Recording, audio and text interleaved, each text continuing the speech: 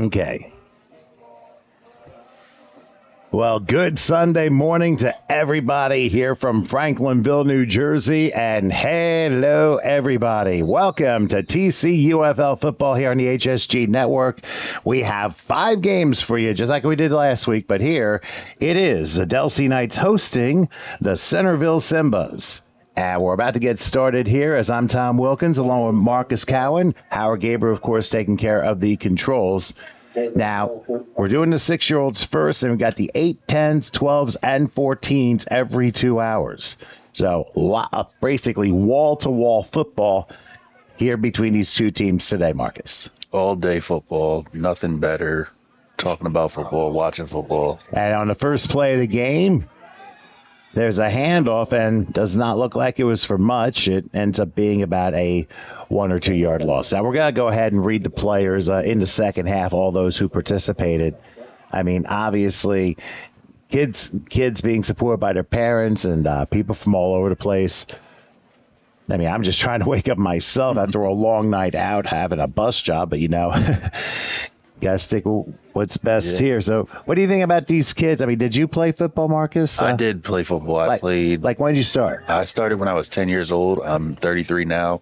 Yeah, you're 2 decades behind me. hey, you got learning. Hey, every day's a learning experience. You just chalk it up. Yeah, definitely. I played actually for Pemberton youth football back in the day, and grew up playing Pemberton football. Then I went to Northern Burlington because I moved out there and played for them for a little bit. Went back to Pemberton, and then finally made a transition to high school football at Northern Burlington. Oh, that's cool. Very nice stuff there. Now, to our fans watching for the first time, keep in mind for the 6 and the 8-year-olds, coaches are on the field. I think they can have 2 coaches on each side for the 6s, and I think 1 for the 8, and then no coaches for the 10-year-olds. The kids have to remember that the coaches are not eligible receivers. So you have to keep that in mind. All right, the first game was a 1-yarder.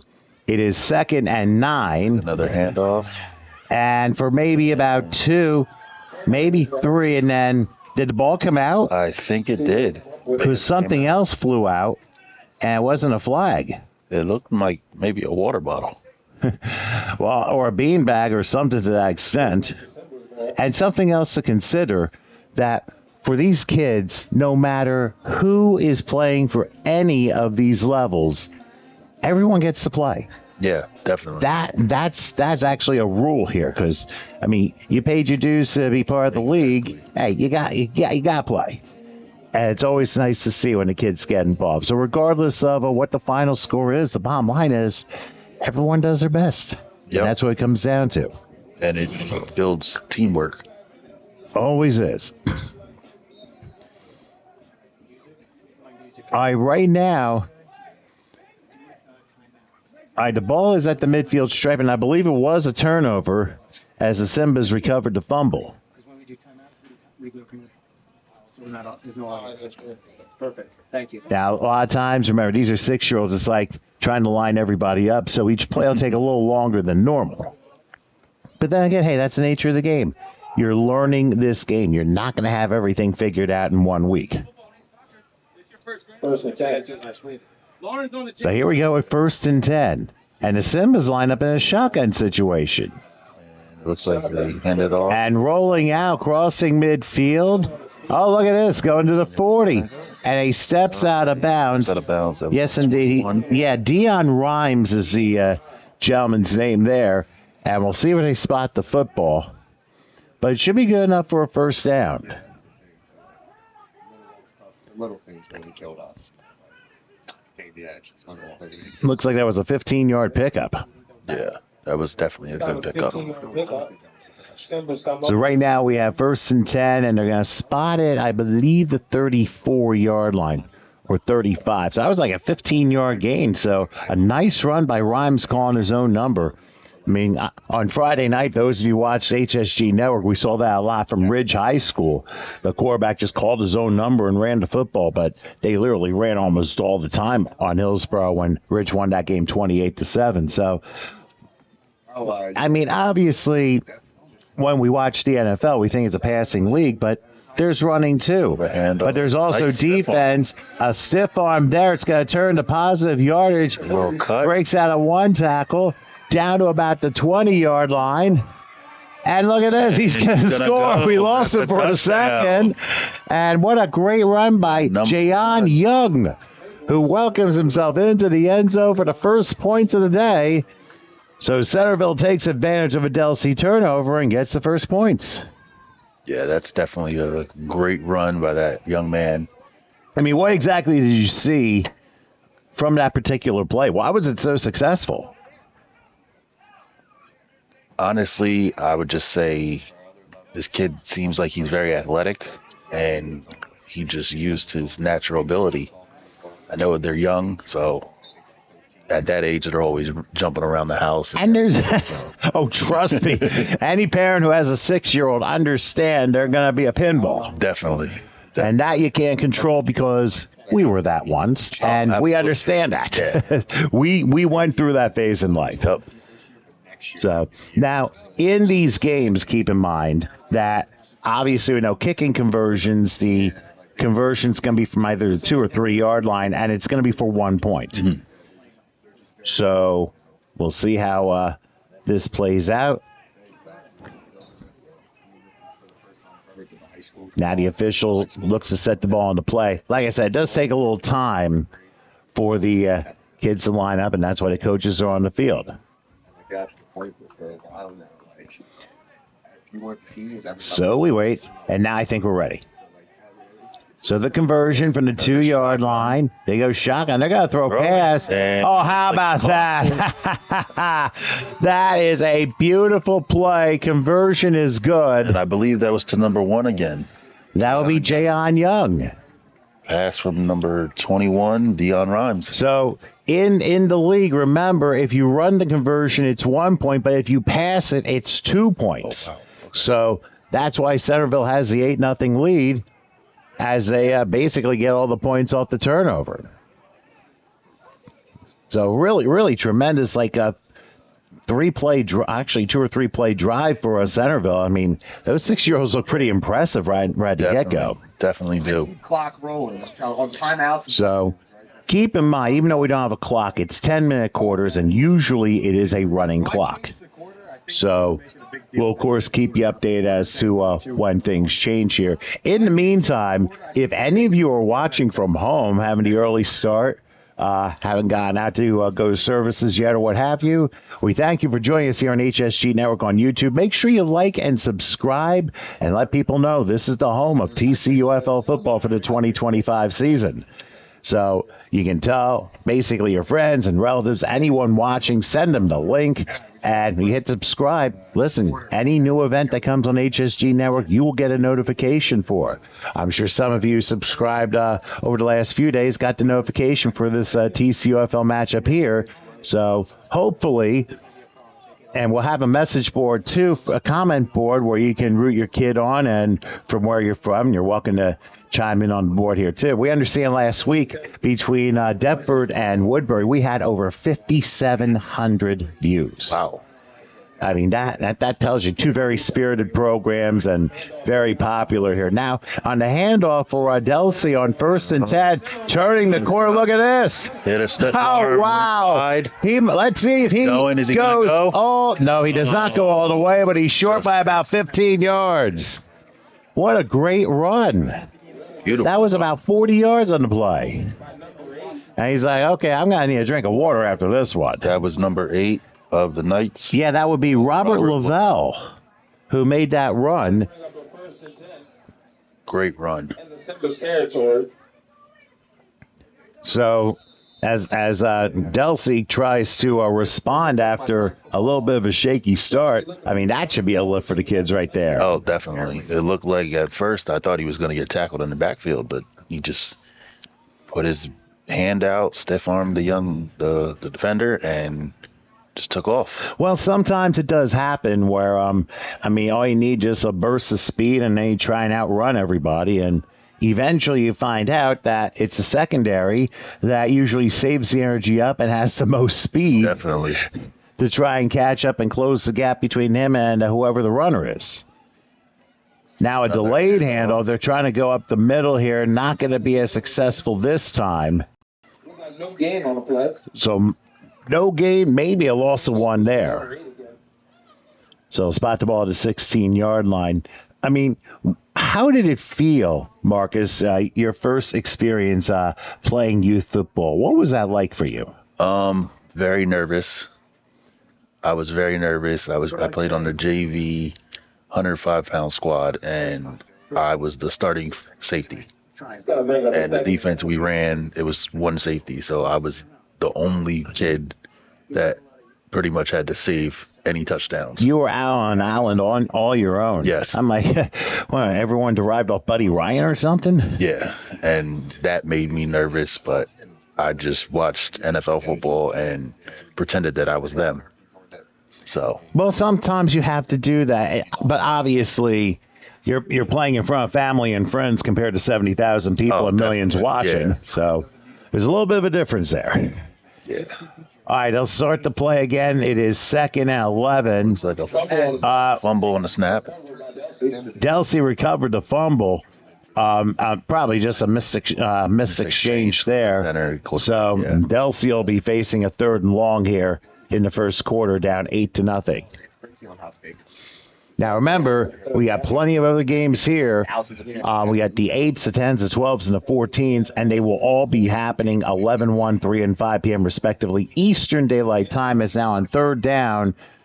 The handoff will go to about the 13-yard line, so it's going to be 4th down coming up.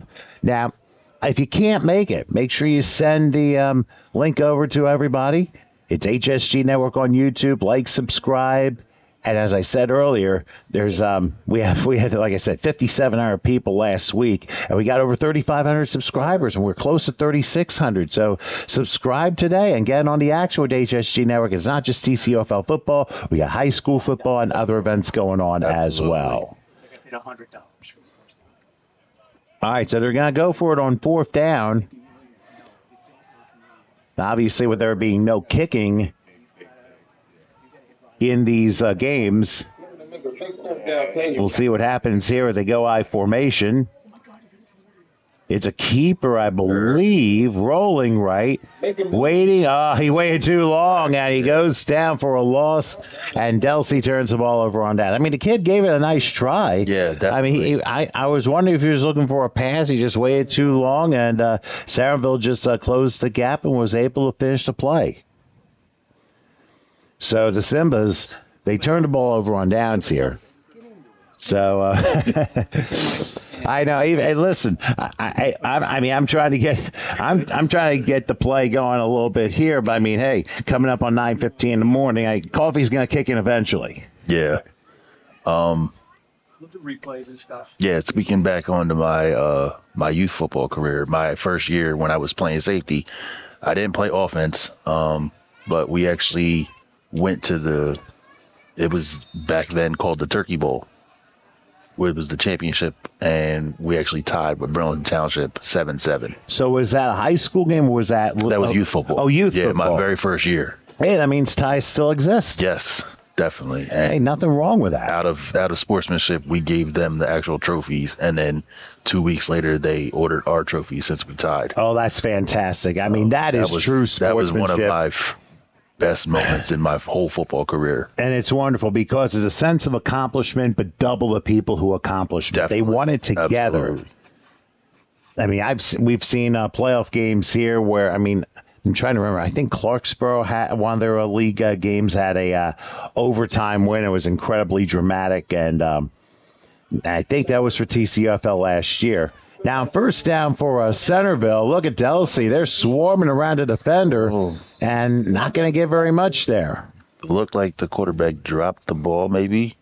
It's possible. It was hard to see on the screen, but took it into his own hands.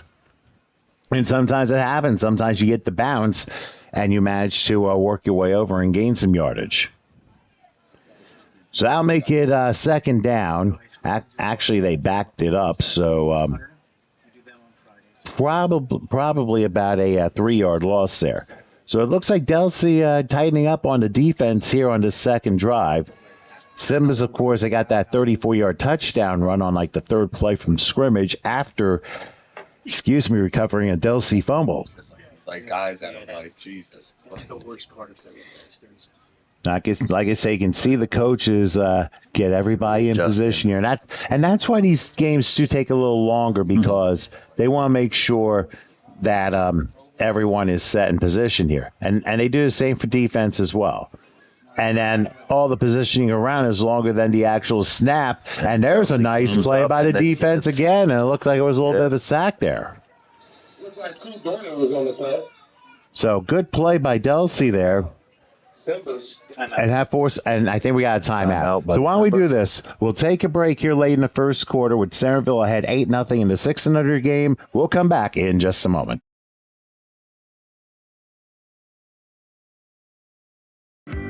Fulfilling your dream is our passion. We have the staff, equipment, resources, and facilities to cater your next event. Our personal service throughout the process is unmatched. Spectacular food preparation and presentation, knowledgeable, hospitable servers, flexibility. We will modify our menu to suit your needs. We can cater off-site to your premise or venue, cater your event at a unique venue in the tri-state area, or present to you our exclusive facility.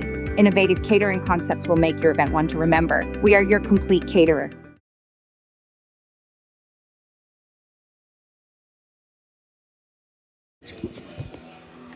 Okay, we are back here in Delsea following the timeout. And I believe in the 6 and unders, they stay on the same side for the half. There's no switch sides during the second quarter, like in most of the other leagues. I think they stay and they only switch one time, and that will be in halftime. So you can see the Centerville Simbas. They're in the, shall we say, a gold and black. They're in the gold tops, black bottoms and helmets. Delsea in all red helmets. I mean, except for numerals, which are pretty much in white. It's red everything else.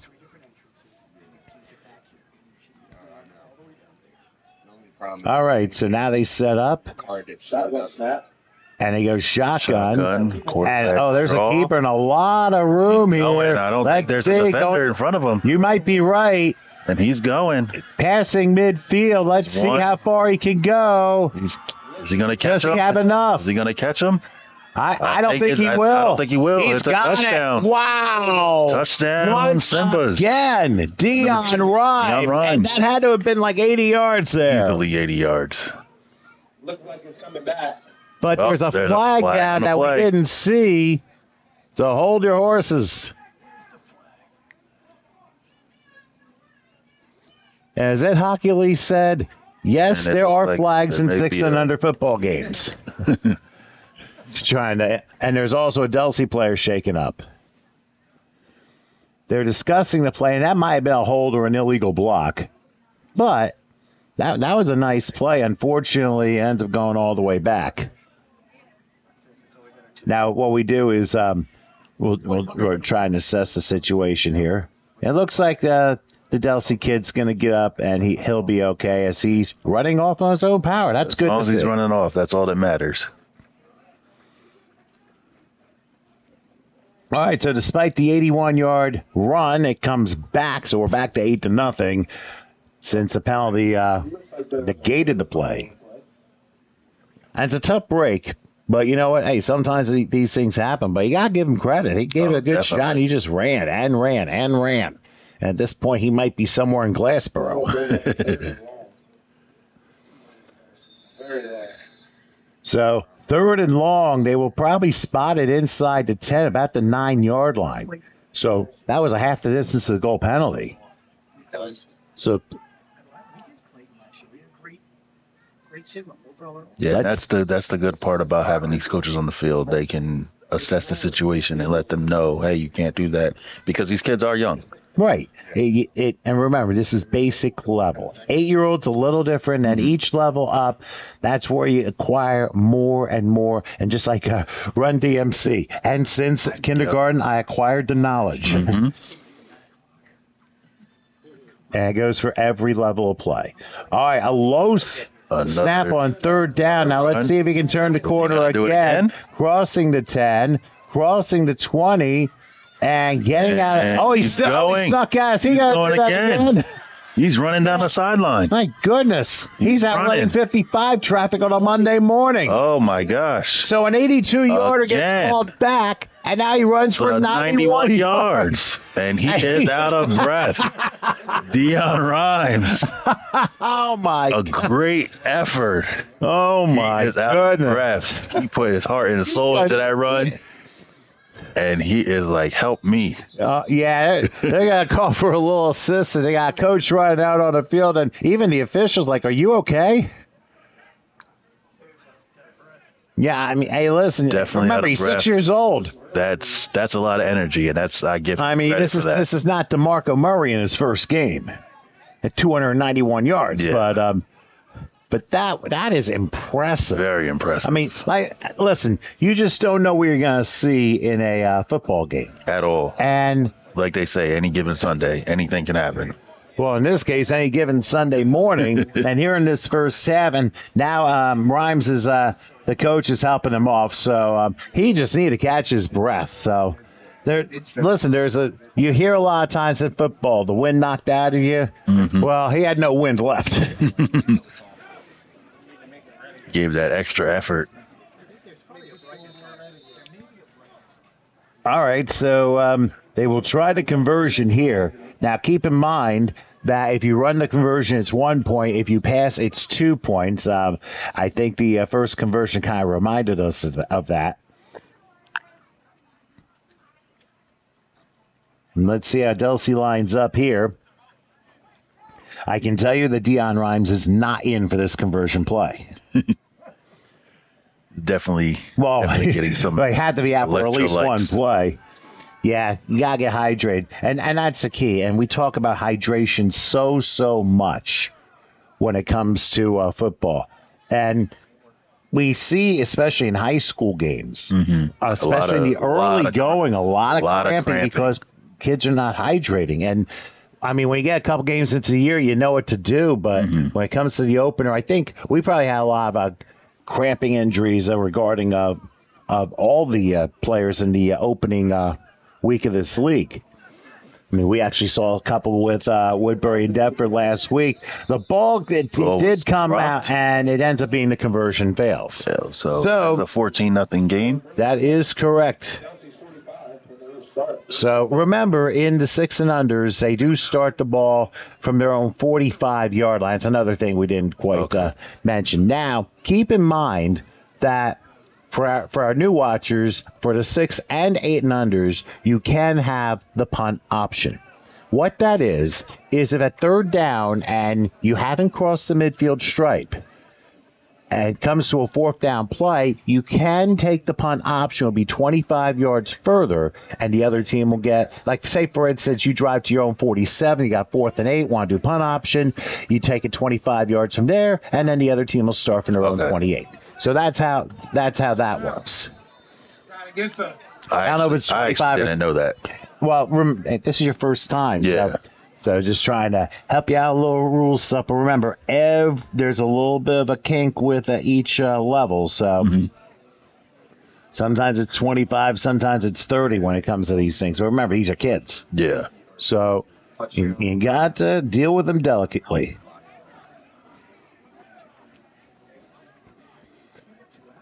And so Delsea will line up. Now you can see the red dot to your left of the screen. That's the midfield stripe. So Delsea is lined up at their own 45-yard line. By the way, I'm Tom Wilkins with Marcus Cowan and his first attempt here at HSG Network. Yes. And I did tell him before we went on air, you're under no pressure. Seriously. You just got to take it easy and relax. First down, play a handoff up the middle for no gain, so it'll be 2nd and 10. So now if a timeout is called. So while we take a break here, I believe we're in the second quarter now.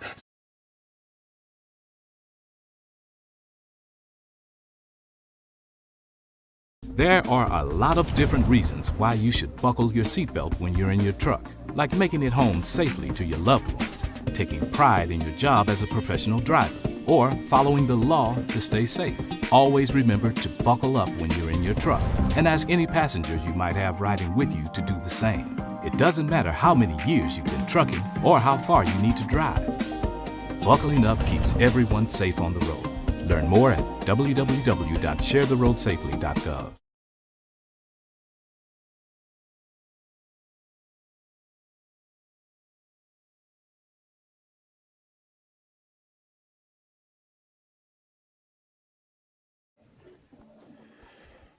Okay, we're back here in Franklinville as we are in the first half of this 6 and under contest.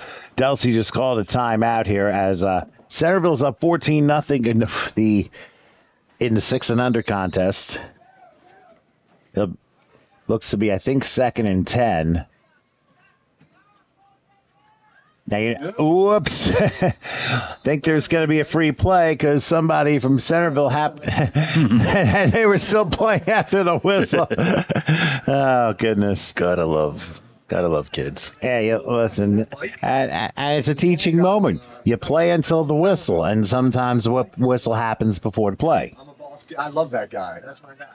That was our. So there's a penalty on the play. I'm that. thinking it's probably against Centerville. And I think the referees want to make sure that the change of correct. Actually, no. The reason why Centerville jumped is because somebody from Delsea moved. Oh, so that's a false start. He's a good dude. And now we got an official timeout. They want to make sure everything is I'll give you time. Looks like the flag was on Delsea. pretty much on the loose here. 6:30 remaining now. So even though we don't have a clock up, it's saying about 6.5 minutes left in the first half. Remember, we switched sides to the second half of the 6 and under, so they play a little bit differently compared to the other league or the other age groups. Flag on the play. Now we got another flag down on 2nd and 15, What's up, Russ? Any discussion? and How you doing? one of the judges comes in and says, okay, hold on a may have sec. picked it Actually, up. no, it's just an official timeout, so disregard the flag. I know, Russ. Let's see what they do on 2nd and 15. off. They're going to turn the corner. Let's see if he can get blocked. He will. And he's got some room to run all the way down to the 48-yard line. So, in essence, they were able to get most of that yardage back. Yeah. About 12 yards on the play. And that was by number 12. And that would be Isaac De Los Santos. Nice run by him. Second and short. So that should make it 3rd and probably 4. So they gave him 11 yards on the play. Like I said, Delsea has done a nice job with some runs here. They just haven't been able to finish drives. Definitely. That's the problem. I'm like, And you may not see Delsea off screen. Here they come. I mean, sometimes you'll see the center be at the ball first and then everyone else follows him. I mean, every team does things differently, so you have to consider that. Might be forced me to do it for one of these games. Looks like they're going to line up in an I formation here. 3rd and 4. Your guys' game. Thinking about going for a pass, and He's running. running the wrong way here. And he goes down back at about the 35-yard line. So, a little bit of a tough break there. And unfortunately, he went down and got a little shaken up on the play. So, but you got to remember, when you have plays like this, you want to try and make it the screen's going to go. 'Cause positive here. you still have it? And You still have yeah, we're just checking out screens here real quick while we have this injury timeout.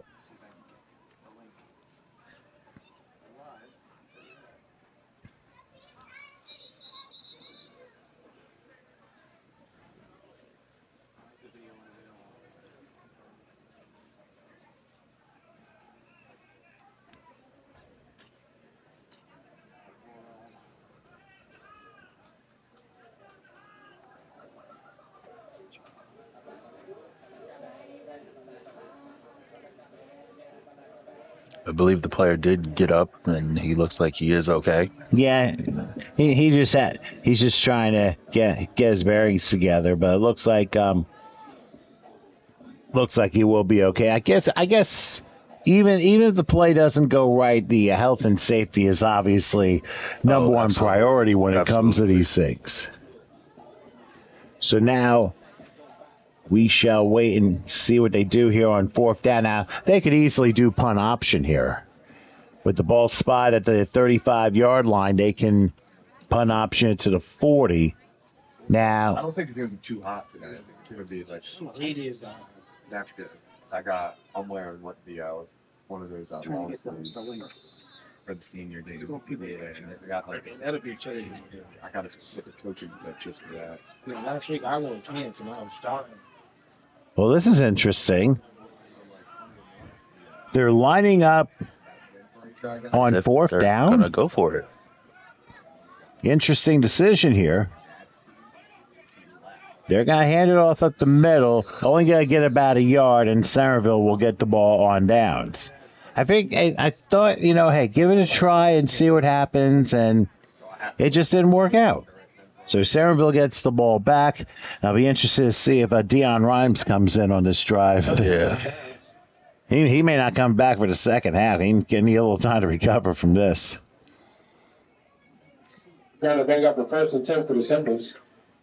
So right now the ball is spotted at the 36-yard line, and that's where Centerville will begin in Delsea territory. Already 2 touchdowns, and now looking for to try and extend their lead here.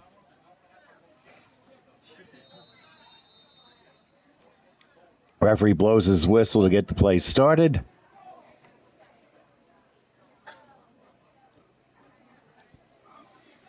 Coach is doing the final adjustments. If I do this, if for a hurricane, no one does it. Yeah, no.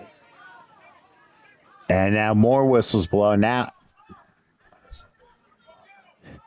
a one-hopper as Centerville ends up having to fall on the football back at the 42-yard line. So it'll be second and long now for Centerville.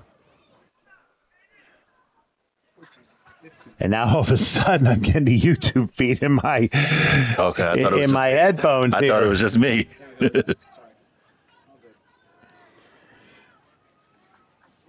So they're readjusting things after the 6-yard loss. It'll be second and 16. I want to thank all of you watching here on HSG Network. Like I said, we got a comment board on the YouTube link, so make sure you root your player on. If you're not from the South Jersey area, just tell us where you're from. We had a lot of people from Salem, New Jersey check in last week. We had people from Ohio, people from Atlanta check in.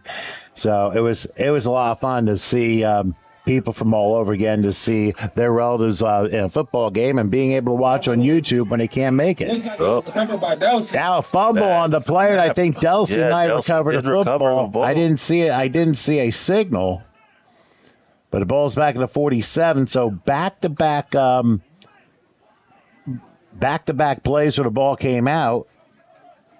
The Seminoles recovered the fumble. And it turned out that Centerville did recover the fumble. We thought for a second Delsea did. It turned out not to be the case. But now a third and long coming up back at the 20-yard line. So Delsea taking advantage of some miscues here on this drive. And now we will see what we do on the third down. I know you don't see a clock on the screen, but I think we are winding down pretty close to halftime. Taking the snap.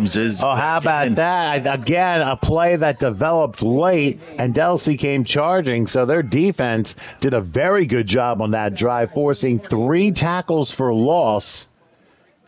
And now the ball is back. I think we're gonna have a timeout here. Good.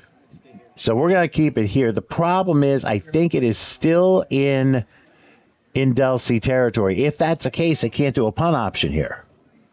So it puts Centerville in a little bit of a different situation. Now, have you faced these situations as a player? Yes. Anything that stands out to you? Gotta think. Because I also played semi-pro football too, and that's how I met Howard, because he filmed for my team when I did play. What team did you play for? I played for the Garden State Gladiators. Oh, yes. You're down Mount Holly. Yes. That's right. Yep. Mount Holly, Willenboro area. Mm-hmm. I played with them for 5 years, and then I had to retire I was injured. Well, hey, at least But listen. then I got into coaching, and it was the best decision I ever made. Listen, you had your time in football. I mean, you could play for 1 year, you could play for 20 years. But you think about this. My son, who wanted to really get into baseball, he suffered an injury during practice one time when he was a kid, and he decided a couple of years later to get himself into other facets of the game of baseball since he really couldn't play. Absolutely. And now he has his own network. So that's awesome. he really does some very good, definitely be sure to very, very good things. Subscribe. So even if you can't participate as a player, there are so many other ways you can actually get involved in to the the game. sport. Yeah, definitely. Exactly right. Gotta break the curse today. Sideline snap. Handoff. And the handoff is tackled inside their own territory. So how about that? 4 tackles for loss for Delsea on that drive. So give credit to their defense. Their offense may have struggled a little bit, and the defense really struggled early. But they really did. They did break it down here on that drive and tightened up and did a great job. Yeah, they definitely. Putting more pressure on Centerville that time. And because they couldn't do the punt option, Centerville turns the ball over on downs, and Delsea will get it in Centerville territory. Now, a timeout's called as the ball is spotted now at the 48-yard line. Hold on. Yeah, it looks like Delsea, looks like their coaches gave them some motivation, and kids just rallied around each other. Well, listen, Delsea just had a great defensive stop after struggling in the first half. What do you say to your kids? What you're coaching your kids, this happens, what do you say to them? Honestly, you just say, as long as you give 100%, that's what really matters. Yeah, everybody wants to win. Nobody wants to lose, of course, but this is like a life lesson. Of course, you take your chance. Take your chance, and as long as you know you gave your all, that's all you can say. That's all you can do. I mean, sometimes you have games where you hardly do a thing and you end up winning. Sometimes you play a perfect game and you end up losing. Mm-hmm. And these are the breaks, as Curtis Blow once said. All right. Yeah, I'm taking it back a little bit there. You're good. Hey, got to come up with some references. All right, Delsea with the football, 1st and 10. Ball spotted now at the Centerville 48-yard line. They'd like to end the first half on a very positive note. And they hand off up the middle, and there's a nice run to about the 45-yard line. It's about a 3-yard gain. Maybe a 4-yard gain to the 44. Pick up of about 5. And that makes it 2nd and 6. So right now, the coaches for Delsea have to be proud of how they've been able to rebound after that rough start. Oh, definitely, absolutely. And this is where halftime is going to be crucial.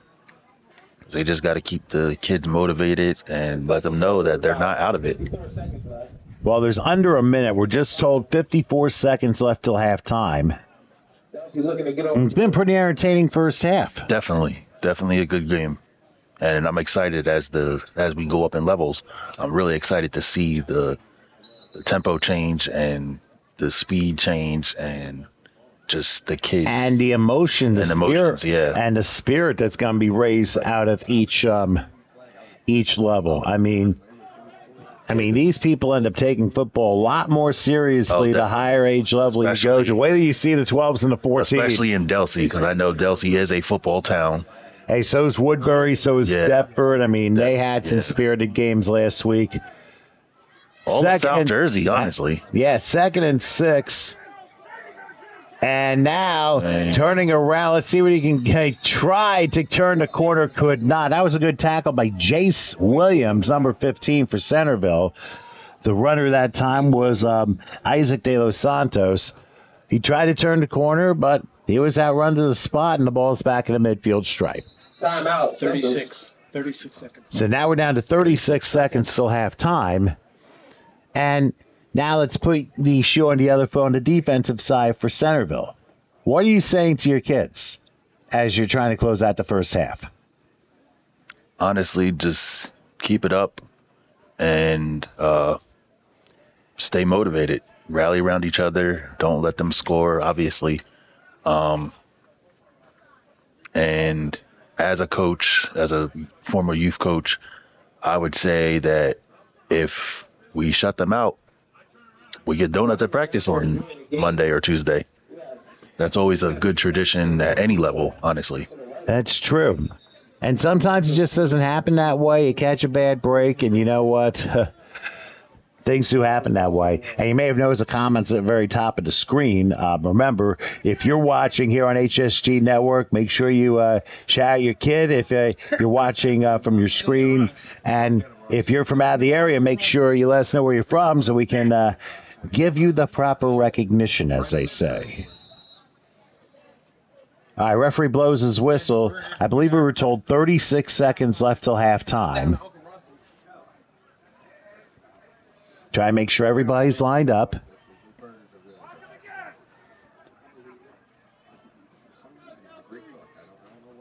And now they're set to go on third down. Another delayed handoff. And Centerville's ready for when the handoff is happening.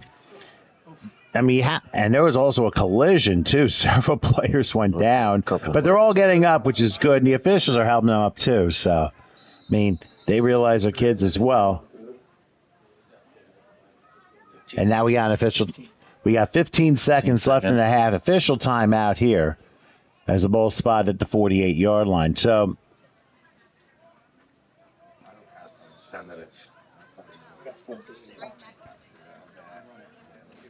now they look like they're going to reset the down marker back to the original line of scrimmage. And we'll see if they get one or two more plays off before the half happens. 2 right now, so by the time you get through halftime, 10 seconds on. And now the clock is running. We'll see if they actually get one more playoff. They take the snap. They got a handoff left side. And he went down for another loss on the play. Ball came out at the very end. And that will be the first half. Your thoughts on the first half, Marcus? Very good game, especially at this level. Peekaboo. Very good game at this level. Good motivation from all the kids, and I'm liking what I'm seeing. And I like how the kids are playing too. They're playing clean. They are playing pretty spirited. I'll tell you what, that Centerville back has been the star of the first half. Definitely. So we might see him again in the second half as we go. But anyway, we take halftime here as Centerville leads Delsea in a 6-0 game by a score of 14-0. So we'll grab a break for a few. We'll come back for the second half in a few. So please stay with us.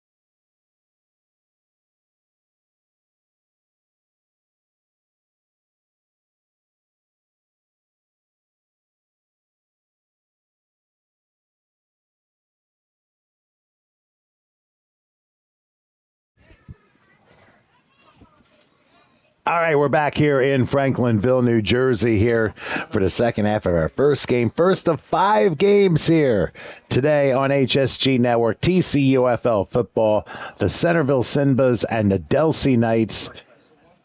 It'll be Centerville's ball to begin the second half at their own 45-yard line. I'm Tom Wilkins along with Marcus Cowan and Howard Gaber, of course, taking care of the controls as usual. So, obviously, as we go up in stage level, there are different nuances to each game. As you can see in the middle of the field, the 6-year-olds, obviously, they're going to need a little bit more assistance as to where people are supposed to line up. You'll see that in the 8-year-old games, too.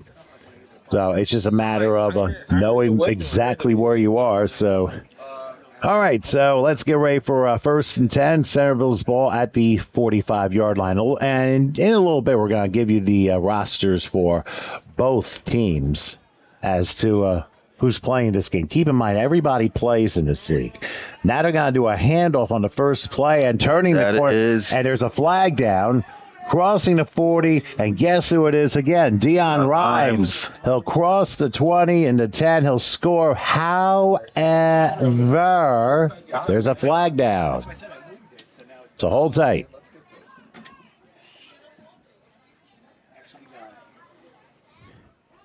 Dion's got to be like, I've been running so much, and I'm like, keep throwing flags at me here. And it looks like it is going to come back because everyone's heading back to the midfield stripe. And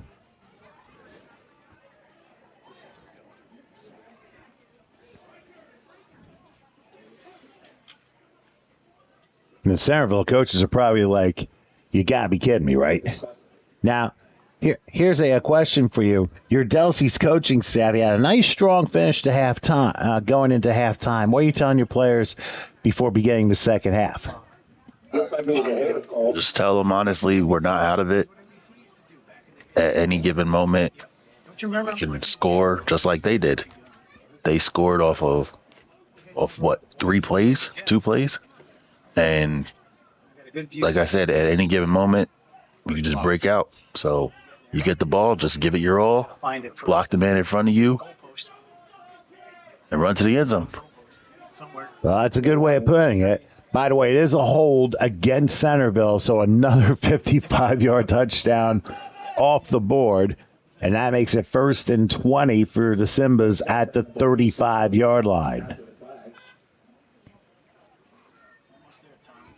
So now let's see what Centerville can do here on this 1st and 20, and now another flag is down. So could be a sideline thing. I don't know, though.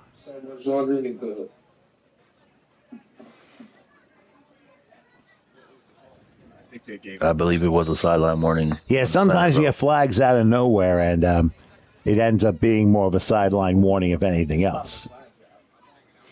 So now 1st and 20, and now they're going to hand it off. And still on his feet. Oh, he's still going. To the 40, and now a flag goes down, and another one goes down.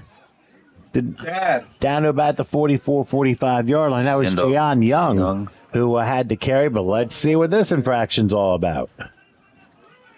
Tell you what, considering we suddenly have a flag football game built into the game of football for the 6 and unders, let's go ahead and give you Centerville's Pee Wee team roster. I'll read the names down. They are Samir Thomas, Jayon Young, Jihad Boone, Masan Benson, Zayden Ravelli, Caden Martinez, Milan Cordero, Akeem Rand, Malachi Thompson, Jarrell Anderson, Jace Williams, Jameer Jones, Asmir Williams, Gio Savage, Dion Rhymes, Anwar Farhat, Muhammad Farhat, Rajai Dixon, Raquan Turner, Jair Rodriguez, Caden Cato, Jackson Anderson, Jace Brown, Kayson Turner, and Saheem Brittingham. And the head coach is Sammy Torres, assisted by Jeffrey Anderson, Jameer Hollingsworth, Jason Knock, Patrick Thomas, and then Jawan Khalil and Khalif Williams.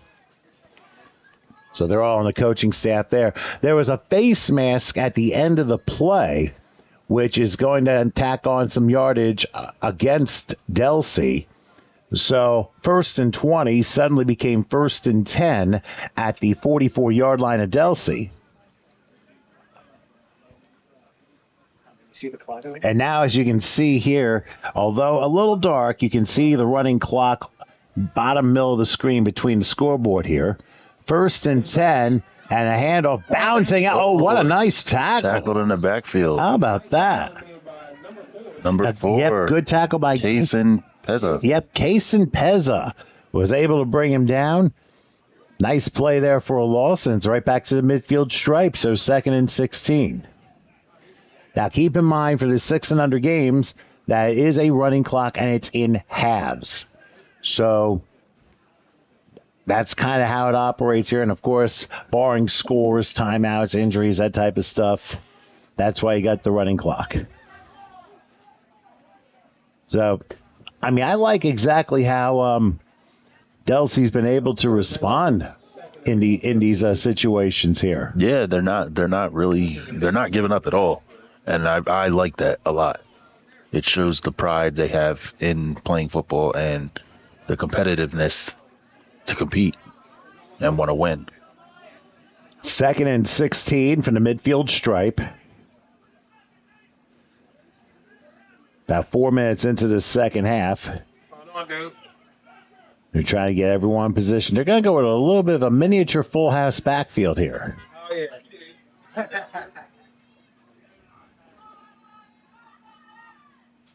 No, it's actually a shotgun snap, and here's Rhymes again. Oh, he jumps off one tackle. Let's see if he turns the corner. Jumps another tackle. One. And a Is he gonna third. go again, and there he goes. You said, here we go again. You're right. And check the field to make sure that there are no flags. I don't see any flags. The ref gives the signal for the touchdown. That is a touchdown. A 50-yard touchdown again for Dion Rhymes. There he goes doing his little dance, celebrating with his teammates. I love it. Yeah, it's definitely a lot of fun here. Oh, it's coming back again. Oh, yeah, there is a flag at the 48-yard line. Looks like another sports tonight. Oh. Did they flag him for celebrating? Not exactly sure. I mean, there's an indication possibly of an unsportsmanlike foul, but not 100% sure.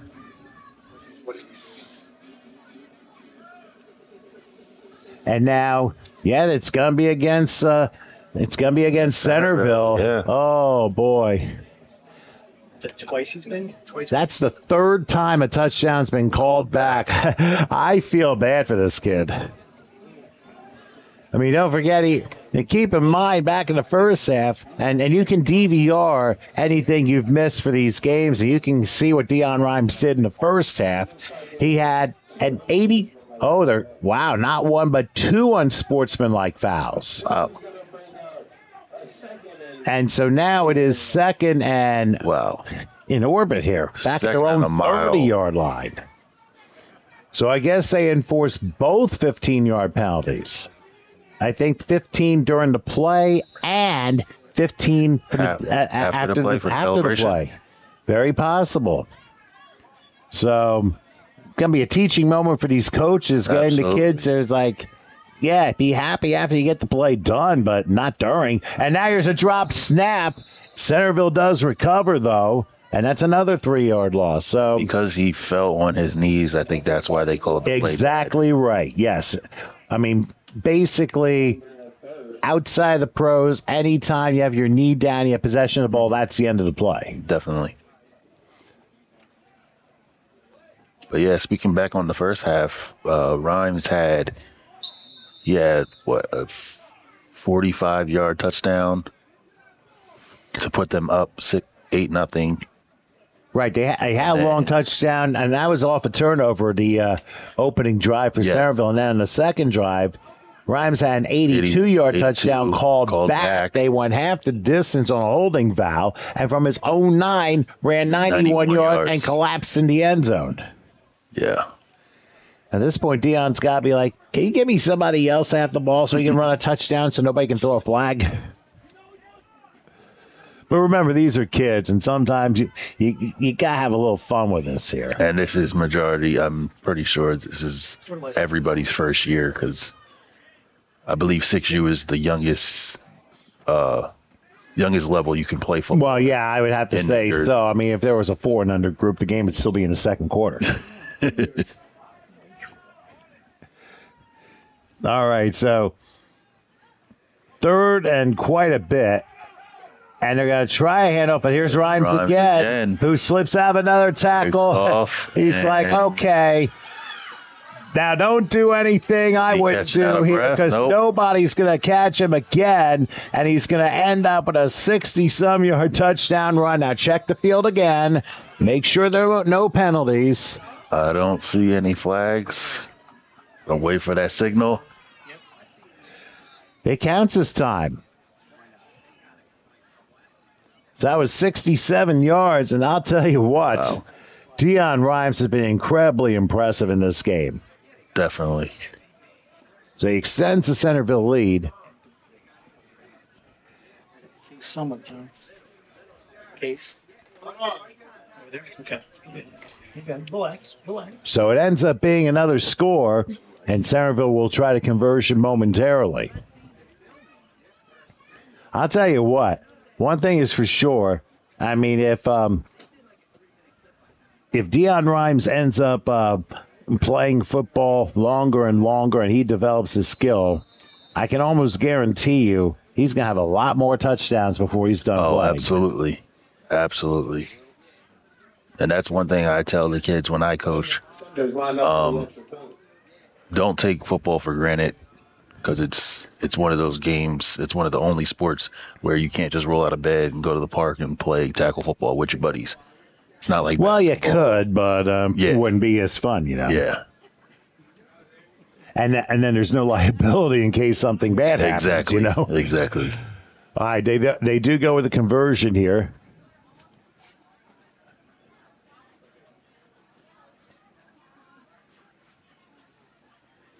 They're going to make sure everybody is lined up again. Just as a reminder, if you run the conversion in, it's 1 point. If you pass it, it's 2 points. Something happens to you. It's his knees. It always is. He just got surgery going up. All right, now they're set for play. They're going to try and throw it, and just a little bit over his head, incomplete. So the conversion fails, and Centerville is up 20-0. As you can see, the clock at 13:57 left in this game. By the way, while we have a second, I think we need to shout out to Delsea Knights if you want to read the list. Yeah, I'll go down the list. For Delsea Knights 6U, we have Maddox Roth, Riker Filipakowski Knipe, Jackson Havelo, Kason Pezza, Alistar Roth, Blake Randalls, Robert Lovo, Jackson James, Jamison Judge, Crew Dorney, Isaac De Los Santos, Jet Whidbey, Cesar Ortega, Landon Straubmuller, James Dadalo, Samuel Bruno, Elias Jarvis, Connor Simmons, Jonathan Bucher, Cole Giacob, and the head coach is Courtney Chester, assisted with Chris De Los Santos, Rick Jarvis, Colin Judge, and Justin Whidbey. All right. Let's also not forget Madison Jacobs, the cheerleader coach, statistician Lauren Whitby, and the head cheerleader coach Stacy Boucher, who I think we saw at halftime the 6-year-olds performing. So we got to give them their due as well. So now Delsea will get the ball, and we're hoping they can get some points on the board here. Here on first down, the ball comes out, and Delsea falls on it back at about the 40-yard line. So they end up losing 5 yards on the play and forces a 2nd and 15. I mean, Delsea's had some nice plays in this game. They've had some nice defensive stops. And they just haven't been able to stop one guy, and he's the reason why it's a 20-0 game.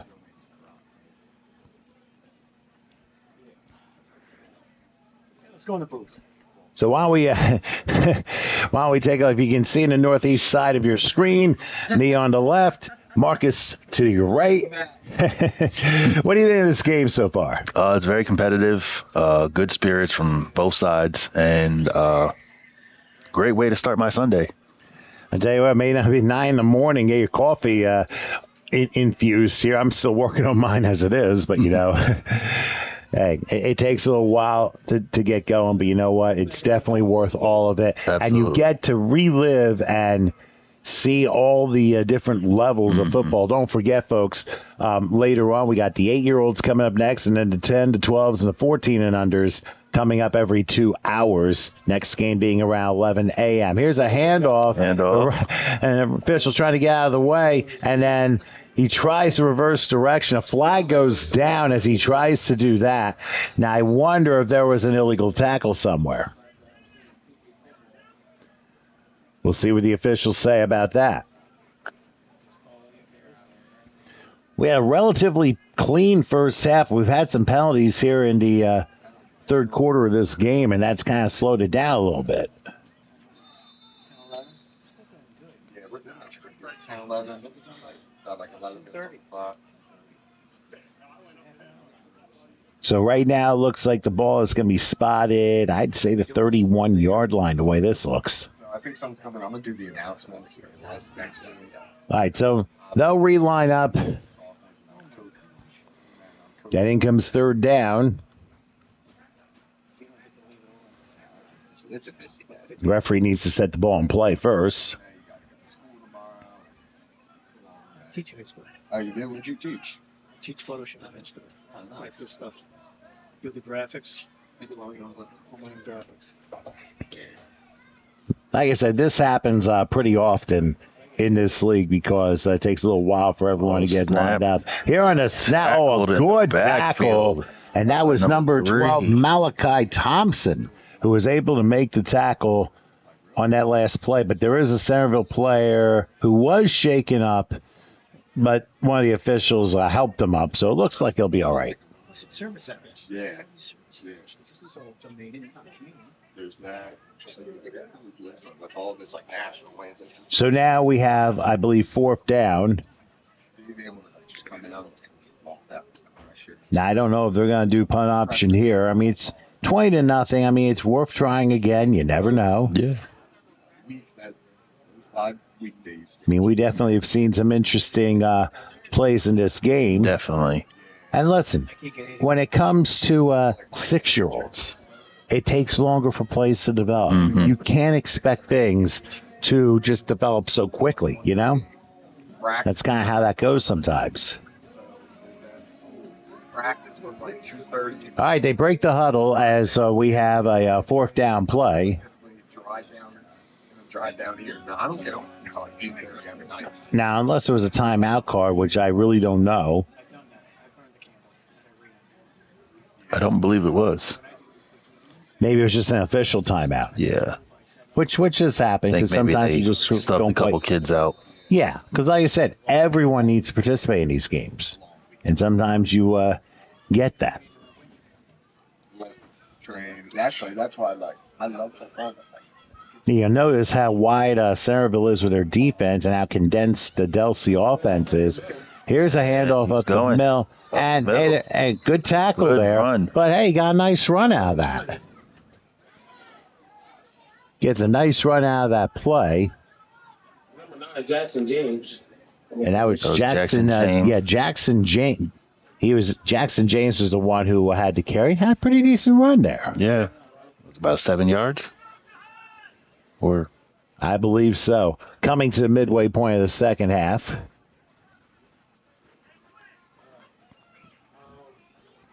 And now looks like they are just making sure everyone's lined up. Right. And unfortunately, somebody wasn't even lined up. You might have noticed at the bottom of the line, there were two people talking. And it's like, hey, they're not paying attention to what they need to do yet.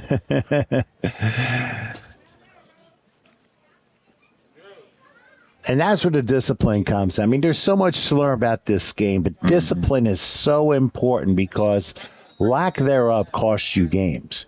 Now, in this case, 20-0 may not cost very much. However, in a critical situation, if it's a tie game and something like that happens, that can really be paramount. Flip the script. So the 5-yard penalty is assessed on Delsea for the false start. They actually weren't even set. All right, they'll go with an inside handoff, and now they're flags again down all over the place. Down to the 42-yard line. You can see 2 flags down right past the 30, and we'll see what this is all about now.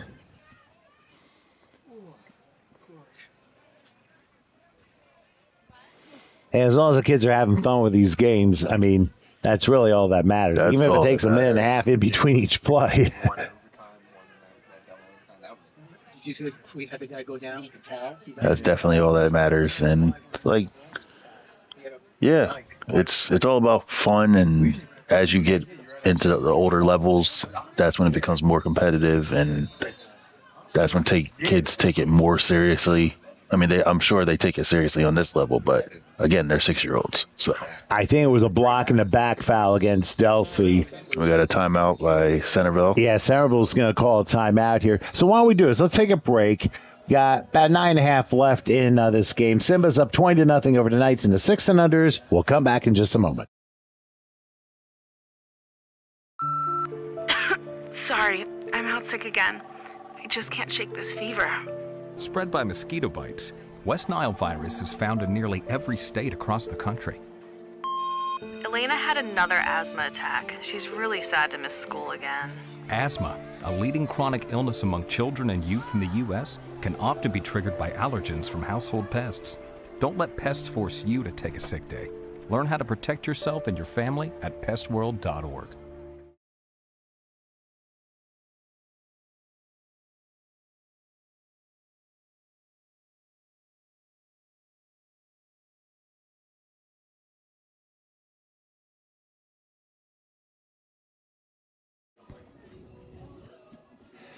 Okay, we're back here in Franklinville, New Jersey, here for the 6 and under contest.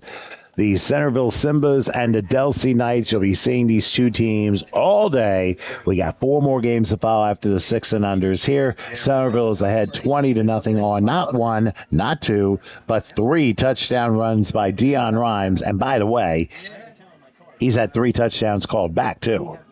Yeah. So long touchdowns. Well, his longest one was 91 yards, but that wasn't called back. All right, so Delsea with a play on 4th down. Oh, a collision, but a nice run. Still a nice run. And scholarships aren't being handed out. And the Delsea player goes down for a second. Now a flag goes down at the end of the play. I don't understand that. Oh, yeah. Oh, my God. I mean, there's lots of teaching moments to go with in a game like this. So and might possibly be frustration. I don't know. The ref is talking to Rhymes about whatever happened. Not exactly sure if he was the person who committed the penalty, but like you said, it's a learning lesson for everybody. Well, they're actually going to back it looks like the penalty's against Centerville. And they're going to back it up all the way to, I believe, the 40-yard line. Wow. So the thinking, the thinking here, and now you got to get the chains back and proper. Delsea did turn the ball over on down, so the 15-yard penalty was against Centerville after the play. So they will start 1st and 10 from the Delsea 40-yard line. And you got to understand, I mean, at 6 years old, you don't necessarily realize that, I mean, you could be up 20-0 and say you're the best in the world, but hey, what if you're on the other side, you're down 20-0, and it happens to you? Yeah. So you have to look at it both ways here.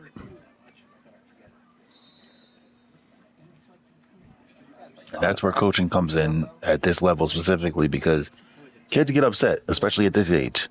When they're older, they understand more, they're more mature. But at this level, Well, how about this? And now another flag goes down and it hits one of the players. They decided to give that play, I think it was number 19 or 18. That would have been Ajmer Williams. And now flag came in back in the defensive side. But it looks like that's going to be on Delsea. And that's going to be a 15-yard penalty. We have seen a lot of penalties during the second half. They just do the video. It's always a video. Like, I haven't even done this type of shit. 15-yard penalty. 15 yards add to the end of the run. Looks like a 15-yard penalty. I remember when you guys came down the first year when we played Glassboro down here. You guys couldn't get the signal. I was like, And they're going to spot the ball, I believe, at the 25-yard line. I'm going to be completely honest with you. You guys were like inspirational. I'm going to end up getting Wi-Fi. You're like, if they wanted to come back, like, they realistically can't. There's no service, so like, we need it. Well, they're going to move the Delsea players into a different position. I think you've noticed from both teams that Centerville, they keep things pretty condensed. Same thing for Delsea, but their defenses, they spread wide, which is interesting because I think they do that only because in case somebody tries to take the turn that somebody's there to try and tackle. Yeah. Saturday, you guys were Sunday. Looks like there's flag. Another flag. And that's going to be against Delsea for being in the neutral zone. That phone is T-Mobile. 5-yard penalty. So a little bit of a tough break there. And now they'll reset everything. We invested. Now I believe 1st and 5 from the 20-yard line. My hours. 7 minutes. I mean, it's a long. By the way, guess who's in the game? Dion Rhymes. He's the load setback here. I think they winged a formation. They actually have a receiver lined up in Benson. It's like our parents. Like, we're not like. To where like, oh my God, like God forbid one wrong thing happens, like you gotta like run your car. Like I would. Like the president was on the field 3 times. Yeah, exactly. Like the only time And now they line things up again. We're under 6 minutes left. Meathead is what I call him. He'll come out. Yeah, he'll be on the sideline and help, but like he'll never do on the field unless he's sitting there. He's like, yeah, that's terrible. And he's playing quarterback this time. He's going to get the handoff going wide. And look at this. Handoff. Somebody else gets to join the touchdown brigade. Jayon Young from 20 yards out. No flags. No flags this time. So, in essence, Dion Rhymes decides to be the quarterback to give it to his running back, Young, who I think it was the other way around for most of this game. And here, the trade-off results in a 20-yard touchdown, and the Simbas extend their lead. I mean, that's some pretty creative play calling using the kids that you have. Yeah. It's good to have players that can play multiple positions, especially at this level. You see more of it in college and high school. Yeah, but when you think about it, I mean, obviously try and learn whatever position you can. You're obviously not going to know all the nuances for every single position. Yeah. It's just very hard because so much of the game is not necessarily physical, but it's more mental. Mm-hmm. And remember, these kids are developing. They're going to be developing for probably another 15 years. Yeah. As their bodies grow and eventually grow out. Yeah, definitely let me know. Yeah, my dad wanted to get them, but Somebody's that lining was up for the what he extra was point. afraid of. Like, he doesn't want to just drop $5,000. All right, they're gonna line up for the conversion. This is what happens if it rings. It gets go by. Once again, taking time to make sure everybody is lined up. You'll notice that along the offensive line, the player on the right for Centerville, there's like 5 people from Delsea chasing after the runner, and he gets him. That's a good play. So the conversion fails, and the Simbas lead stays at 26-0. Now, I'm going to put a little question on you, Marcus. All right. You take Dion Rhymes out of the mix. What's the most impressive thing you've seen in this game? take away his touchdowns and take him out of the game completely. Like what I would say, because you got to include other people who have really stood out in this game. well, number one stood out with his touchdown just now, and there's been a couple good runs for Delsea as well. Well, yeah, they're back in the first quarter. One of the Delsea backs had like a 40-yard run. They just couldn't quite finish out the drive. Yeah. I mean, listen, sometimes you have days like this. Think about this. You could come off a huge win, and the next week you're completely flat. That happens a lot in football. Yes, it does. I mean, and sometimes it makes you think about who you're picking, whether it be just for fun or for fantasy or anything like that. You take all those things into consideration. Definitely. But remember, that's more mental prowess rather than physical prowess. Because crazy things happen along the way, and you want to make sure that you have all things covered. Yeah. Now, one thing. Go ahead. I'm sorry. One thing I learned in football that you can, like you said, you can go off and win 26-0 this week, and then flip it and play a not even a better team or evenly matched team, and they could do the same thing to you. And that's where coaching comes in, and you got to teach the kids, like, football is about mental and having fun, and it's about hold on. Well, here's a handoff on the outside. Oh, a nice tackle. Talk about good closing speed. Got about the 48-yard line, but still, but listen, about a 3 or 4 yard pickup. Well, he's all over the place today, offense and defense. And we have a timeout called by Centerville. So we'll keep it here. I think for me, outside of the usual suspects, you also have to credit Delsea's defense. Definitely. And I think, outside of the long runs, Delsea has done a good job as far as containing. I mean, they forced some mistakes, especially toward the end of the first half. Even though they weren't able to convert those mistakes, they at least had moments where they were able to pressure the Centerville line. Absolutely. And they were able to force tackles for loss 4 straight plays. Definitely. On multiple occasions, multiple drives, they forced fourth down stops. Well, here's something interesting, too. This is a rare occasion you have a game like this, but we have not seen a punt option yet. And I don't think we will in this game. I don't think so either. Number 95, he's committed to Indiana out. He won around Delsea. All right, second down. Right, 2nd and 7. They're going to say to 48. And now they're going to hand off. Oh, look at this. Slips out of a tackle. Goes to the 40, and Rhymes got taken down at the 35-yard line. That's a nice run. Yes, Isaac. Long run. Yes, Isaac De Los Santos with a good run. Good tackle by Rhymes there. But, hey, that's another player that had has had a good game. Isaac De Los Santos. And I love how Delsea hasn't given up. And that's the key. You don't give up. I mean, sometimes you have an opponent where you're totally overmatched, but you don't give up. You play it out. You never know. Crazy things happen in games. Definitely. And football's all about heart. If you play 4 quarters, like I said before, you play knowing you gave it your all, then you have nothing to be upset about, win or loss. That's very true.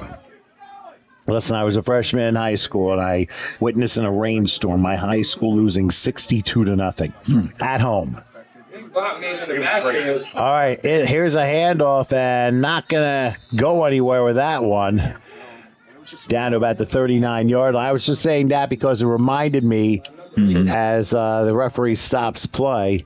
It reminded me, of course, I graduated outside of Trenton, Hamilton High School West in 1990, and I'll never forget that my freshman year, our band was there for the first half, but then it rained. We played the halftime show from the stands, and then we were dismissed because it was just ridiculous out. But I stayed hoping the Hamilton could win the game, and Trenton puts out 5 more touchdowns, and that was before the running clock. Yeah. It was 62-0, the final score. the funny thing was those same two teams played yesterday, and Hamilton West won 20-7. So a generation or two later, Yeah, definitely. times have changed, the players have changed, the football style has changed, and the playing surface has changed too. Absolutely. Now here they're playing on complete grass, and it's such a beautiful day. Beautiful. So you're not going to have really any issue with the turf here. Yeah. I mean, there are a lot of other places where, Perfect temperature. well, not only that, you have other places that have turf. Oh, yeah. And that can be a little tricky. I mean, we don't necessarily truly know how safe turf is because remember you're kind of playing on the floor in a case. Yeah. All right, so now here's a keeper this time and getting back close to the original line of scrimmage, the 36-yard line. Keeper. So by a good Landon 4-yard gain. Oakmiller. So that play worked a little bit. Yeah. You seen the defenders coming in from the Simbas, and it's like, I'm going to just take it. And a timeout called by Delsea with 3:06 left. So we'll keep it here. Just a reminder, folks, I didn't quite mention this. For you newcomers listening from Centerville, Franklinville, Delsea, anywhere in South Jersey, this is the home of TCUFL action right here on HSG Network on YouTube. So you may want to tell your friends about us, like, subscribe, and let the people know about this. We are close to 3,600 subscribers. So subscribe today, and you'll get the information about the TCUFL action. Not sure we're going to be next week. I know I'm going to be landing in Florida around this time next week. But definitely a lot of fun, and especially going to a state where it's pretty much a football 24/7 state like Texas. I love Florida. Florida, Texas, California. They are 24/7 football states. Definitely. You could say that also about the Southwest too, like Oklahoma. Oklahoma. Here's a handoff on third down, and the defense is just too much that time, forcing a tackle for loss. Of course, Oklahoma was in Philly yesterday and had an easy win over Temple. And then they got Vanderbilt with the surprise of the night. Yeah. Stunning South Carolina in South Carolina. And it wasn't even close. Yeah. They're going to be ranked next week, I think. Yep. All right, so they're discussing again. The clock continues to run as we're down to 2.5 minutes till time. He's a great dude. Yeah, like I'll see it on Facebook. Like they all are after him. Coaching staff trying to make sure they call a particular play. and how about this? It's one of the Centerville players trying to get near on what they're trying to run, and the coach pulls them back. Gamesmanship, even though there's only 2 minutes left. Game may be decided, but you know what? These kids are still having fun one way or the other. That's all that matters. And honestly, I'm happy for them because it's good sportsmanship, and this is the level it starts on. All right, they go I formation on third down. For the pass. It's a lateral, actually, and it is going to be recovered by Centerville because it was a backward pass, didn't quite find its mark, and Centerville was right there saying thank you very much. So they recovered a football, and let's see here. We're down to 1:39. This is what I do. I sit here. And now look, for a second, it looked like it was going to be the Buddy Ryan defense coming out because there's like 17 players on the field. But they're just changing personnel. But again, as I said, everybody plays on this level, and everyone has fun. And as long as you do that, that's all that matters. That's all that matters. So Centerville will get the ball, and the clock does run. And now, hold on a second. Oh, is it a timeout? Centerville's calling a timeout, which is rather interesting. Now, just a reminder, after this game, we got the 8 and unders coming up probably in about 25 minutes between these same two teams, Delsea and Centerville, which will be the two teams featured here in TCUFL action here on HSG Network. If you can't make it out to the field here in Franklinville, you can certainly stay tuned right here to HSG Network for all the information. By the way, if you're wondering for an address, 546 Pennsylvania Avenue in Franklinville. Use the third entrance to enter the field. I actually tried the second entrance, and it led me to a field hockey place, I think. But then I found an access road that led me to other cars that were heading to the back. So the football field's in the back of the complex. So, again, third entrance. Again, the address, 546 Pennsylvania Avenue in Franklinville. And now here, oh, look at this, another handoff, and surprise, surprise. Number 0. Yep, there's another score. Unless there are flags down someplace. He's still, oh my goodness, he's still running. Number 0, Samir Thomas. Samir Thomas with the goal there. Looked like it was about a 50-yard run there. Yeah, pretty close to that. And Centerville scores again in one play. I mean, obviously, they've about 20, like they had to have racked up about 250, 300 yards. Easily. Yeah. In yardage here, we're down to a minute and a half left.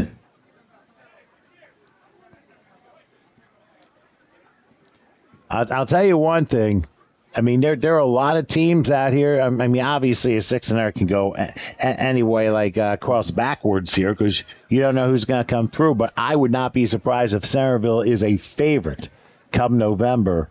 Definitely to be in the finals, because that's been a very, very impressive performance. No. It's like I think now this year they actually do have like a playoff. Because remember last year was like the bowl games, the top 2 teams. Okay, so right now they get the conversion squad in there.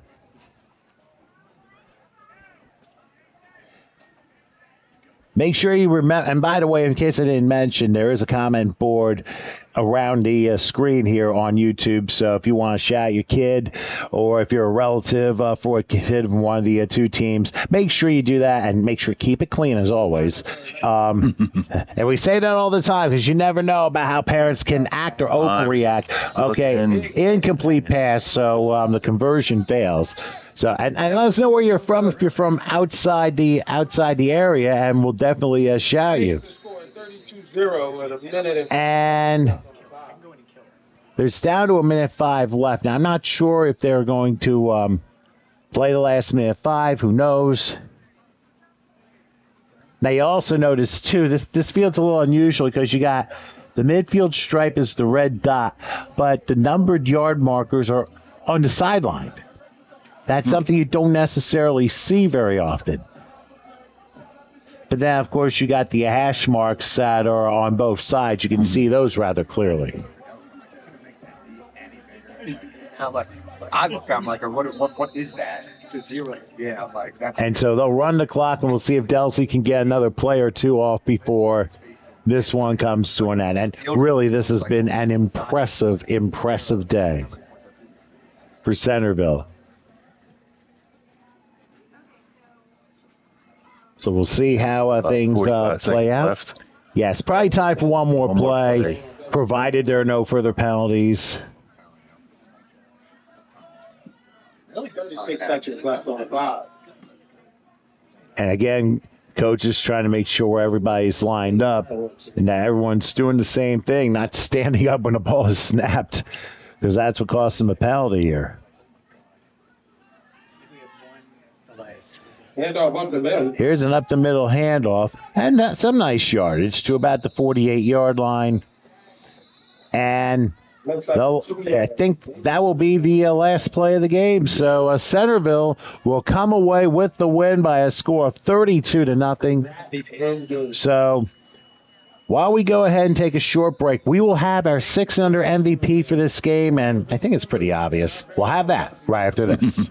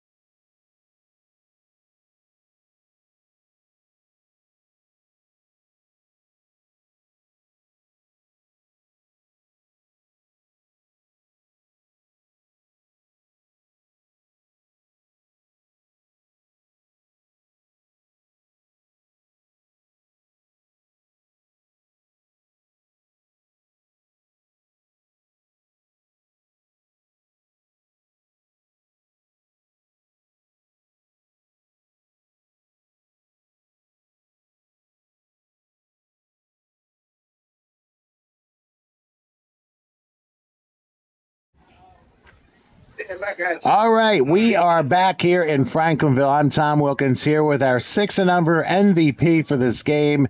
And to me, this is pretty obvious. It belongs to Dion Rhymes, who had 3 touchdowns in Centerville's 32-0 win over the Delsea Knights.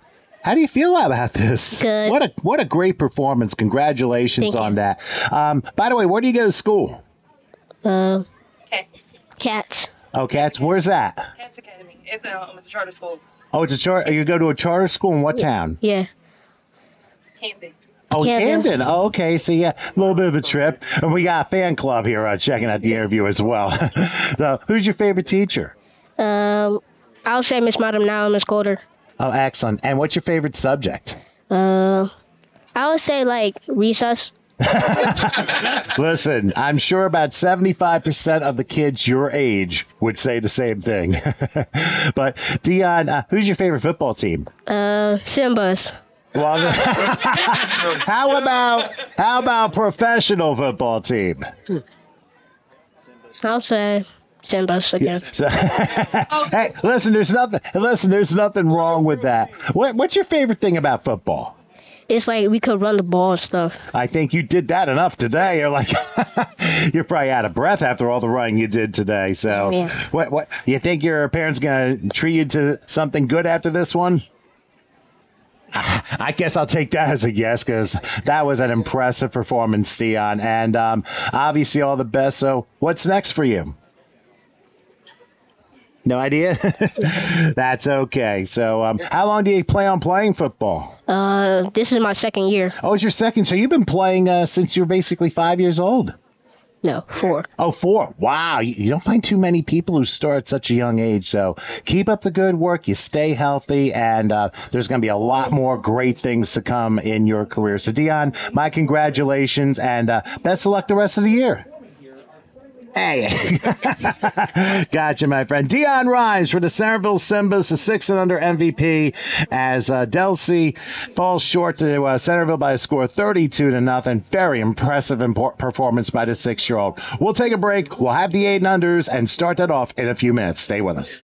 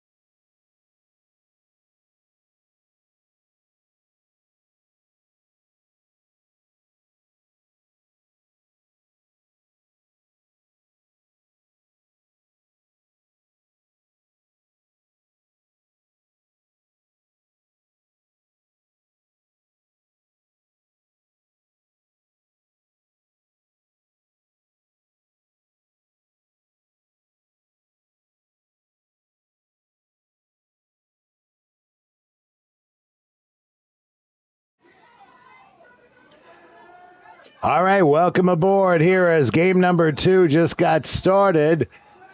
With the opening kickoff, it looks like the directional kick was recovered by Centerville. So unless there was a flag down at the start, which we don't know, maybe the officials were not completely ready for play. But anyway, this is the 8 and unders between the Centerville Simbas and the Delsea Knights. Glad to have you with us. I'm Tom Wilkins. I'm going solo for a couple minutes here. I'll be joined by Marcus Cowan and, of course, Howard Gaber taking care of the controls. You are watching, as we corrected the logo, the TCUFL here on HSG Network. So very happy to have you with us. We just finished the 6 and under game. You can always do the slider back if you miss any of the highlights. And make sure you subscribe to HSG Network on YouTube, so that way you can catch all the TCUFL action. Got plenty of Saturdays coming up. So make sure you spread the word to your friends, to your family. Like, subscribe. When you subscribe, you'll definitely get notices of future events, of course, in your YouTube account. So make sure you check it out. Now, it looks like it is going to be Delsea's ball. Centerville's ball. It'll be 1st and 10. Now they're going to spot the ball at about the 35-yard line.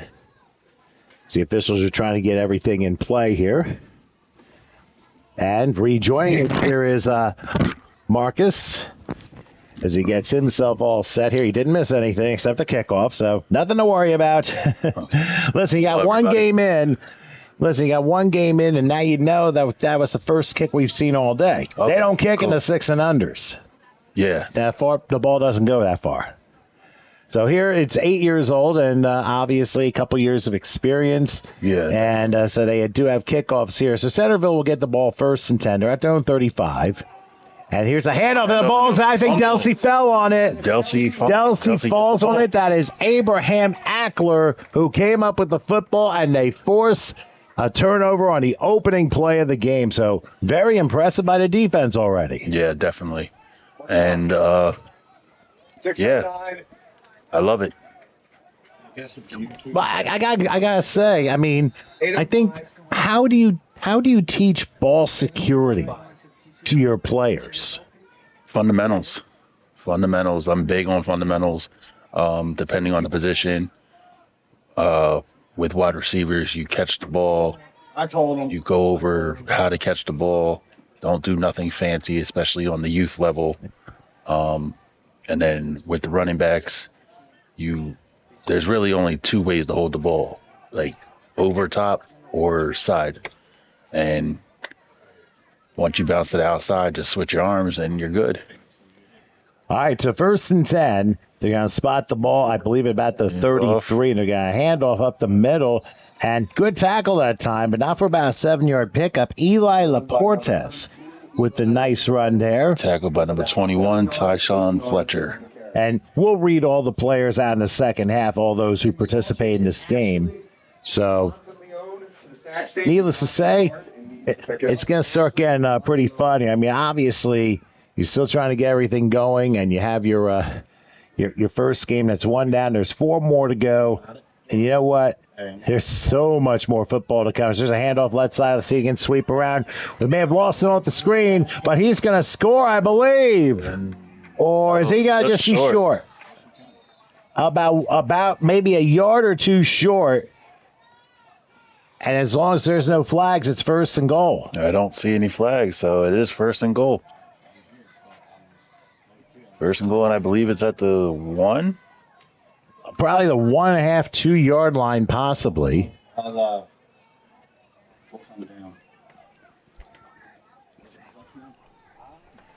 right, so that will force a 1st and goal. So already, Knights trying to take advantage of the Centerville fumble. And listen, every team has a different skill set. And sometimes one doesn't quite match up to the other. We've seen that in so many instances. And youth football is a matter of trying to play against a different set. And that's where you're challenged. Nothing's ever the same, because if everything were the same, you'd be figured out by the second game. So they'll spot the ball at about the 2. It's a 1st and goal. And we'll see what happens.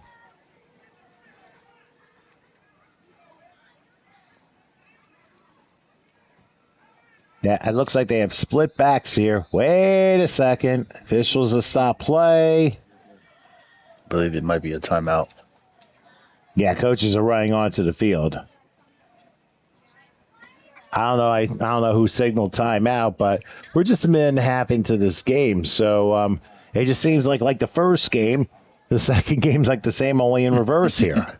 Hey, just a reminder, folks, those of you watching here for TCUFL football here on HSG Network, make sure you like and subscribe and tell your friends and family about us. And make sure you stay tuned. We got almost a day's worth of football here. We're in game number 2, and we got 3 more to go. The 10s, the 12s, and the 14 and unders coming up at 1, 3, and 5 p.m. Eastern Daylight Time, respectively. So make sure you stay tuned for that. And there is a comment board on the page, so make sure you shout out your kid.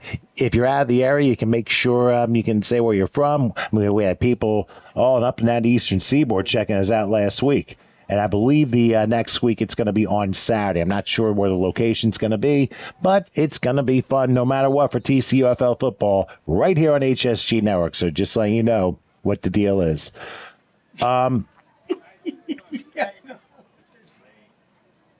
Centerville has the ball.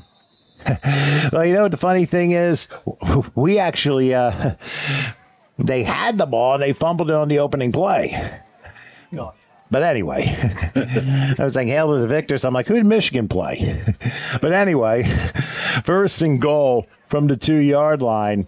It is Centerville ball. I'm sorry. It's my. It was Centerville. So unless they didn't, I fumbled it. Here's a handoff left side. Well, hold on. The officials have not said so. But a good tackle pretty close to the goal line. So I thought the running back had a chance to score, but unfortunately the ball came out while he was tackled and Centerville recovered it that we didn't see. That is a Delsea. Oh, they didn't signal it, so it is a safety. So the score brings that up to 2 for the Delsea Knights and 0 for the Simbas. And the Knights with a 2-0 lead just like that. So a little consolation prize, even though they didn't get the opening touchdown. Now, for those of you watching football for the first time, a little bit of a rules expert here. A safety has been occurring a little bit more often than you might think in football. I mean, 30, 40 years ago, that was a rarity, but it happens a lot more now. Mm-hmm. Now, a safety, obviously, the offense is sacked in the end zone, or there's a penalty in the end zone, the offense, that's an automatic safety. What happens is the defense gets 2 points. The offense then has to give up the football. They free kick it to that defense, whether it be by kickoff, punt, or drop kick, or what have you. So it will be Delsea ball. And they'll be kicking from the 20-yard line. I remember, 25 years ago, I think there was a game where I think in the second half, a team got 2 safeties in the third quarter. Mm. Yeah, and the game ended up turning into a blowout. So, funny thing was, I saw a high school game last week, which had a team that was down 13-0. They came back, got a field goal, a safety, a touchdown, and a 2-point conversion to tie the game, only to lose it on a 70-yard run late in the fourth quarter. Oh, wow. So it happens. That's the way football is. All right, the safety kickoff is taken and turning the corner to about the 30-yard line and taken down maybe at about the 25. So Delsea will get a short field again just 2 minutes in. Returned by number 14, So Abraham Ackler with the return there. And he was tackled by number 4, Kamari Carter. So what you've seen from the offensive so far, what exactly have you noticed? Anything in particular? A lot of speed. These kids are a lot faster, obviously more disciplined because they've been playing longer. But a lot of speed on both sides, both the offense and defensive sides for both teams. And I feel like it's either going to be a stalemate or it's going to be a shootout. And you never I'm good know for either way. Well, we get if both teams score points, I think we'll be happy. Definitely. All right, in between, so basically a straight line of 3 backs behind as the handoff goes through the hole, and this time going to the 10, and he will not be denied unless a flag is down. But Delsea strikes with a goal and extend their lead. I don't see any. So Delsea comes through and they extend their lead, even though it might be a minute later than they would have liked. Hey, they got it this time.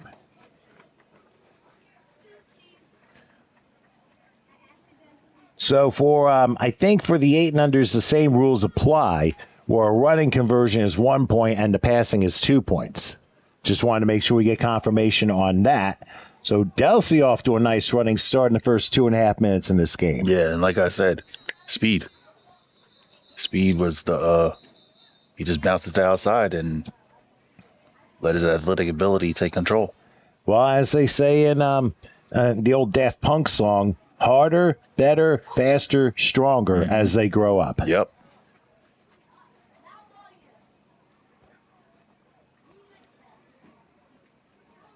Now the lineup for the conversion, and they're going to condense the formation. Now I think Centerville had to have one more player check in. Well, whoever this is, thanks very much for the compliment. But listen, I mean, sometimes we miss things, and we're glad that we have extra eyes checking things out. Here's the handoff, and that's going to be a conversion to make it 9-0 in favor of the Knights. So what a great start for Delsea this time around. Listen, there are some leagues where they do extremely well. There are others not so much, but that's the beauty of things. Sometimes the development set may just take a little while, or you just have a matchup where one just has a better skill set than the other. You get those in games like this. Definitely. But as we mentioned, and I'm probably going to be saying about 30 million times in a broadcast, it's all about having fun. Absolutely. That's all that matters. And everybody plays. Even the 14 and unders, everybody plays. So just keep that in mind. All right, so Delsea with the 9-0 lead. And they'll be kicking off. And so now I understand with the TCUFL, they do not have kicks in the 6 and unders, but in the 8s, they do. From the 45-yard line. I think in the 14s, the kickoff is at the 40. Mm-hmm. So double check on everything. You'll see different nuances given with each level of the game. Yeah, in different leagues, I know they do have different rules. So not too much, but it's not 7-on-7 or 8 or anything like in other states. Yeah, and trying to find people to play. Yeah. All right, so Delsea will kick off. Now, Delsea all in red with black numerals, and Centerville, they're in the gold and black. Gold uniforms with black pants and numbers and helmets.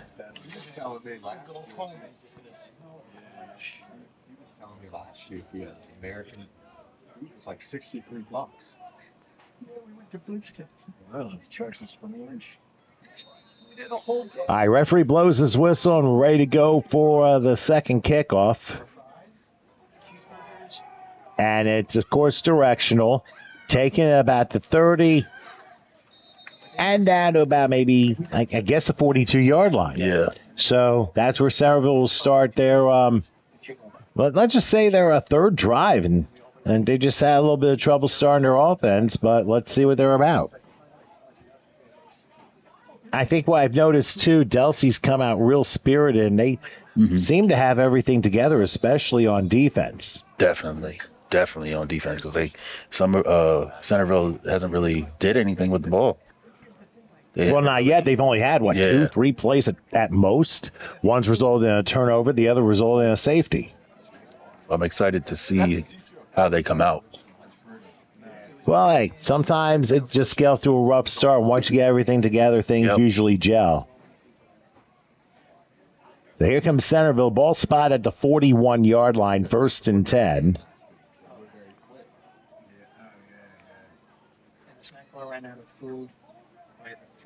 And it looks like they're going to have a full house backfield here. Yep, that's how they're going to line up. They get a handoff, and not much there. Going to be a loss on the play. back to the 37-yard line. And the Knights, they seem to have a big jump on defense there. Definitely. I mean, what has stood out on their defense? I like the fact that everybody runs to the ball, no matter who it is, how far away they are from the ball. They're always running towards the ball, and that's at the younger level, this is one of the biggest impacts you have, is teaching the kids to run to the ball. And now it's a matter of how Centerville tries to adjust here. Now, of course, and what's always nice in situations like this and watching games is seeing each team at least get a win. Definitely. Now, of course, last week we saw Deptford and Woodbury. Deptford won 3 games, so Woodbury's 2.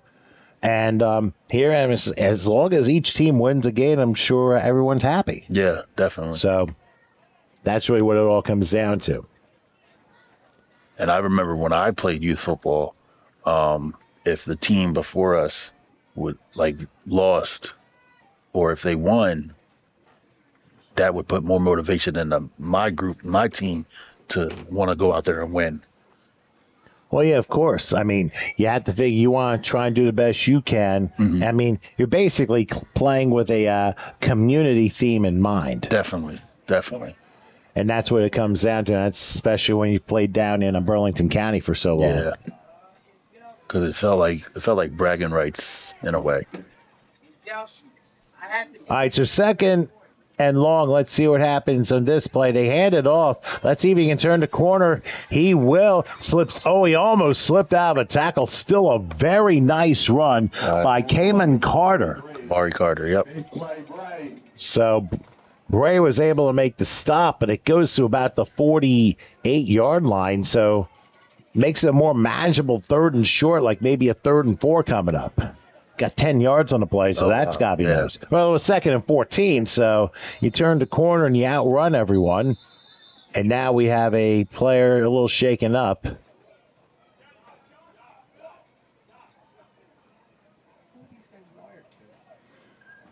And it's also possible. Listen, I mean, it could be a cramp issue or what have you, but just a short breather. And, of course, when this happens, he has to go out for at least a play.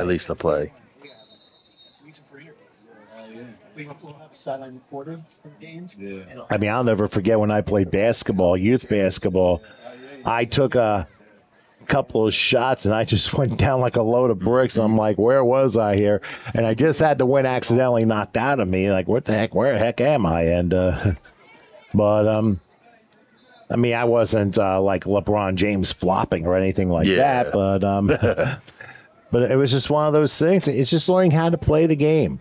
And sometimes the way your body is, sometimes you do have the genes that put a lot of muscle on, and other times you just don't. I mean, it's just really the way it is. And I think a timeout is called. So, the Simba's called timeout. Yeah. So while we go ahead and break with 4:40 left in the first, Knights lead 9-0 here in the 8-0 game in the first quarter. We'll come back after this.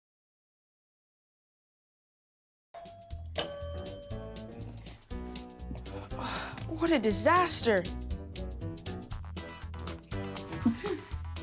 You're a disaster.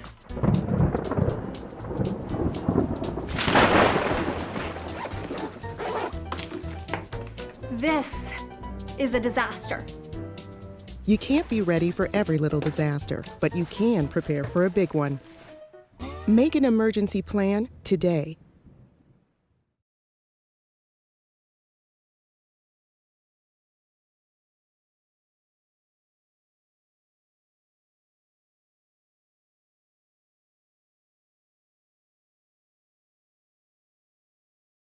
Big Poppy Jais.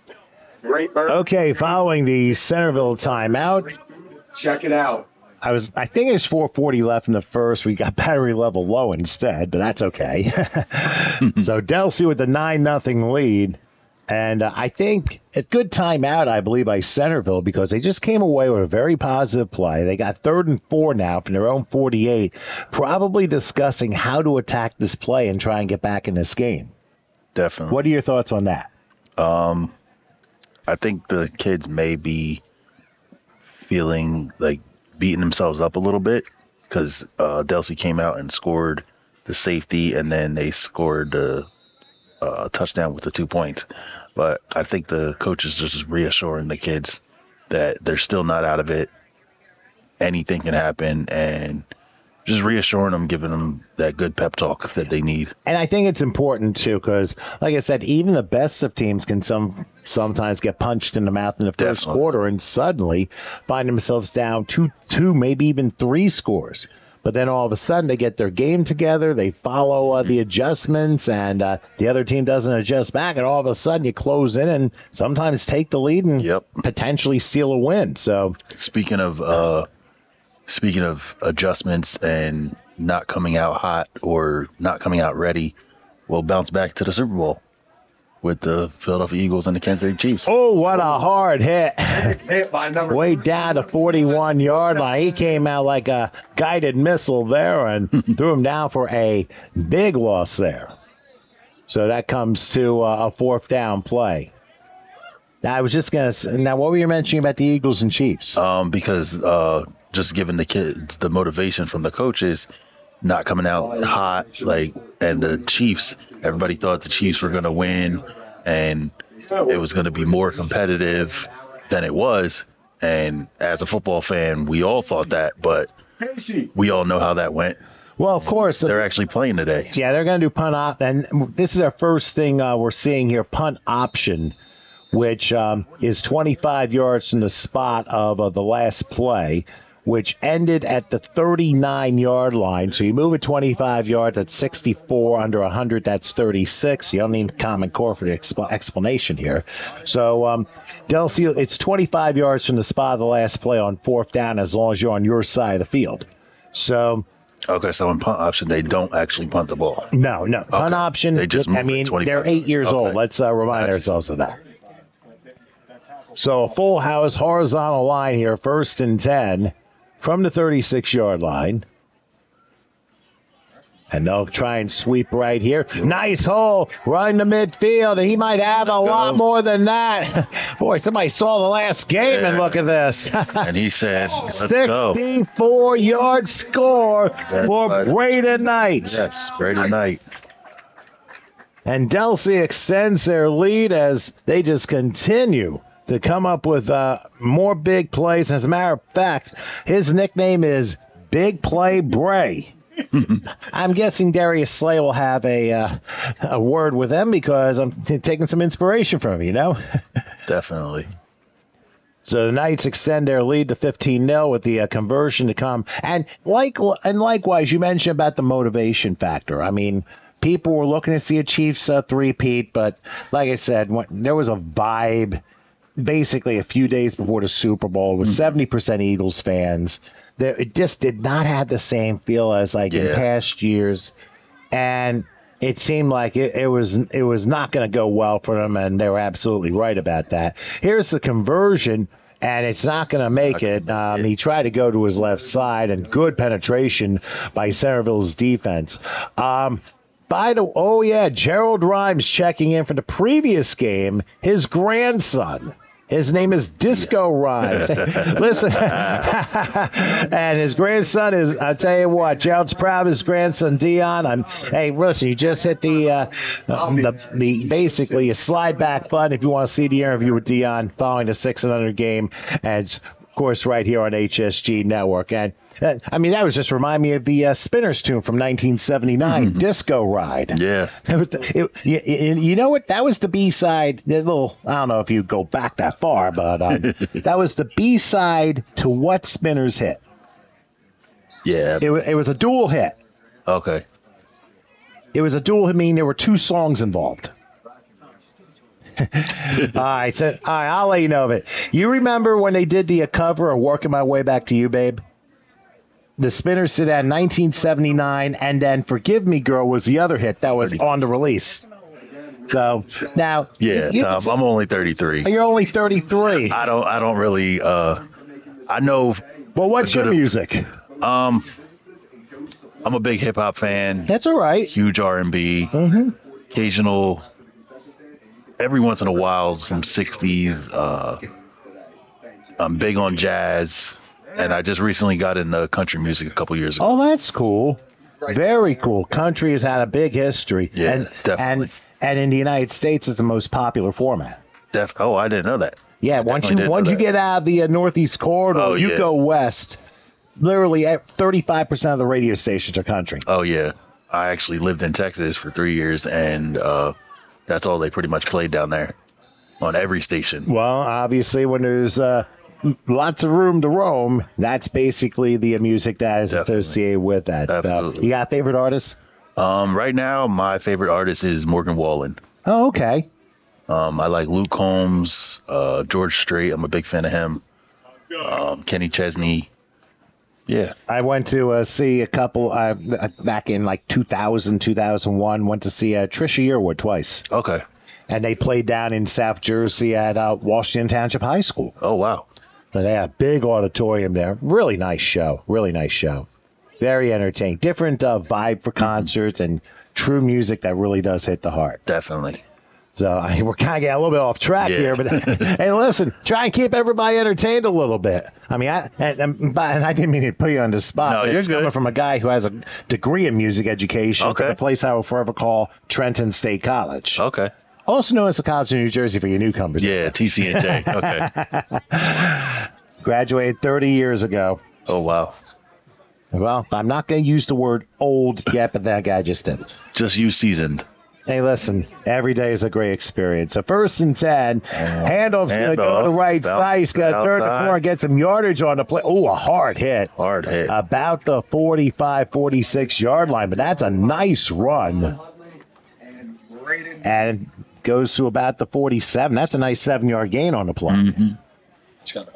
So 4 2nd and 3. I mean, as for me, I'll listen to everything. Yeah. As a matter of fact, driving down, I mean, I always do this on Sunday mornings. I'll put on like inspirational music. I'll listen like online to G Praise or on the Praise stations elsewhere, like in North Carolina, Virginia. There's one in Florida I listen to a bit, but I listen a lot to classical music because that's basically where everything came from. Yeah. But I do stuff for an online radio station where I focus on trance music and dance, EDM, that type of stuff. That's awesome. I really try and keep myself as involved as possible. Second down, good play as penetration came for the Delsea defense there. And forces a loss on the play as we're coming down to 1:10 left here in the first quarter. And to be quite honest, I mean, and music is a healer of so much. And especially in times like this, it can be used certainly for healing, especially after all the things we had to endure this week. And like you said, inspiration as well. And that's what you need. I mean, everyone needs that at some point. So as for Centerville, they will go with a 3rd and long. It looks like 3rd and 9. They're going to spot the ball at the 43-yard line, it looks like. And see if they can get some positive yards. They did on 1st down, but then Delsea had an answer on 2nd down, so we'll see what 3rd and 9 is all about. What do you think they might be calling? They may do a trick play. You think they could do a trick play at the 8 and under level? I do, depending on the type of athletes they have. And when I say trick play, I'm not saying like a flea flicker or nothing like that. I'm saying maybe like a reverse. Well, they could do that. I mean, one never knows. And then they can lateral like it were rugby. But we're going to have to wait a little bit for that to happen because we've reached quarter time here in Franklinville. Delsea leading Centerville 15-0. We'll switch sides and take a little bit of a break. Quarter number 2 comes your way after this.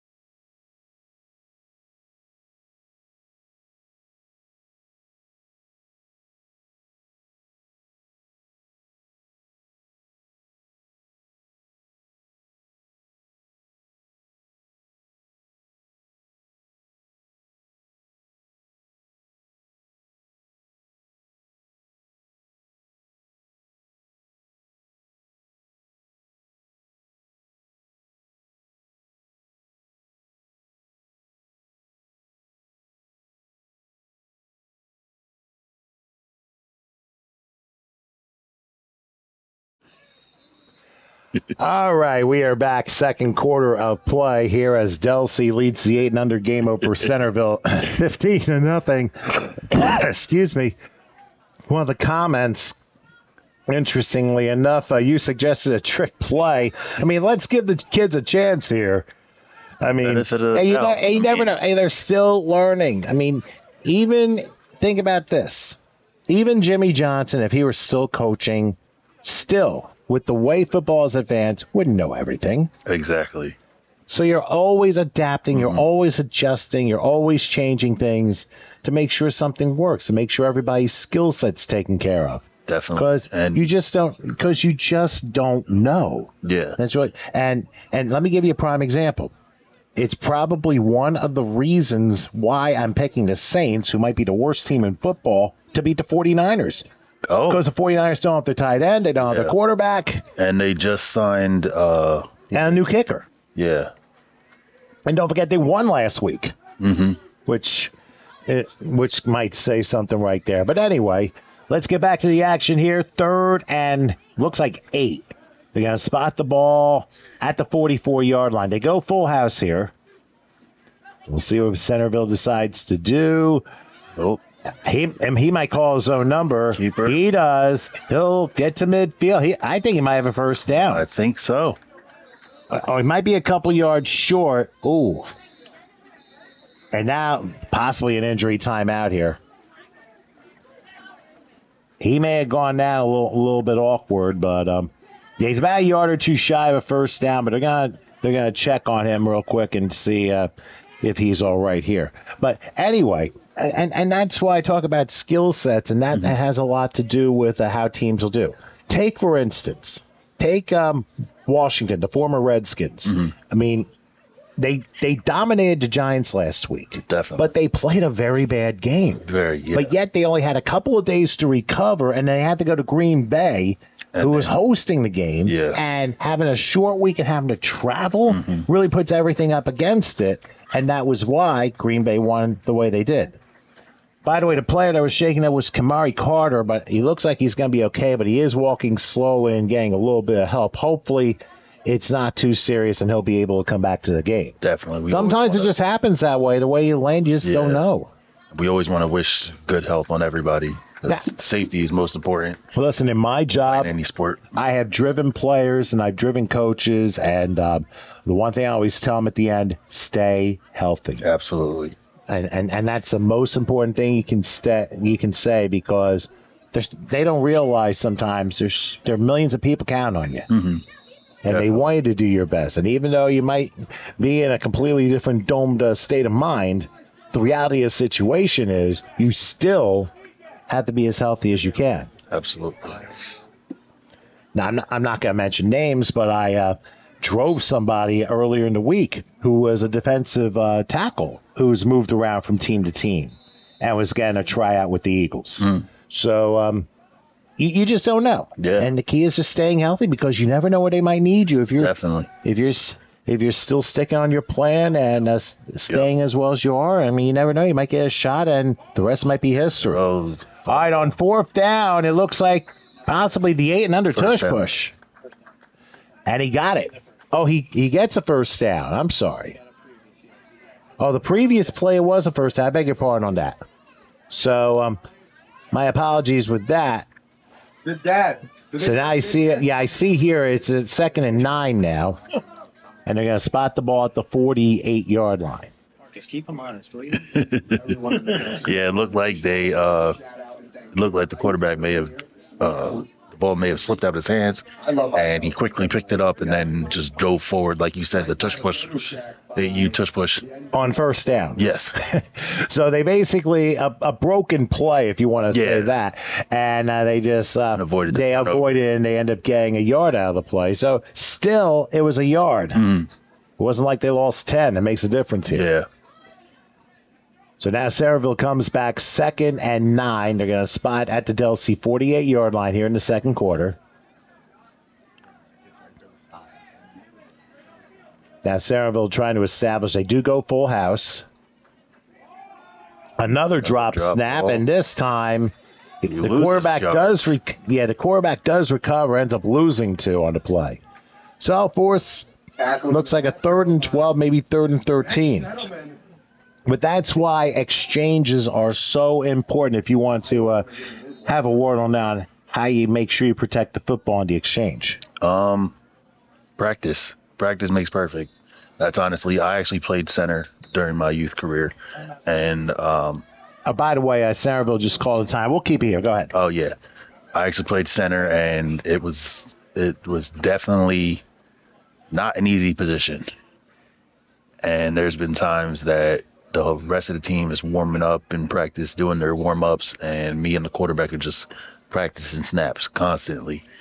And then because if that exchange makes or break a drive, and at any given moment it could flip the script. That's very true, and we see this happen all the time where exchanges don't necessarily work out too well. And you mentioned the words practice makes perfect, and a word on that I'll never forget. When I was in high school, we were in a rehearsal during class, and we were just rehearsing our band stuff, and our band director never believed in the words practice makes perfect. He believed that the only practice that really was perfect was perfect practice. So he always said to us, I've heard that. Perfect practice makes perfect. I've heard that. So it may not always be perfect. You do the best you can what you got, but repetition, and eventually you get it down. I've also heard that a perfect practice, you practice like it's game day. And if you practice like, in your case, you practice as if you're performing in front of somebody. So if you practice perfectly, practice perfect. Is it donation based or makes the actual show or event or game easy? Well, as they say, nothing necessarily comes easy, but obviously it is so hard to practice if you're in a game day situation, and then in a real time situation in front of 70,000 fans, totally different mindset. Definitely. And that's so hard to do the same thing in both cases, and it really is hard to do. Because you never know. I mean, sometimes one little slip up and all of a sudden things change dramatically. Absolutely. All right, so Centerville comes back from their timeout, and they have a 3rd and 12 from their own 49-yard line. Now, they've had a couple nice plays here in this drive. Let's see what they can do on 3rd and 12 in the full house backfield, which is probably what they normally run. Penetration coming again. Oh, look at that. Look at that. Delsea really flying to the ball again. Abraham Ackler was able to make the stop. Abe Ackler. So Delsea's 8 and under is really getting to the ball there. And now we have a 4th down play, and I have a feeling we will probably have a punt option. If that is the case, that will put the ball for Delsea at their own 31-yard line. We'll see what the official decides. He's already walking. These officials are all wearing black hats. Oh, there it is, a nonchalant kick, and they'll move it 25 yards from the spot. So, as I say, when you look at this league, you have nuances, like I said, with every league. And let's remind our fans that we have 3 more games to go after this. We have the 10 unders, the 12 and unders, and the 14 and unders coming up at 1, 3, and 5 p.m. respectively, Eastern Daylight Time. It's all right here on HSG Network. And while we take a look at a replay of, I believe, that last play on that good tackle by Ackler, you can see the running back here, who is Keon Lewis. He tried to bounce around, but the penetration by Ackler was that good that he was able to get in the backfield very quickly and force the loss on the play. Yeah, he just came like a What are your missile. thoughts? He just came like a missile. It ran right through the guy who attempted to block him, and he just came in and was like, yeah, you're mine. Well, that's probably a good mentality from a defensive tackler. It's like, okay, do not pass go. All right, so Delsea now has the ball from their own 31 after the punt option, 1st and 10. Now you'll notice here in the 8 and unders that there are no coaches on the field. I thought there actually was, but I guess it was only for the first game. All right, so 1st and 10 from the 31-yard line. However, we got a flag down before the play even developed. Oh, no, they're going to call it's a timeout for Delsea. So let's do this. Let's take a break with 6.5 left in the first half. Delsea leads the 8 and under 15-0, and we'll come back in just a moment. Driver ed in Oregon is superb. I love teaching. You're making a difference. You feel like you're being a part of something special. When you have the ability to not just teach them in class, but actually go behind the wheel, they know how to apply what they learned in the classroom. And that's one of the things I love most about driver ed here in Oregon. A complete education must include driver education. I'm Jose, and I'm an ODOT approved driver ed instructor.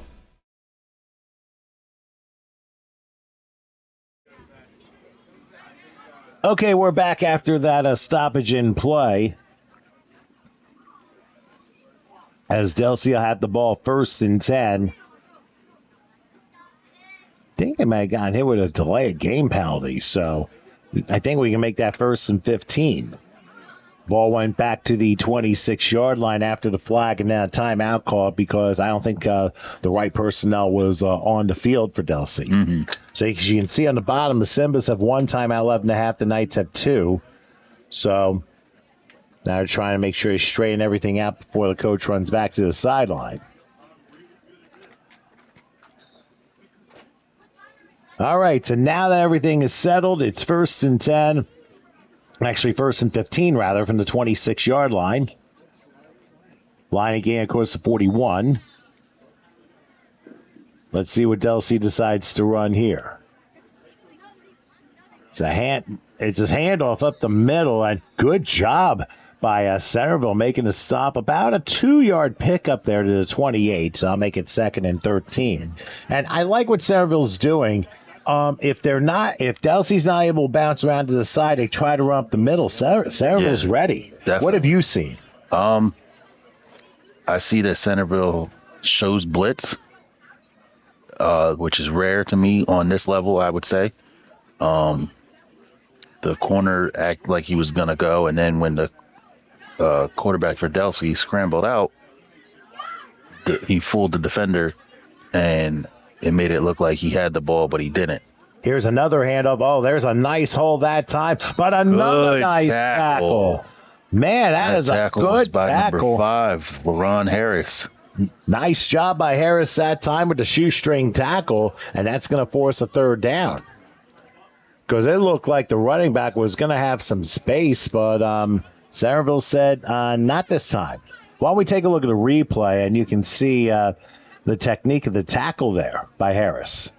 And Harris is outside at the corner position. As you can see here, they'll go with the handoff. Now here's the bounce route. Now look at number 5, Harris he there. Just takes up. Nice tackle.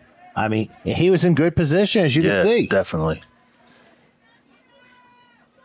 So that'll force a third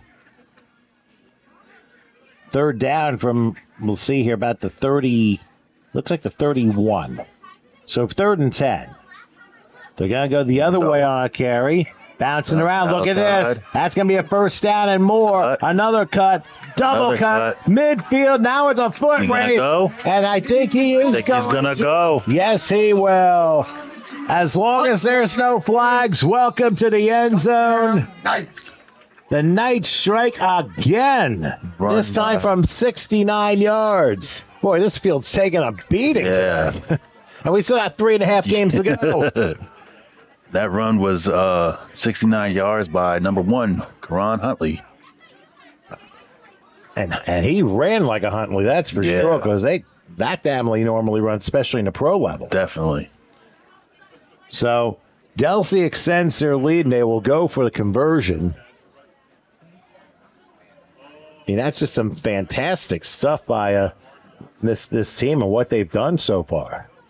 Now, is it the same rule like the 6U with the conversions? I think so. I know running's a point. I think when you get to kicking, when you get to the older level, I think kicking, that's where you get the 2 points from. Okay. But because there's hardly any passing, and we saw in the 6 and under game, we saw a conversion by Centerville by way of the pass. And that was something kind of to behold there. All right, so Delsea will line up for the conversion. And they may consider pass because they got a receiver lined up in the slot. They will try it. Okay. They will lob. And unfortunately, one went one way, one went the other way, and the ball landed in between. So the conversion fails, and the Knights will have a 21-0 lead. How about we take a look at the replay of that run by Huntley? And why don't you describe exactly how that was successful? Well, Huntley was a third back. He's just following his blockers. His blocker picks up the first defender, then number 4. And I believe he cuts right here. That's 1. Tyler! Cuts again. 2. And then it's a foot race. And then it's a foot race. He just outruns the 2 defenders. And he says, I'm going. That's some great footwork by Huntley, Definitely. though. I mean, he just took off, made a couple of moves, made a man miss, and once you get the blocks and you're able to sashay your move around the field and keep going north-south, and get yourself the pay dirt, and there you go. So the Knights now with a 21-0 lead, 4:20 left till halftime. And now Centerville will have an opportunity to get a lift on offense. Yeah. And like you said earlier, it's always good when each team with a day like this, all levels competing against each other. It's always good to see at least both teams get a win. Not saying that the game's over. Oh, no, not at all, because we've seen crazy things happen. Yet. Now, of course, you can certainly slide back and check out a previous action, of course, here on HSG Network, here at TCUFL Action. We had a 6 and under game earlier, and, of course, we have this and 3 more to go after that. So 10U, 12U, and 14U. That is correct. If you can't make it out to Franklinville, make sure you tell your friends and family about here on HSG Network. As they go directional here, it bounces off a player, and there's 99. That's Cairo Thompson, who falls on it at about the 42-yard line, and that is where Centerville will start their next drive. And don't forget the comment board on the same video page here on HSC Network on YouTube. Make sure, hey, you can shout out your kid or your family member who might be playing in this game. And if you're from out of the area of South Jersey, let us know where you're from and where you're watching. I mean, last week, here's the amazing thing. We had Deptford and Woodbury last week and had over 5,700 views. That's amazing. So that tells you how spirited those two towns were when it came to, of course, season opener and, as the NFL always says, back to football. Yes, definitely.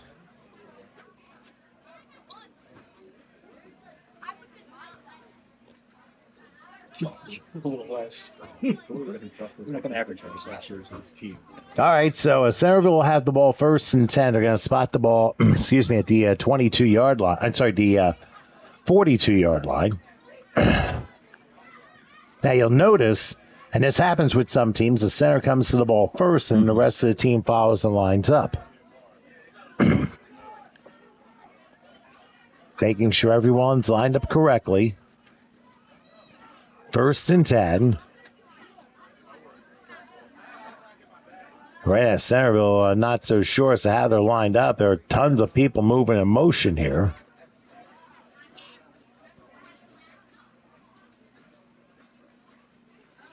Now I think they're ready. Set.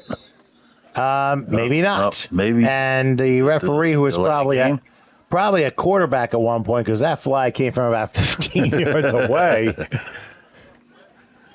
threw almost a perfect pass to the offensive line.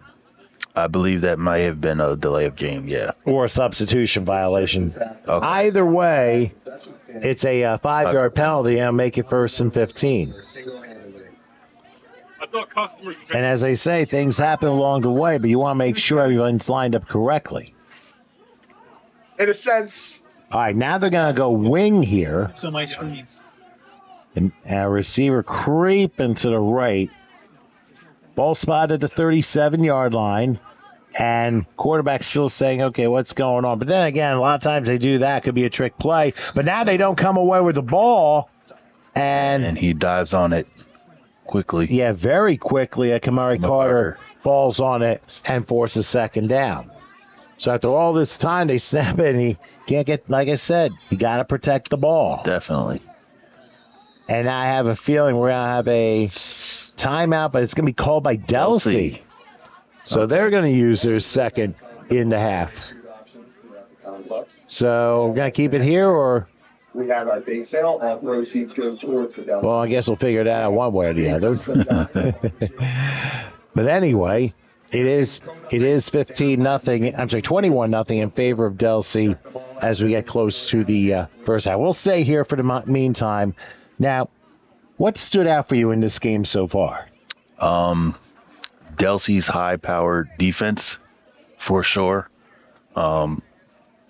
Aside from a few plays that the Simbas are trying to get to, Delsea has been flying around the football. They've been flying around the field this whole half, and quick, great blocking on the offensive side, quick feet adjustment, like the previous touchdown by Huntley. Yeah, it's just they're very motivated. Sure Very seems motivated. like that. And I don't know how they did last week, but I'll tell you what, there probably was a statement as to making sure they play with a higher intensity. Definitely. And so far, they have been flying to the ball, and they've been doing a real good job making sure the penetration is there so they can overwhelm the offensive line. So right now, the Delsea team has done extremely well with the offense and the defensive lines. And that's really been the difference in the game, which has allowed those couple long touchdown runs and even the safety that occurred early in the game. And like they say, I've always remembered it when I first started playing football and converted from safety to alignment. Football's pretty much 90% of the time it's one in the trenches. That's what usually happens. Which is the offensive and defensive lines. All right, so now Centerville lines up. Looks like you got 3rd and 16. And they snap it over the quarterback's head. And I believe he fell on it back at about the 27. So unfortunately, that play went awry. And Centerville looks like they're going to have a 4th down. And we may see another punt option. I think you're probably right.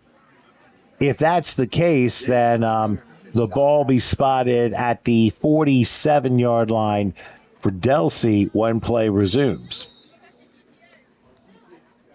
Oh, and already the referees are already moving it. I mean, it would have been 4th and extremely long anyway, so. Stop calling timeout. So now Delsea will have it 1st and 10. They're going to say the 47-yard line. I mean, I do agree. It's been the lines that have been the difference in this game so far. I mean, that's why the safety happened. And even though Delsea had gotten off to a great start, except turning the ball over inside the 5-yard line, they were able to get points out of it. And then from there, they've been pretty much a well-oiled machine after that. Yeah. Let's see what Delsea tries to do here. 2:07 left till halftime. Each team with 1 timeout. Looks like they'll have a single setback.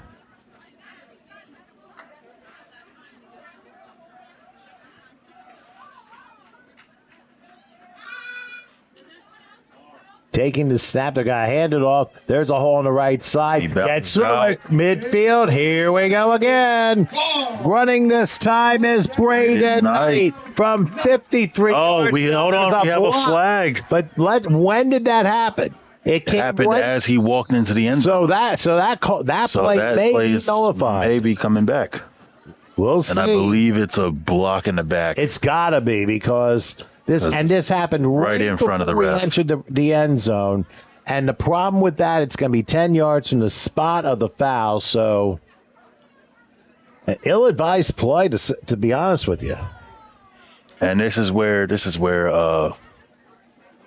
I know they're only 8U, but this is where discipline comes in. Well, yeah, I mean, it starts early, making sure you know what you're doing and you keep your emotions in check. Definitely. So that's a tough break.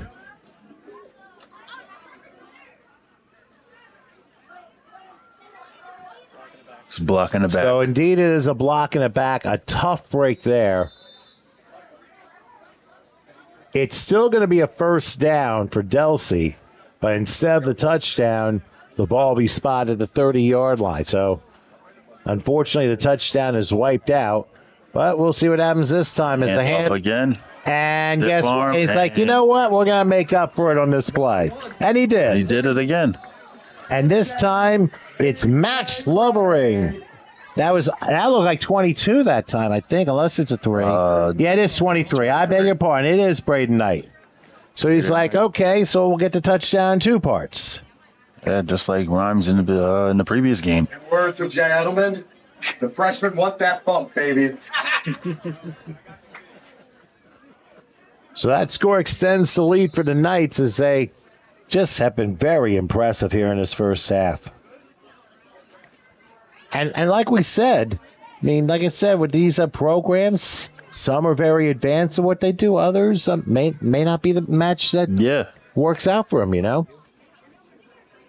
I mean, what's your thought on all this? Honestly, it comes down to any given Sunday because, like you said, we don't know what happened last week with them, but they're playing like with either team. They're playing like more like they have something to prove.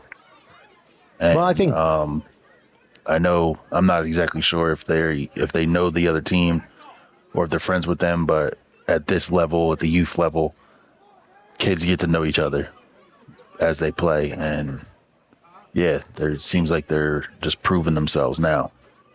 All right, so the conversion now from the 3. Oh, they dropped the snap, ball. But he's still going to go on, and he'll get the conversion. It's like no problem. So that's going to be a 1-pointer to make it 28-0 with 1:46 left here in the first half. So why don't we go ahead and check the replay out, and you tell us what happened on that touchdown play. Single back, 2 wingmen to the right side. Quarterback hands it off, and the linebackers are coming from across the field. Sees the defender, hits the stiff arm, and it's just a foot race, and he's out. Almost like the same thing that happened in the previous play with the block in the back that negated the touchdown before that. But he made that look very easy that time. Referees for coming out and repping this game. It's not possible without you guys. So that will mean a kickoff now for Delsea. Of course, they kick off at the 8-10, I think the 12 level at the 45-yard line. The 14, they do it from the 40 because that's basically the equivalent of freshman high school football. Stop the count. All right, so they will set up and kick off, and Brandon. Now we got an official timeout before we get back into play. But then again, you got coaches on the field, too. So obviously you can't have a play with coaches on the field. Yeah. What's up, JoJo? So here we go. As we're going to have the kickoff. We'll see what Centerville does with it. See if Delsea pops it in the air, if it's a directional kick.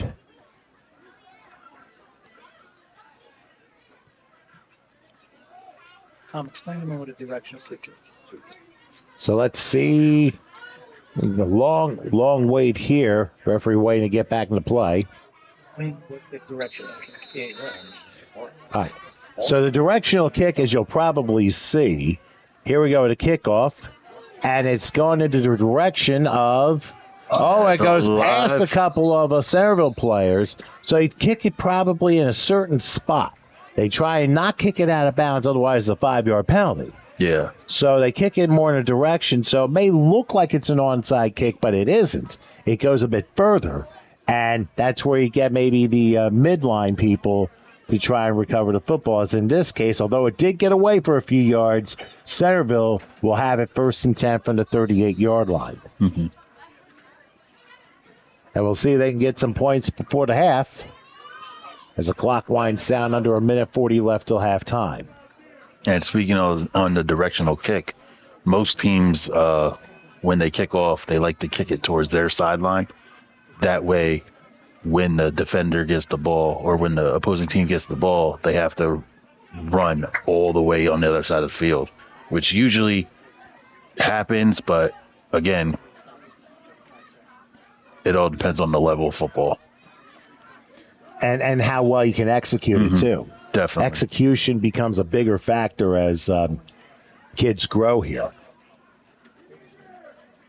And special teams can also make or break a game as well. Well, yeah, special teams is a more important part of the game than you might think. Absolutely. All right, so Centerville getting themselves lined up here, 1st and 10. Trying to make sure they're in the right formation. And once again, it looks like they're trying to find their spots here. And time is running. Yes, 33 indeed. seconds on the clock. Yep, 30 seconds and counting till halftime. They do get the playoff back, and a handoff not going to happen there. This time it's Max Lovering who absolutely broke the play up. And Centerville obviously is going to have to go to the locker room and regroup here. And as everyone gets up, they go to their sidelines, and we have reached halftime. What's your thoughts on the first half, Marcus? First half, like I said before, Delsea has something to prove. I guess they took it to heart that their 6U lost. And they're like, not today. We're gonna get this W. Well, I'll tell you one thing. They've been very impressive here. So as we go halftime. Delsea leads 28-0, so we'll break, take a few minutes, and we'll be back with the second half in a bit. So please stay with us.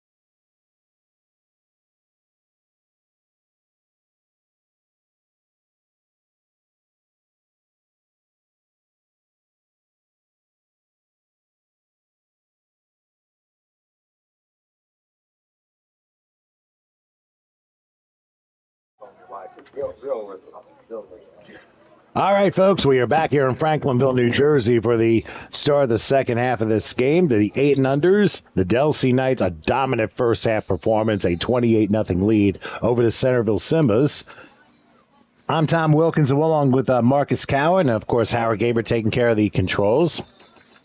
Delsea receives the ball, start the second half, and on a directional kick. Recovers the ball at about the 45, 46-yard line. What do you think Centerville needs to do to change their fortunes around the second half of play? I would say maybe just come out with better tempo. Go back to the basics, if anything. Nothing too fancy. Just go back to the basics. Run the ball. Don't send any crazy blitzes. And yeah. I think on Delsea's side, they're probably not going to change a thing to their game plan. Oh, I wouldn't at all. Because they've been steamrolling. I mean, they've done a very good job, especially from basically the early first couple minutes of this game onward. Play is blown dead. Somebody jumped. They still ran the play, but it doesn't count. There's going to be a 5-yard penalty one way or the other, and it looks like it's going to be on Centerville for a neutral zone infraction. So that'll make it 1st and 5. Now, folks, if you're in the South Jersey area and you want to check out the TCUFL action live, we still got the 10 and under, 12 and under, and 14 and unders. They'll be taking place with the next game being around 1 p.m. If you want to go out and see the game, the location of the field is 546 Pennsylvania Avenue in Franklinville. Put that in your GPS system, and when you get to the complex, it's the third entrance. So, and then follow all the way to back to the field, and got some good food. I just had a snack at halftime, and excellent chicken fingers. Good thing I was thinking about hot dog. I'm like, you know what, let's try something a little different here. Maybe a little bit healthier, too, but you know what? You got to find a way to get things going here. All right, here on 1st and 5, handoff, sneaks through a couple of tackles and a first down into a Centerville territory, the 39-yard line. That was about an 11-yard pickup, so good run there. So again, like I said, the address is 546 Pennsylvania Avenue in Franklinville. Put that in your GPS, head to the third entrance and go all the way to the very back. That's where the football field is, and that's where pretty much all the cars are if you want to think about that. Yeah, and that was about a 20-yard run. Sorry to cut you off. Yeah, that's all right. Happens all the time. I do it to you, too, but that's your first time, so just trying to get the feel of how we go back and forth there, you know? Yeah, that was a run by number 13 of Delsea, Eli Laportez. Well, here's a handoff coming right, and this time that was Max Lovering and brought down very nicely by Tyshawn Fletcher of the Simbas on defense, and I think may have lost a yard there. Yeah, I believe they did, or maybe just got back to the line of scrimmage. Yeah, it looks like about half-yard loss. So it's second, or actually maybe it is 2nd and 10 after all. But either way, at least Centerville's trying to close up on the defense there as we are here in the third quarter. By the way, folks, if you are not able to make it out to the game, make sure you continue watching the action here on HSG Network. Make sure you like and subscribe right here on YouTube and sign up because we got a lot more TCUFL action happening over the next few weekends. Now, we're going to be on a Saturday schedule beginning next Saturday. Not sure what a group – oh, no. Oh, Sunday. I mean, next Sunday it is. Fumble on the play. My apologies here. I'm not getting the dates right. Sterling. And next Sunday, after the fumble is recovered by Delsea for a loss on the play, next week, HSG Network will be at Sterling High School for 4 games. And it'll all begin at 11 a.m. right here on HSG Network. So make sure you like and subscribe, and you'll definitely get a reminder set to tell you about all the action that'll be happening. Right here on the official home of TCUFL action, right here on the HSG Network. Here's a handoff on third down, turning the corner. What a collision. And I think he spun out of that.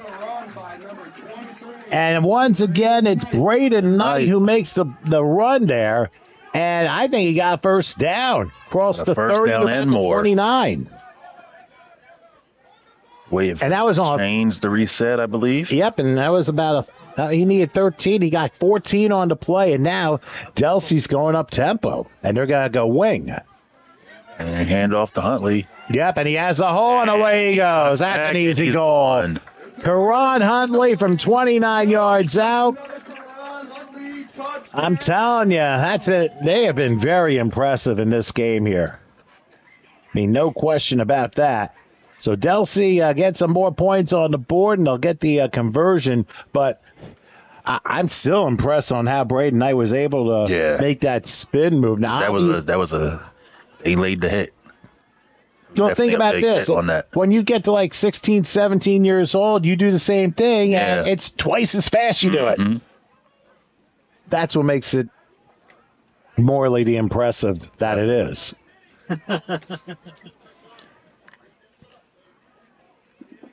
And now somebody says, Mom, I'm on TV. All right, they'll go for the conversion here. He sent the man in motion. Goes the other way. I thought there was a flag now. It's just a pom-pom of a cheerleader. He might take it himself. Nope. No. He falls a couple yards short. And tackled by Kamari Carter. And he is hype. I love that energy. Yeah, definitely. Why don't we take a look at the replay here of that 29-yard run by Huntley. You'll see here. He was the wing back. And they just put him in motion. And look at the hole that developed as soon as he got the ball. He made the right-hand turn and into the end zone there. So no issue there for Huntley. He just outran everybody. That's pretty much been the story of Delsea's day here. As right now they have a 34-0 lead. Why don't we take a second and give you the listing for that freshman Delsea Knights roster. They're the following. Karan Huntley, who just had the touchdown. Victor Richelli, Josh Thompson, Eli Laportes, and I'll give the other names in a moment. I forgot to put my reading glasses on because I kind of botch names more if I don't have it. But anyway, Eli Laportes, Abraham Ackler, Christopher Bronco, Thielen Brooks, Max Lovering, Braden Knight, Patrick Ominez, Beckett Edelman, and Jackson Ashenfelter. The head coach is Casey Ackler, assisted by Brandon Beebe, William Burke, Reginald Dorsonville, William Goldsboro, Perry Kalitsis, Anthony Richelli, Aaron Solomon. The head cheerleader coach is Kalen Schuster, assisted by Alicia Reinert. The photographer, Bernadette Fertig, and the stat guy is Riley Soditis. And even with reading glasses on, I still botch names up, you know? Yeah, and I'm going to switch it over to the Simba's freshman team roster. Actually, why don't we do the kickoff here first? Just after the kickoff. Another directional kick coming up, and it's not going to go 10 yards. So it'll be Centerville's ball at the 48-yard. Go ahead, Marcus, with the list of the Simba's freshman roster. Jeremiah Vasquez, Keon Lewis, Kamari Carter, LaRon Harris, Jasir Denny, Julian Lagore, Amir Dixon, Aiden Kelly, Davin Bethea-Lewis, Lawrence Combs Jr., Robert Folk, Amari Rodriguez, Tyshawn Fletcher, Kwesi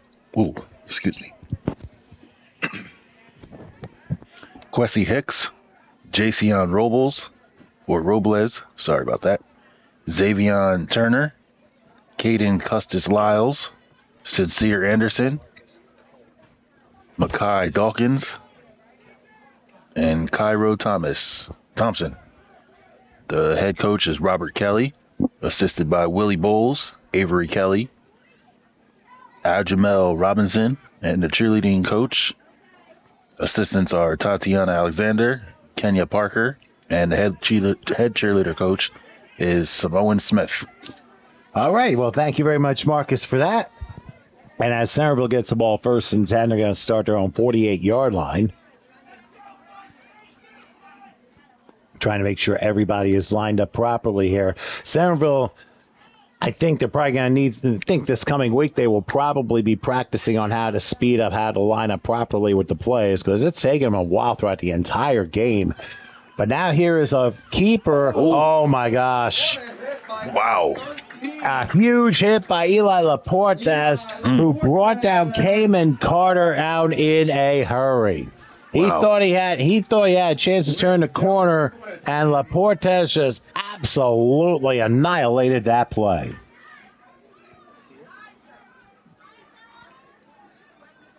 Why don't we go ahead and take a look at the replay and see how that all turned out. There's the turn. Now keep your eye on 13. Coming from the safety side. Yeah, his safety. Watch his gone. Boom. Beautiful tackle, wrapped it up, and just drove his feet back and knocked him into the ground.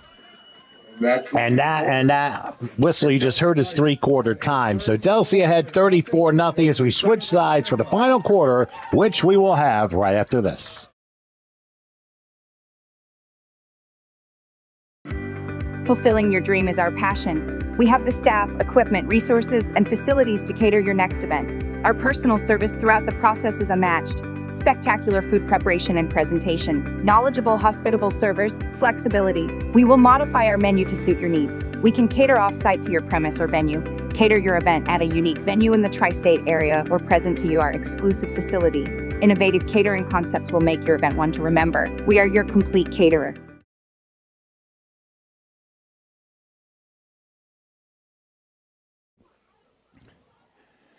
Hi, we're back here for the final quarter of game number 2 here in Franklinville, New Jersey, as Delsea with a 34-0 lead. We're about ready to start the fourth quarter. By the way, for those wondering why we had a quick quarter in the third, because of the score, it is a running clock because of the difference in the game. So just wanted to point that out here. Anyway, I'm Tom Wilkins, along with Marcus Cowan, Howard Gaber taking care of the controls. And we can see that Centerville is still discussing what to do and how they want to try and finish strong here. I mean, the kids would like to have a nice positive ending. They can lead that into next week. And that's so important on this level, wouldn't you think? Definitely. Like I've been harping on before, motivation is key, especially with a game like this when the score is not in your favor. It's hard as a young kid to keep your spirits up, but that's where the coaches and the parents and the fans in general and the opponent as well, they just gotta let them know. And listen, I mean, and this happens to everybody. Sometimes you win 41-7, sometimes you'll lose 41-7. But in reality, I mean, you just can't let that affect the rest of what you're doing because, hey, it happens. Sometimes it's the way it goes. It's not going to always be like that.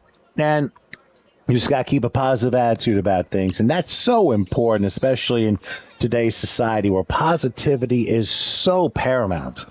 Not just in football, but in any walk of life when you think about it. All right, so Centerville with the ball. They're at the 40-yard line, it looks like. And now the play's blown dead. I'm not exactly sure why. I think maybe it's possible that maybe there was a missed snap and it was falling on and became third down because of it.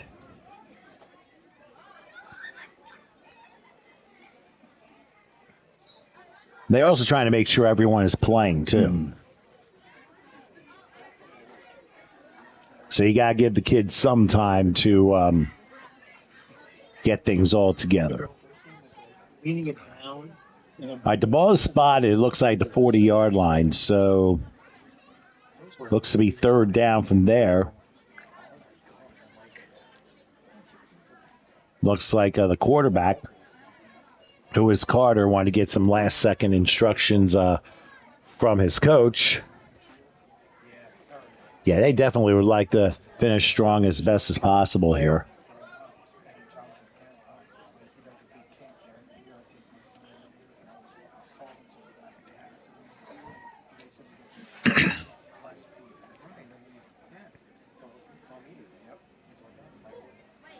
All right, so now they line up.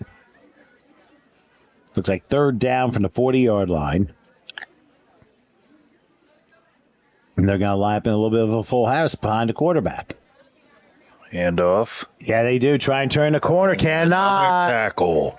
Delsea is the answer for pretty much anything that. And once again, Braden Knight with the stop.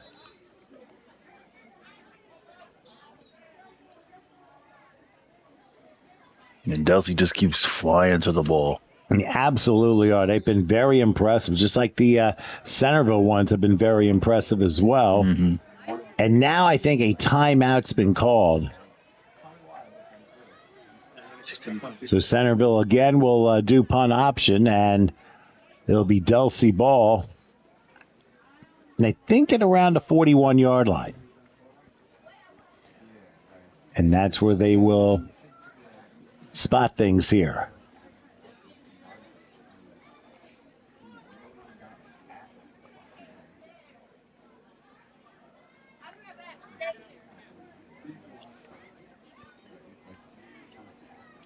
As I say, sometimes you have a bad week and you bounce back next week, and hey, may come up with a surprise win.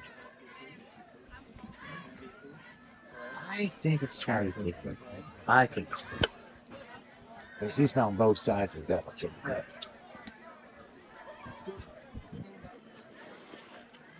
All right, so as the offense comes out for Delsea,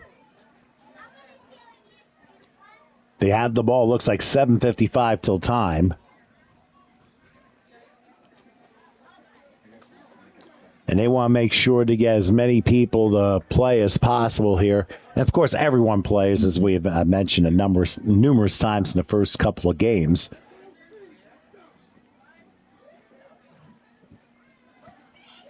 And the coach wants to make sure there's 11 players. Make sure you stop by our concession stand and get some fresh, soft Philly pretzels for only $2. That's a deal you cannot beat. I think what they're trying to do, they're going to experiment some things here. Yeah, because the coaches are out there and they're switching everybody out.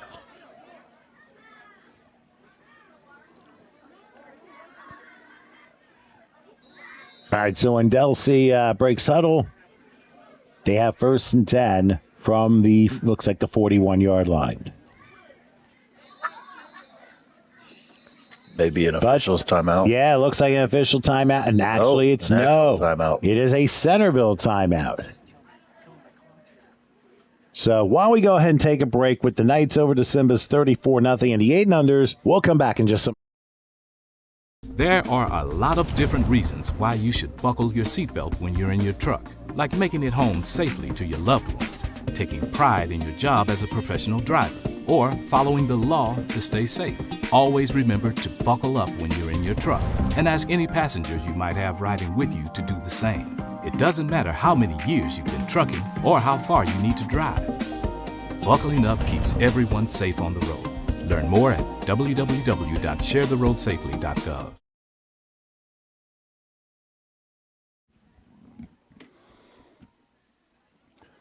Well, it looks like the Knights are getting a little bit of a water break to go along with this. All right, so 1st and 10 from the 41-yard line as we resume play, and they go wing. Try and get some new personnel here. We did the identity first game. It was very good.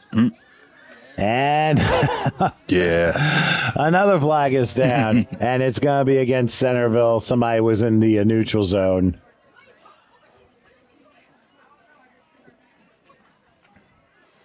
So that makes it 1st and 5.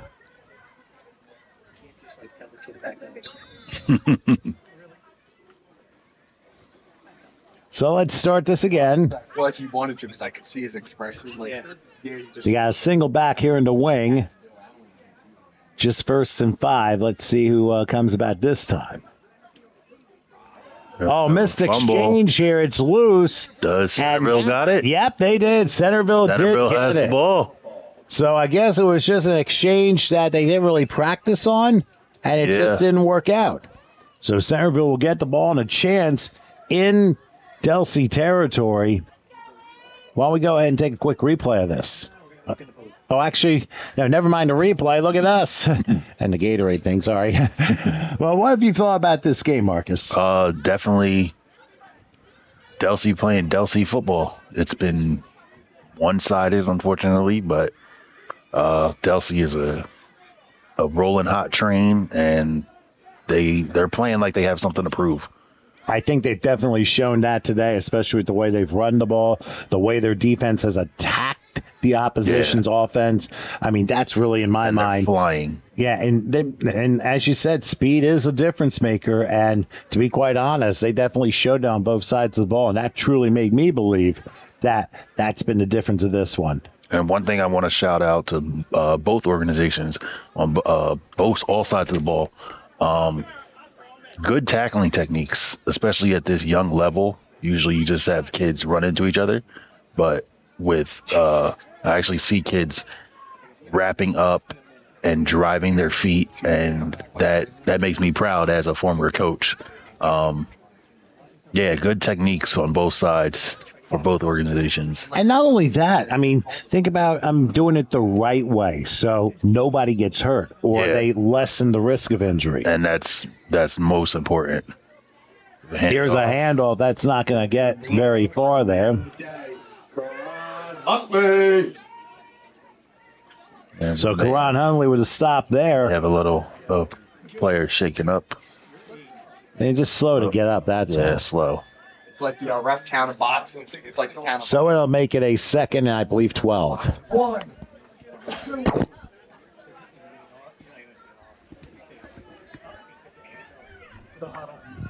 Excuse me on that. So at the 45-yard line, it is second and probably say about 12. Don't forget, we do have the 10 unders coming up next after this game.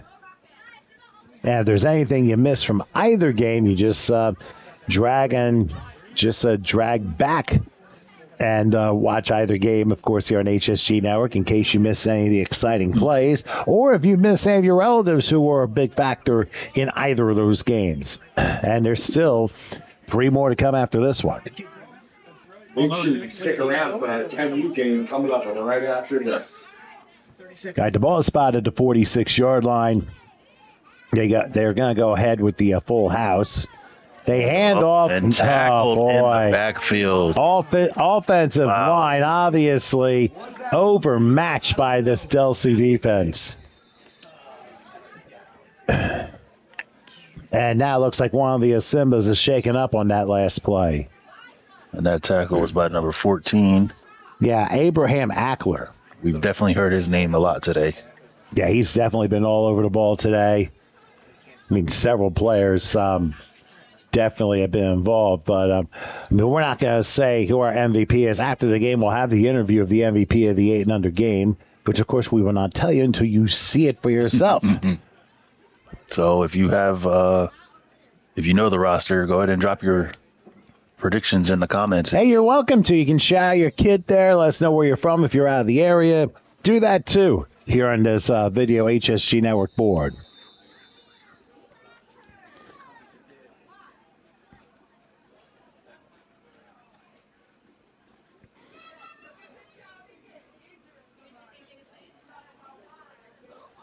Well, it looks like the player just slowly walking off of his own power, which is good to see. I mean, you don't want anyone getting hurt, especially with the score the way it is and the weighing moments of this game.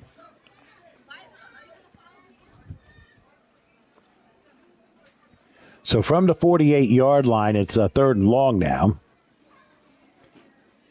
And Centerville going to try its best to get things together and try and have a positive ending to this game. As you'll notice, some teams do this. They bring the center to the ball and get set up before the rest of his team joins him. That does happen on occasion.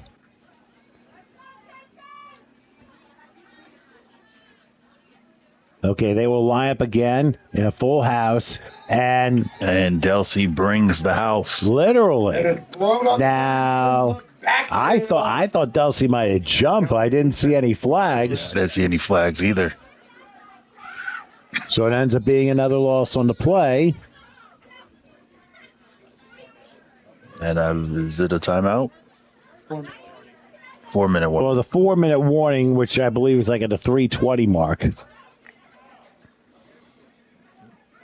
I keep forgetting that these games end up having a 4-minute warning in the 8, 10, 12, and 14s. So again, Centerville will go punt option, and Delsea will have the ball. And I think they're going to spot it about the 32, 33-yard line, the way it looks. Yeah, that's what it looks like. As mentioned, next week we will be at Sterling High School for a Sunday matchup. 4 games. Here, TCUFL action here on the HSG Network. It'll be the 8, 10, 12s, and 14s for next Sunday. So make sure you subscribe to HSG Network. You'll get a reminder on it a day or two in advance as to that action. And we'll have other action for you, including high school football in 2 weeks' time on the 26th. For Hillsborough High Schools, they'll be playing the Phillipsburg State Liners, which should be a very interesting matchup. Hillsborough took a tough one, 28-7 to Ridge on Friday, but we'll see how they rebound next week at Sayreville before this crucial home matchup takes place. Okay. It's on.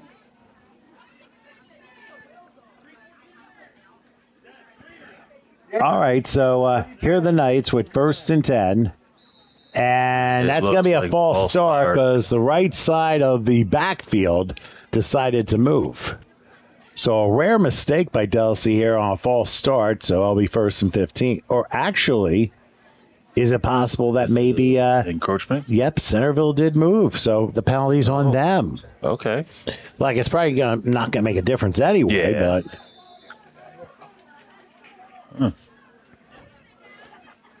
All I saw was the back moving before the snap of the ball, but you got to keep an eye on the lines first. So that makes it 1st and 5. Does it again. Back to pass this time. And not quite there, incomplete. And they're still going after the ball, even though it was a pass. Love it. Love to see the effort. And now a Delsea player is shaken up here. And, you know what it might be? Because we're hearing water bottle coming from the sideline. Cramping. Yep, very, very common. Because they did get a little toasty out there. I think it's supposed to be like 86 today. 80. Yeah, he got up on his own power, so that's definitely that's a good great news. sign. Always good when you're just down for a couple seconds and you pop back up. I mean, technically, we are still in summer for another week. As a matter of fact, It's 81 right now. Oh, wow. Expecting an 83 high. Yeah, it's not fall, guys, until the 21st. So Technically. But then when you get your highs in the 60s, that's when you can finally say fall's coming. Definitely is coming. The haunt season is coming. Trees are turning colors. Football's back, so yeah, we're starting to get some cooler temperatures. They are saying we might get another 85-degree day on Friday, but that's still far and away. So who knows, especially with Jersey weather. Yeah, well, we're not allowed to have snow. Here's a handoff. Look at this. Away he goes again. And this is where another goal here for Delsea. I would say another catchphrase, but they've scored so much I ran out of ideas. So another score there. Braden Knight with another score. Was it his second or third touchdown of the game? I believe it's his third. Third touchdown of the game from Braden Knight. I mean, everyone's going to be cramping up after this. They're going to need probably going to need a steak dinner for this. So the Delsea Knights end up putting a 40 on Centerville. I mean, hey, listen, sometimes it's just a mismatch. Yeah. I mean, and I don't know if they will attempt the conversion here, if they'll have time to do that.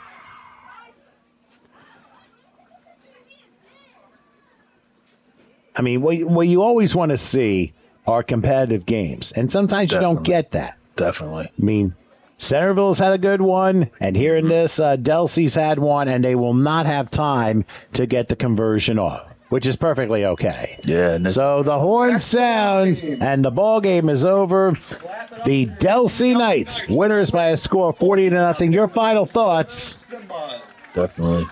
And just to point out from earlier in the 6U game, I had mentioned a trick play, and that last touchdown just happened to be a trick play. A reverse. It was a double reverse, and he took it to the house. Tell you what, that was very impressive. So what we're going to do is this. We're going to take a short break. We will come back and we'll give you the 8-under MVP of this game. Delsea wins by a score of 40-0. So just hang in there for a couple minutes and we'll come back with the interview right after that.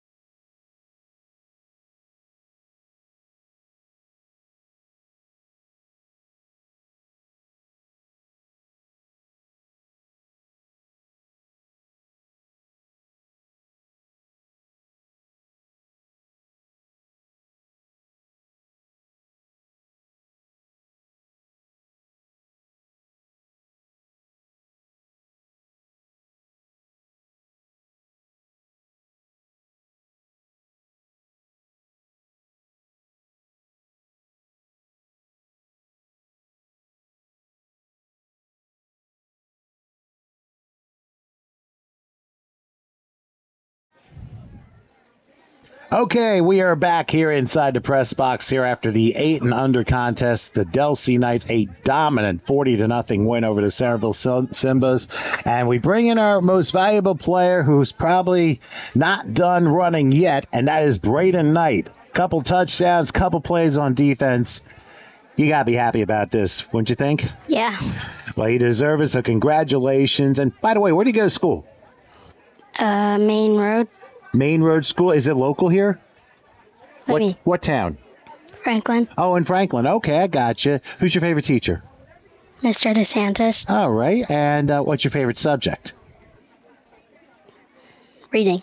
Oh, you like reading? Tell you what, not too many do, but it's always great to have a good reading thing. Do you have a favorite sports team?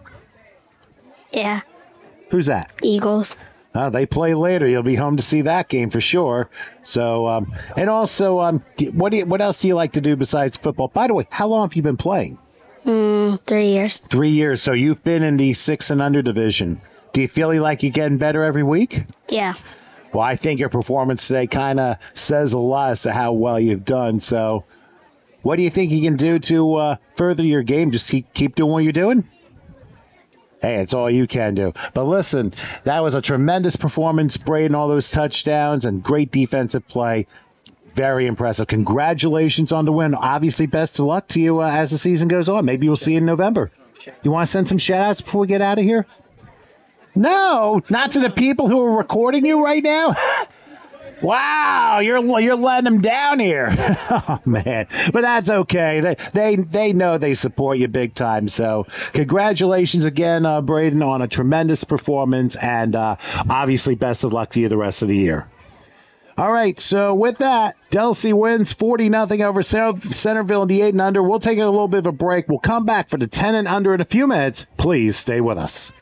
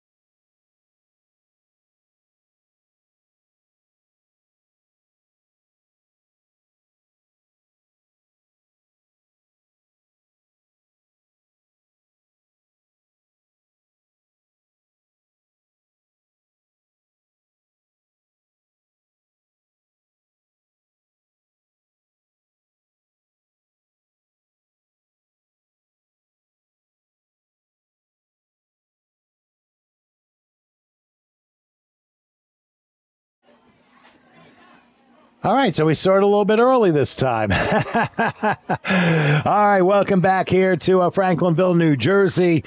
Beginning game number 3, the 10 and unders, the Centerville Simbas, the Delsea Knights. Each team has won a game so far, so this is game number 3 here. I'm Tom Wilkins, and of course with me was Marcus Cowan and Howard Gaber taking care of the controls.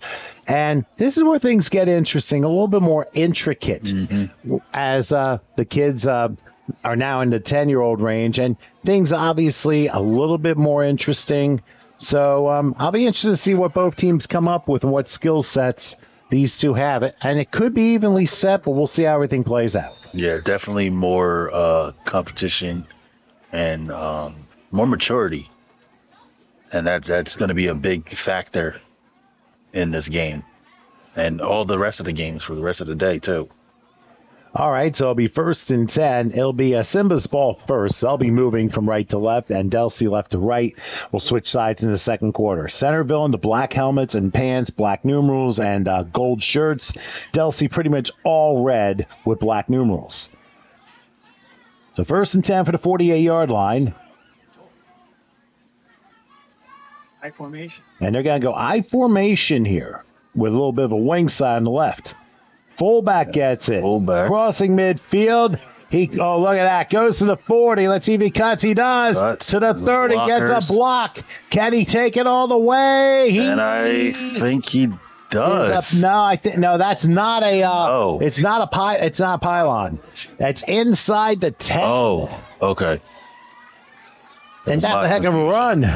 That's okay. Sometimes it can be. Oh yeah, it's a yard down marker. That's what it was. Is it a fumble? Is it Delsea's ball? Could that be possible? I mean, I think I didn't really see any signal. Isn't that what happened in the other game too? Yeah, I'm pretty sure. In the second game, that happened with Delsea, and they fumbled the ball to Centerville, but then that resulted in a safety. So, as perplexed as we are, looks like it's the same position too. It happened again.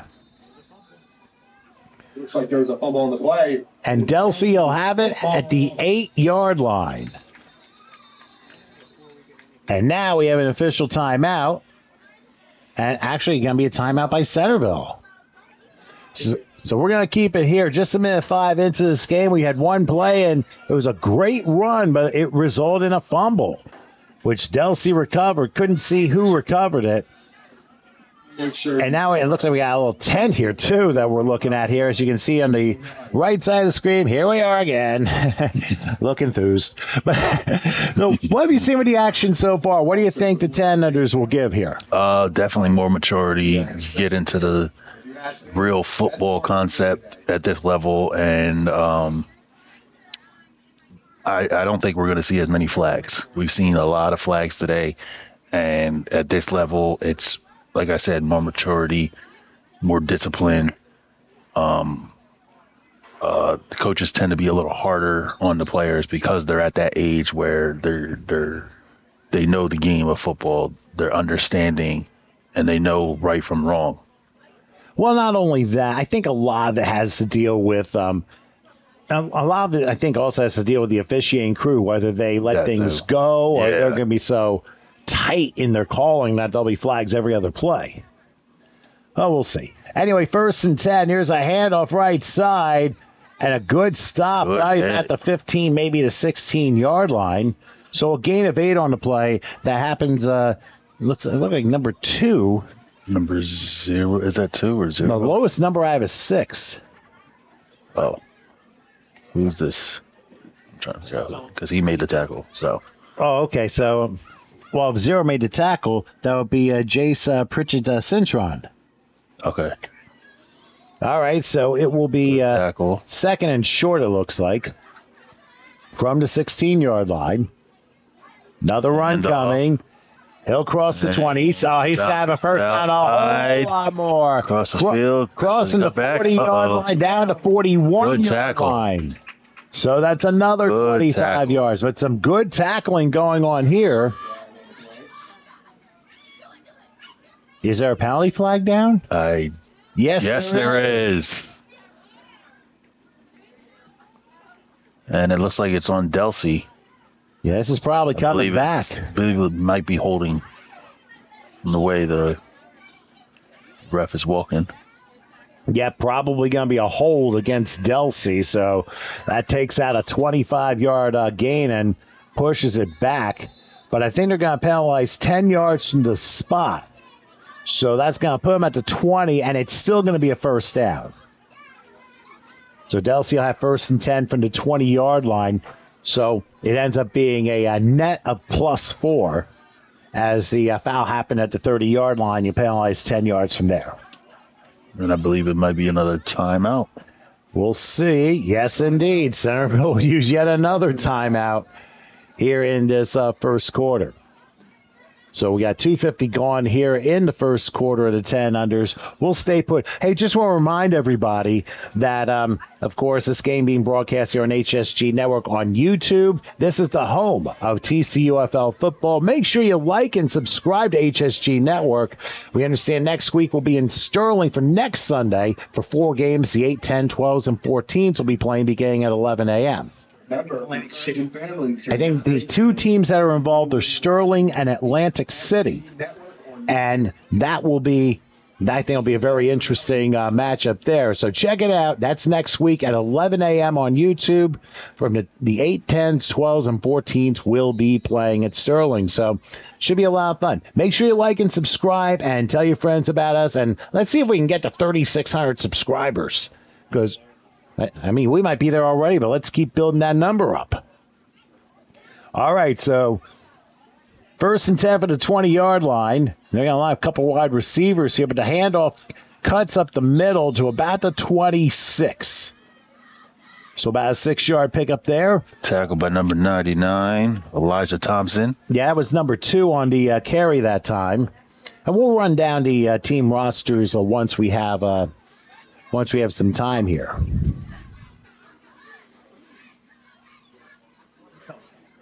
All right, so after they get the huddle here, it is 2nd and 6 from the 26-yard line. A little bit of a condensed formation. Looks like a wing this time.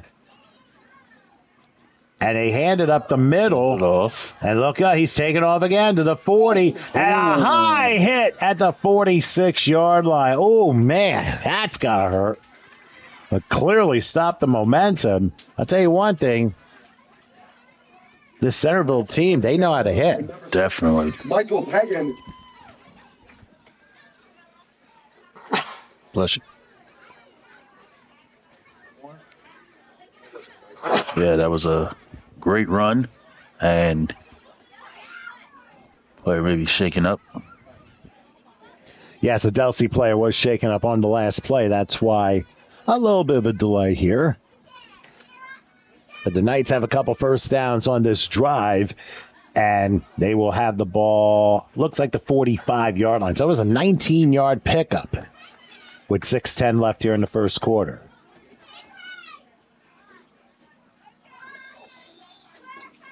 All right, so now Delsea will get into their huddle and see what they can do on this new set of downs. Remember, they started from their own 8-yard line following a turnover on the opening play of the game. The Centerville running back got inside the 10, but as he was going down, the ball came out, and Delsea recovered the football. So right now at the 45-yard line, 1st and 10. They send a man in motion. Here's a handoff right side. There's a big hole across the midfield. Another first down. Out of bounds at about the 42-yard line. Michael Dandridge with the carry that time for 13. Yeah. And once again, as you've mentioned, it's come down to blocking. Definitely. And the kids are bigger on this level, obviously. But they say size matters, but in most cases it doesn't. It's all about technique and fundamentals. And that's what you got to have. It doesn't matter what level of football you play. Now, obviously, in the 6 and unders, you're just starting. So you just got to still learning the game. Yeah, you're always learning the game, as I mentioned before. Absolutely. So 1st and 10 now from the Centerville 42-yard line. Here's another run to the right, crossing the 40, 35, still going. He's driving. 29-yard line is John Huntley. Another 13-yard pickup, and now Delsea really opposing their will here as they continue running the football and get themselves yet another first down.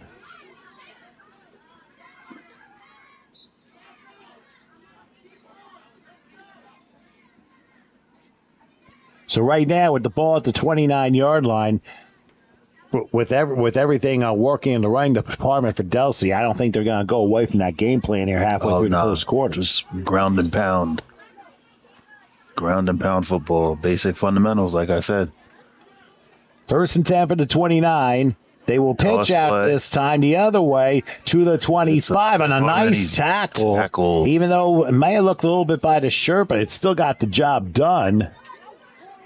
Ends up being looks to be a 4-yard gain to the 20, actually 3-yard gain to the 26. So 2nd and 7 coming up. So if anything, Centerville's doing some good tackling. Even though they've had rough starts to particular plays, they've tackled well at the end of plays. Definitely. That's one thing I kind of notice a little bit of a difference here. I love the fact that they're not giving up. Now it looks like they're going to go full house here on 2nd and 7. That's a keeper. Makes a turn, 25. Flag goes down. Going down to about the 20. Now that was thrown in the offensive line. Looks like it may be holding. That's like, and it indeed is against Delsea, so it's going to be a 10-yard penalty. Now, obviously, not every time it's going to be a hold, but if you throw it in the offensive line, normally that's where you have a hold or an illegal block or something. So tough break there, and Delsea's penalized 10 yards, and they're going to make it a 2nd and 17 coming up. So, and I don't know how much more passing we're going to see in this game. I mean, we haven't really seen much passing at all in the first two. I mean, after all, it's like one pass in 2 games. Yeah. But now these are like, it's like getting older, so yeah. I mean, you gotta get passing skills in. You can't just run it the whole time.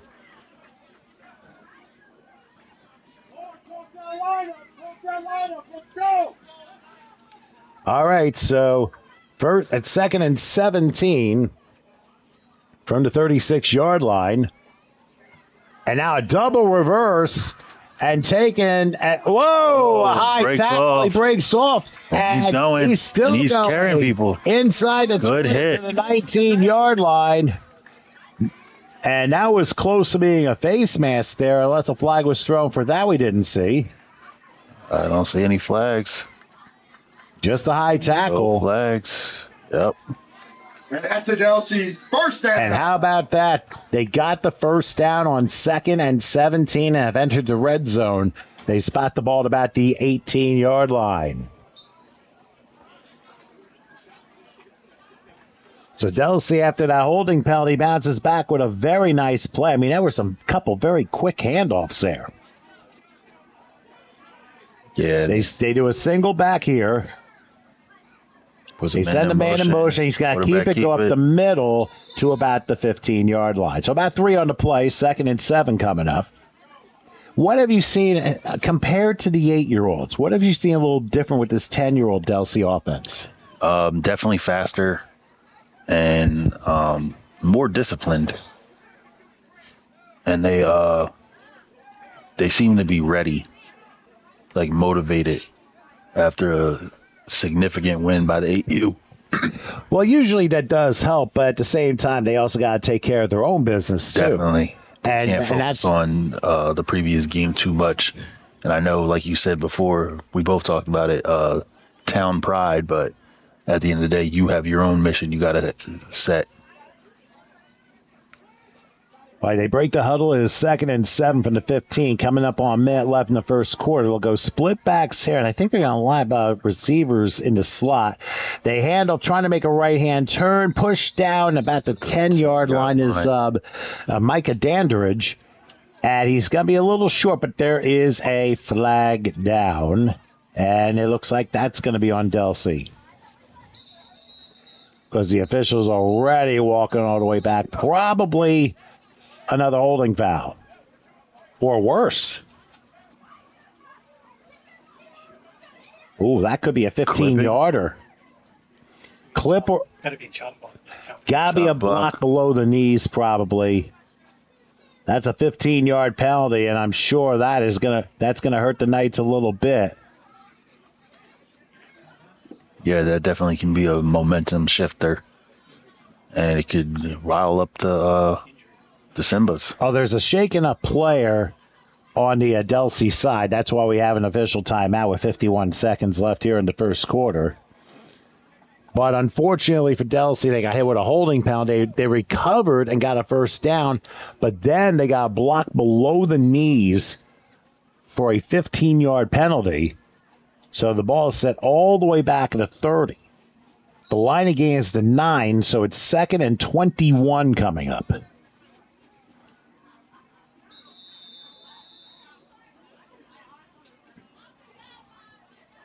And now Delsea breaks huddle. And we'll see what they do here on 2nd and 21. Single back here. They'll hand it off again. He'll get some yardage. Not terribly much. He'll get about 4 to the 26-yard line. He'll force a 3rd and 17 coming up. And we may get a chance to see our first pass of the game. Yeah. Desperate times. But then again, with this Delsea offense, it seems really like all three teams have like the same game plan. They've just been ground and pound the run. And Delsea hasn't committed no passes at all on the day for any of the teams. They've held the ball for almost the entire quarter. And now, looks like Delsea's going to use the timeout here. No. Oh, is it the quarter? Maybe it is quarter time. Maybe the officials overruled the clock on the field. Timeout. Actually, it is a timeout. With 9 seconds to go in the first quarter? Yeah, 9 seconds left in the first. I think they want to make sure they get the right play for 3rd and 17.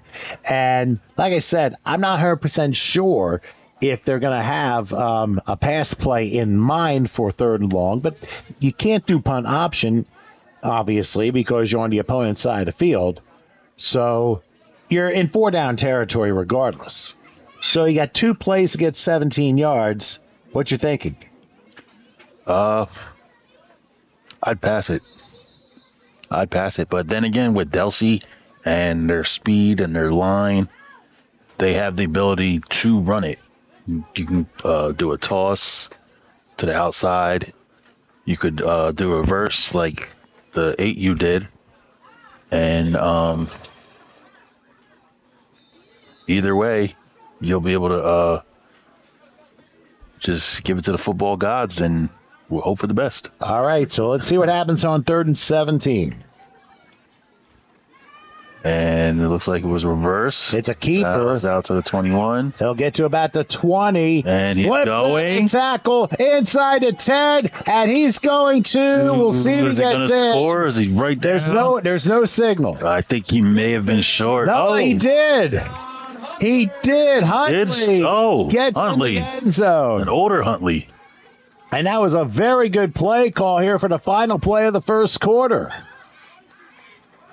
Slipped out of a couple of tackles and was able to take it home. And once again, Delsea recovers from a big penalty to get major positive stuff out of it. Yeah, with the wing back, he was sitting there at the wing back, and they just put him in motion, and he dodged a couple and took it to the house. All right, so they line up in a wing for the conversion. They get the man in motion. He's going to roll right. Looks, he's going to try and pass. And it is caught for the conversion. Good catch by John Huntley in the middle of the end zone. So that's going to be a 2-point conversion because it was a pass. And with that, we've come to quarter time. As Delsea, an impressive opening drive off a turnover, they lead 8-0 over Centerville. Let's take a break. Second quarter comes after this. Sorry, I'm out sick again. I just can't shake this fever. Spread by mosquito bites, West Nile virus is found in nearly every state across the country. Elena had another asthma attack. She's really sad to miss school again. Asthma, a leading chronic illness among children and youth in the U.S., can often be triggered by allergens from household pests. Don't let pests force you to take a sick day. Learn how to protect yourself and your family at pestworld.org.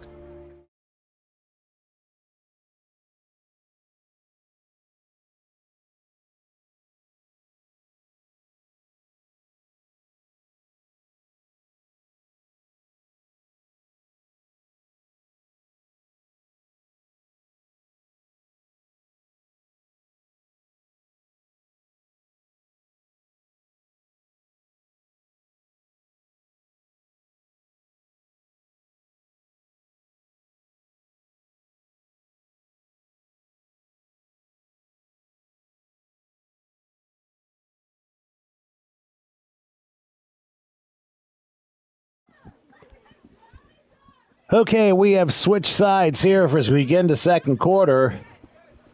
Delsea with an 8-0 lead thanks to a touchdown the final play and a 2-point conversion by pass. They'll be kicking off to Centerville, who had the opening play. But they fumbled it inside the 10. Delsea had ever since, drove it for a touchdown. Little directional kick here as Centerville will have the ball starting 1st and 10 at the 41-yard line. So, by the way, I'm Tom Wilkins. Marcus Cowan is with me, along with Howard Gaber taking care of the controls. What have you seen in this first quarter so far? Higher intensity, fast-paced, and both teams seem like I feel like this is an evenly matched team or evenly matched game from what I see. But this is the Simba's first drive. So as long as they hang on to the ball. They had it on the opening play, but they fumbled inside the 10. And Delsea recovered and basically had the ball for the entire first quarter. Now we got a full house backfield on 1st and 10. And once again, missed exchange. And there's also a flag down, too. And other things go down as well. No signal from the officials as to who recovered. I believe the Simba's made. Yeah, it is Centerville who recovered. So it's a loss on the play.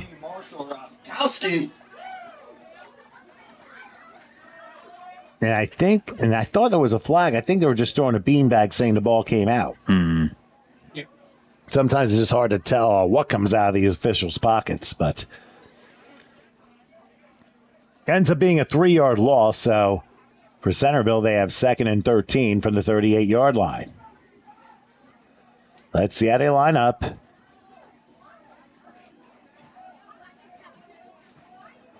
Full house backfield here for the quarterback. Under center. Hands it off. And the handoff, good penetration this time by Delsea to make minimal yardage. Maybe a 2-yard gain. Now force looks like a 3rd and 11 from the 40-yard line. Let's focus in. They're running it down to sort of. I think genuflect before they go to the snap. Watch. Remember how Dallas used to do that? Watch. Now, keep your eye on the offense here. Now, you may remember there have been offenses whom a lot of times they would, like in the 70s, you would see them genuflect before the ball snapped into play. Now, they're standing up, and then watch what happens here. This is almost like Tom Landry's Cowboys from the 1970s. See, here it is. They're standing arm to arm. Back when the Cowboys were good. Well, they were in the 90s, too, but then... See, there you go. And then after all that, something goes awry. We got flags down. False. Oh, it's on the Simbas. And that would be a false start. Somebody jumped before the snap count. So they back it up 5. It'll be 3rd and 16. I'm just only saying through observation not to use Pinata against a team that hasn't had success officially in 30 years. But then again, the Browns and the Jets and the Lions would like to have a word with you too. Very true. Now watch what they do here. They'll go arm in arm. And on 3rd and 16, now they bend down. There it is. And there's a genuflection. Wow. 3rd and 16. And they're going to hand it off, trying to turn the corner. Outside. Will he? Oh, he will. But he's going to be short of a first down. He almost got to the midfield stripe. And that's going to bring up 4th and about... Probably 4th and 3, I think. They're going to spot it at the 49. The line of gain, I think, is the 48 of Delsea. So they're going to need 3 yards. But that was actually a nice gain on 3rd and 16, turning the corner and able to get most of that yardage.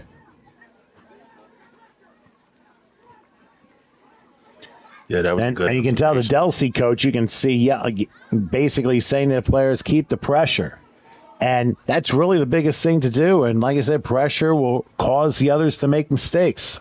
But you got to focus while you're trying to do that. So here we go again. 4th and 3. Centerville at their own 48-yard line. They need 3 to move the chains. They're going to pitch it out. Toss. Oh, and they block. I'll tell you what happened there. Right in. The player went to block him, didn't realize the running back was behind him. And pushed him right into the running back. And that pinball causes a loss. And for Centerville, they turned the ball over on downs. They had a promising drive going, but unfortunately, they got 2 backed up, and Delsea took advantage of it. Delsea takes over from the 40-yard line. Yeah, it looks like the 40-yard line of Centerville, and they'll be 1st and 10. Delsea, of course, all in the red uniforms with white stripes along their pants and black numerals. And Centerville in their gold shirts with black pretty much everything else. They got 2 receivers on the left as they go toss. Let's see if he gets around. He does to the 30. Another stiff arm, and he might go. Is he going to go? And we got to wait for the referee signal. And there's a flag down anyway, so let's not get ahead of ourselves here. We may see another penalty against Delsea. The penalty was down about the 38-yard line.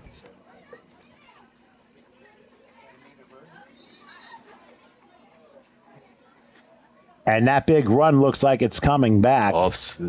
Did he just offset the penalties? Well, we're going to find out in a moment.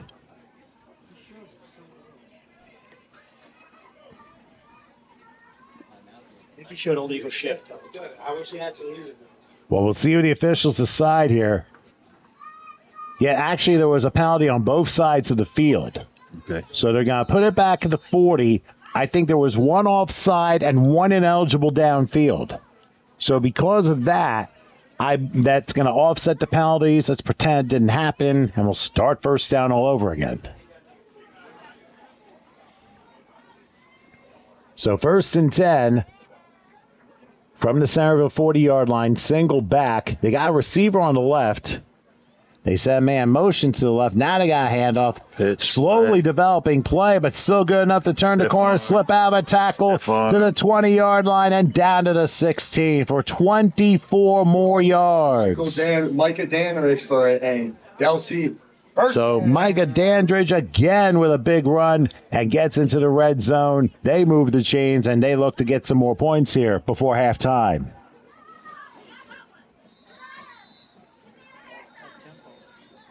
And now whistles blow. Probably because they wanted to get a substitution in.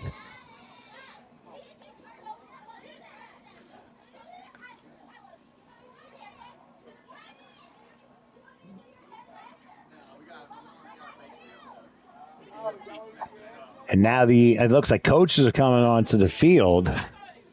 Is it a timeout? There hasn't been any official signal. So Centerville is still standing like they're getting ready for the play, but now the coaches are walking.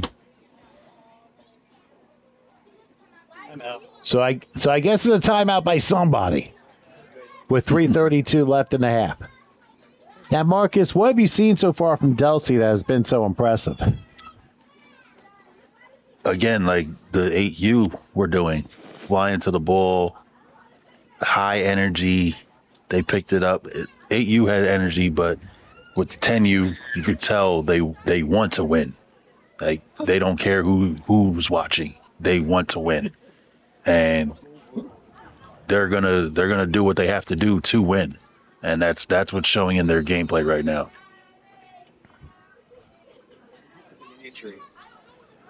There might have been an injury that we may not have seen on the field, and that's probably another reason why we had the official timeout.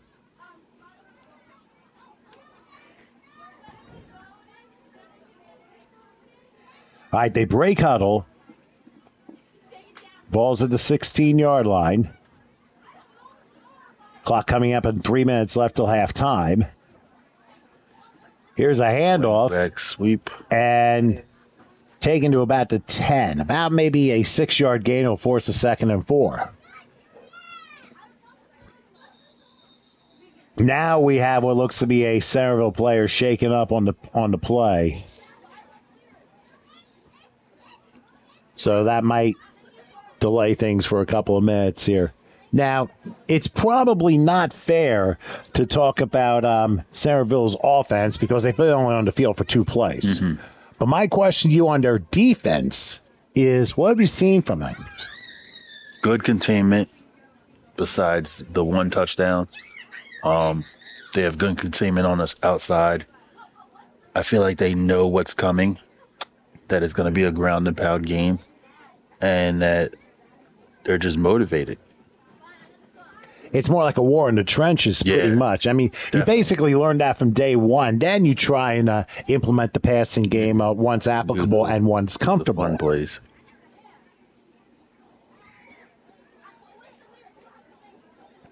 And by the way, folks, of course, we got 2 more games to follow this.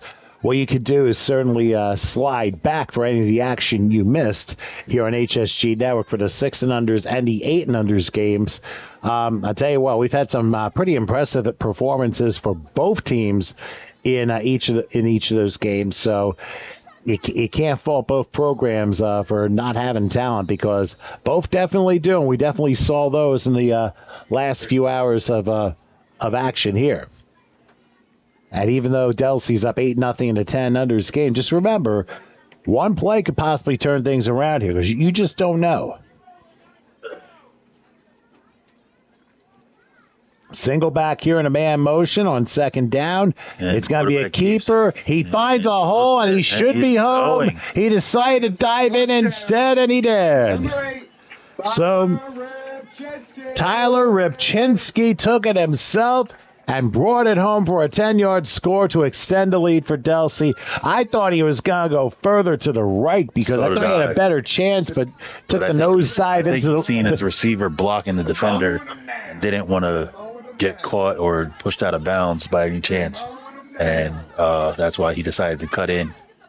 Which is not a bad idea. I mean, you just dive into the swimming pool known as the end zone. And it wasn't too bad of an idea, just as long as it works. But that's a play where if it goes wrong, you could lose a football, it could land wrong. Mm-hmm. You just don't know. So that's why you got to be so careful when it comes to things like this.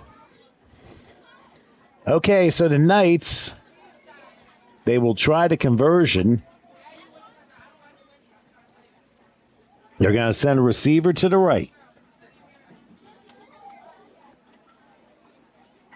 Look, the pass on the conversion, and don't think it worked out. It was incomplete, so the conversion fails. Good effort on the receiver, though. That was a good try. It was just a little bit wide of the intended receiver. Why don't we take a look at the replay of that touchdown run by Ripchinski?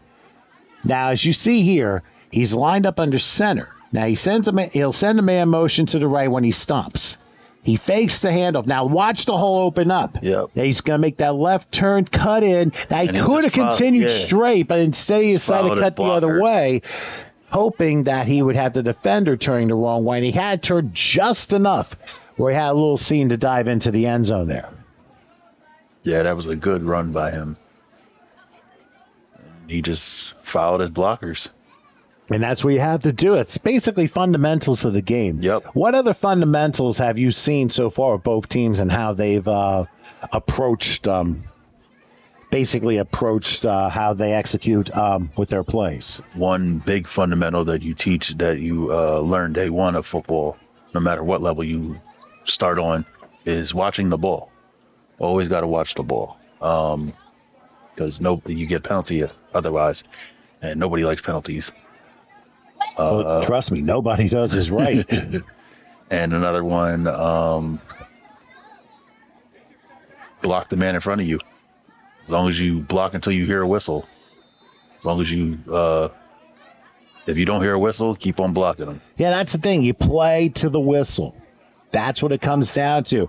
Ball was touched on the kickoff, and Delsea might have recovered it. It's a bounce ball over the head of the Symbols player and touched his helmet, which makes it a live ball. Make sure when you get a chance. And Delsea recovered. Tough break for Centerville. It looked like they were going to get the ball back, and it turned out that all of a sudden they're stuck again, having to deal with having to go back on defense. No place I'd rather be than a good place to have. So think about this. Centerville had the ball, opening play of the game, had a long run, fumbled inside the 10, Delsea recovered. On their next drive, they fumbled the opening snap, Delsea recovered. Now a kickoff grazes off one of the Centerville players, and Delsea recovers that. So in nearly 18 minutes of action, Centerville's only had 2 plays of offense. And to make matters worse, Delsea will get the ball to start the second half. Wow. Timeout. Now we got a timeout called. So why don't we go ahead and take a break? 2:09 left till halftime. Delsea leading the 10 under game 14-0. We'll come back in just a moment.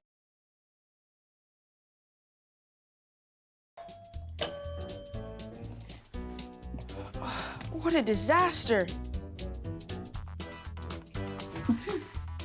You're a disaster.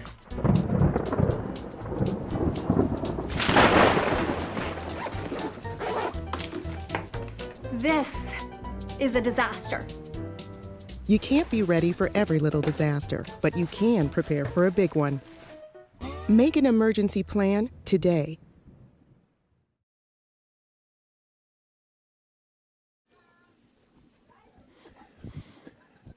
We forgot to mention now, of course, the game that Delsea played in the 8 and unders. That group won the TCUFL title last year, and of course with their performance today, which you can slide back and watch again here on HSG Network when you have the opportunity here.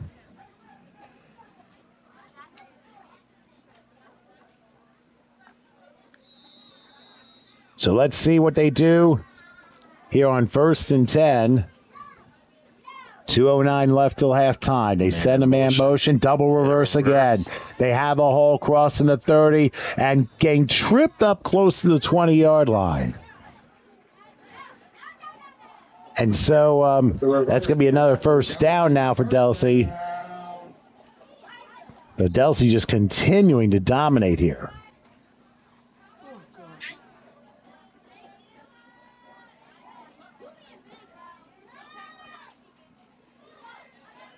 And he's going to keep himself. A flag is down. He tries to turn the corner, tripped up at the 16. And we'll see how this all plays out.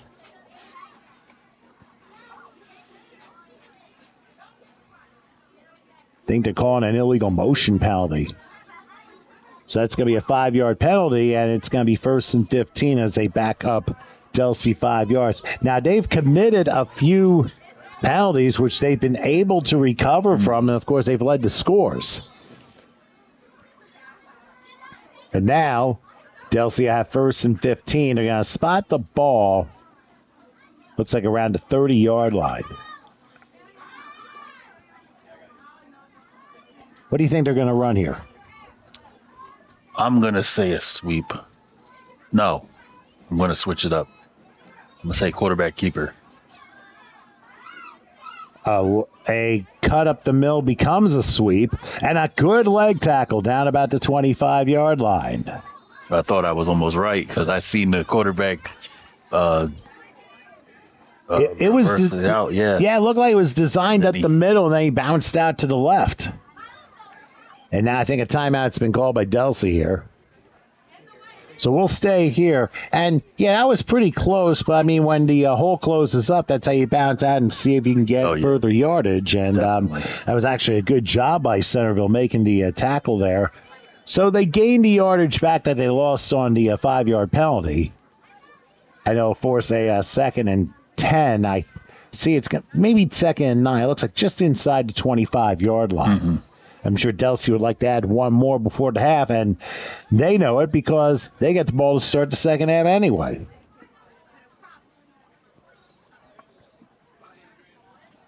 And that's the thing. Can Centerville hold them off for 58 more seconds? Well, here's a bigger question. I think the bigger question for Centerville is, when are we ever going to get the ball again? That is true. That is definitely true. Because it just seems like an unlucky cloud is raining over Centerville right now. Well, I don't see any rain clouds here in Franklinville. It is a beautiful day. We're expecting 83 degrees as our top temperature today. And, I mean, this is incredible late summer weather, and definitely enjoying that. All right, 58 seconds left till halftime. Second and about 9. They pitch it out. Almost went behind the back, but he has room to run, crossing the 20, and another tackle tripped up at about the 18-yard line. Tries to cut it back. That'll force a 3rd and 3. And I don't think Delsea has any timeouts left. I don't think so. I think they used them all, and the clock is running. That's why they're hustling to the ball. No, they're going to have to go tempo here. 35 seconds and counting. Single back again. They send a man in motion. It's going to be a keeper. Let's see if he has room. He'll turn the corner to the 10. And he got the first down, but he stayed in bounds.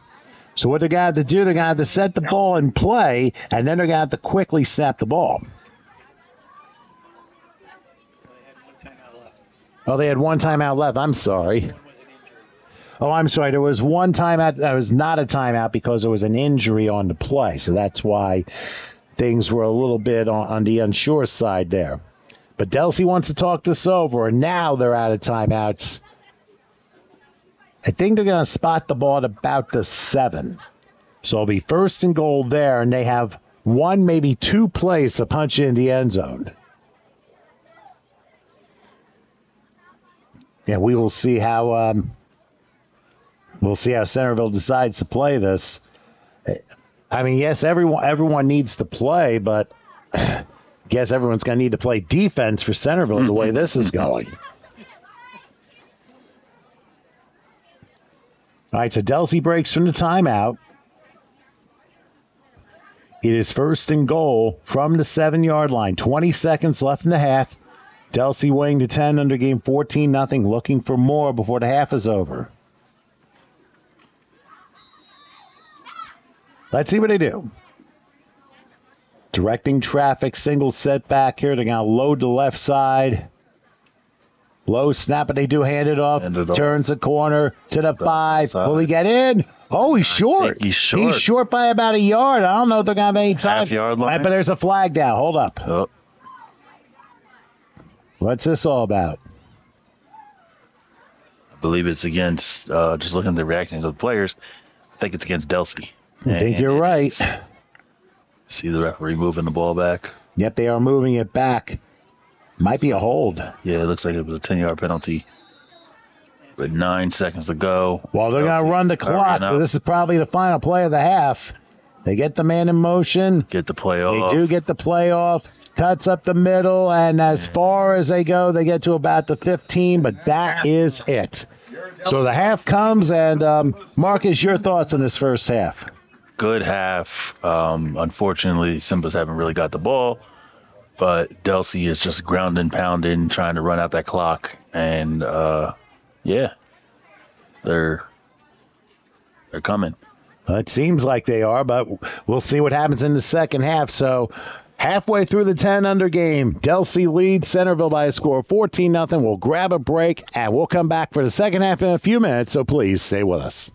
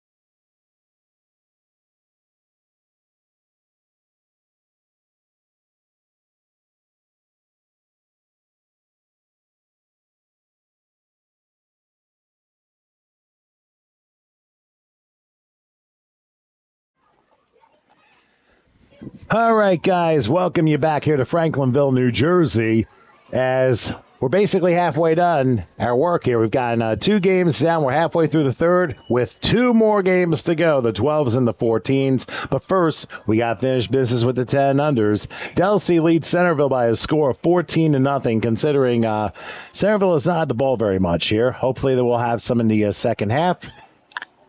And we will find out what they decide to do here on the second half kickoff. You know, I would not be surprised if Centerville tries a directional kick off of one of the players and maybe it comes back to them and they'd be able to finally get possession. Yeah, I definitely wouldn't be surprised because that was by luck. I don't think Delsea intended for that to happen when it did happen, and it just happened to fall into their hands. But I'd be happy to see that if Centerville switched it up and actually tried kicking it to somebody, hoping it would bounce off of them because they're not ready for it. Of course, Centerville will go left to right, and Delsea will go right to left. And Delsea, of course, I mean, think about this. Centerville got to a great start. They had the ball in the opening play, and they got a 40-yard run. But then they fumbled inside the 10. Delsea recovered, and pretty much Delsea's been ball hogging ever since, if you want to call it that. I don't know if that'd be the way of describing it, but that's kind of how it is. All right, well, they do a pop-up, and then it went up in the air. It's going to be returnable at the 45, and only get maybe a yard to the 46. There might even be a flag down, too. And we'll see what that's all about. Oh, no, it's a lost. The kicking tee ended up going about maybe about 10 yards there. Sometimes a kicking tee goes further than the ball, if you were to believe that. Don't ask me how or why, but it does. So Delsea will begin the second half with the ball at their own 46-yard line. Be 1st and 10 for them. And in a few moments, we'll read off the sophomore team roster for both the Simbas and the Knights. So make sure you stay tuned for that. They're going to go full house, but unfortunately, a timeout called by Centerville just like that. So why not so quick? I'll go ahead and get the reading glasses on, and we'll go ahead and read those Delsea Knights sophomore group. This is who we have. We have Michael Pagan, Kyler Dorney, Tyler Rybczynski, Micah Dandridge, Kai Laportes, Anthony Riccelli, Marshall Roskowski, John Hundley, Lincoln Fisher, Damaso Thompson, Joseph Cross, and Bryce Ostaszewski. The coaches are head coach John Harris, assisted by Christian Dandridge, Ken Dorney, R.J. Miller, Mike Pagan, Colin Rybczynski, Gary and Allison Roskowski, and Randy Vinay. The cheerleader coaches, the head coach is Cassandra Reynes, along with Isabel Sheridan, and statistician is Samantha Harris. All right. Ball on the 37-yard line, 1st and 10. Yes, ball spot at the... they haven't gone 47-yard line. Yeah, about the 47. They didn't run a play yet because a timeout was called by Centerville right before things started here. So now let's see what they decide on the full house here. 1st and 10 for the 47. They'll hand off right. There's going to be positive yardage, cutting inside about the 45, maybe the 44-yard line. Looks like a first down. That might be enough for a first down there. First down. And Delsea will move the chains after a 10-yard gain.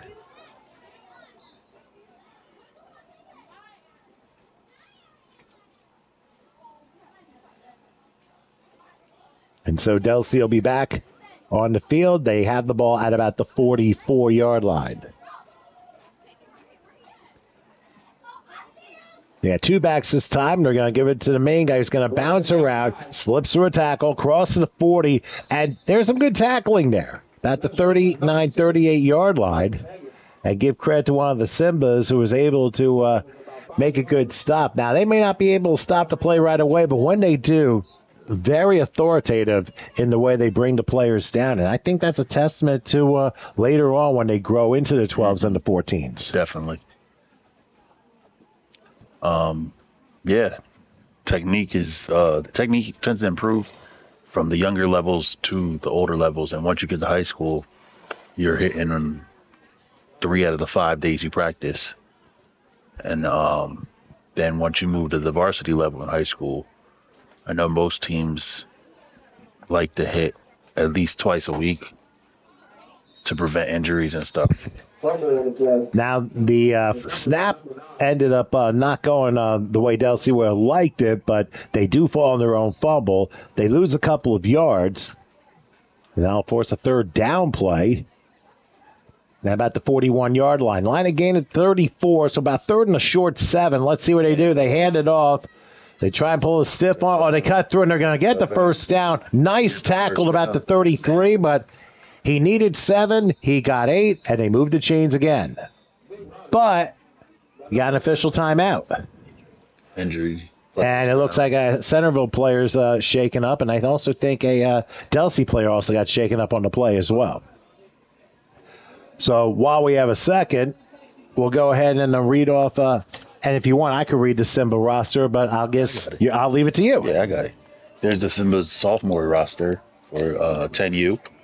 Got Jace Pritchett Centron, Marquise Smith, Javier Carney, Kadeem Turner, Casey Williams, Gerard Reddick, Martin Lugo, Alexis Reyes, Michael Bland, Kyrus Oakley, Noel Mooney, Zaire Adams, King Ross, Rayshawn David, Jason Cruz, Corey Bethea, Jasir McClinton, Samuel Brumel, Emery Wilson, Jerron Biles, Tysheen Fletcher, Acion Perry, Equan Turner, Kysir Thompson, Quamir Smith, Malachi Waring, Nadir Roberts, Malachi Vincent, Cameron Robinson Burton, Kyrie Ball,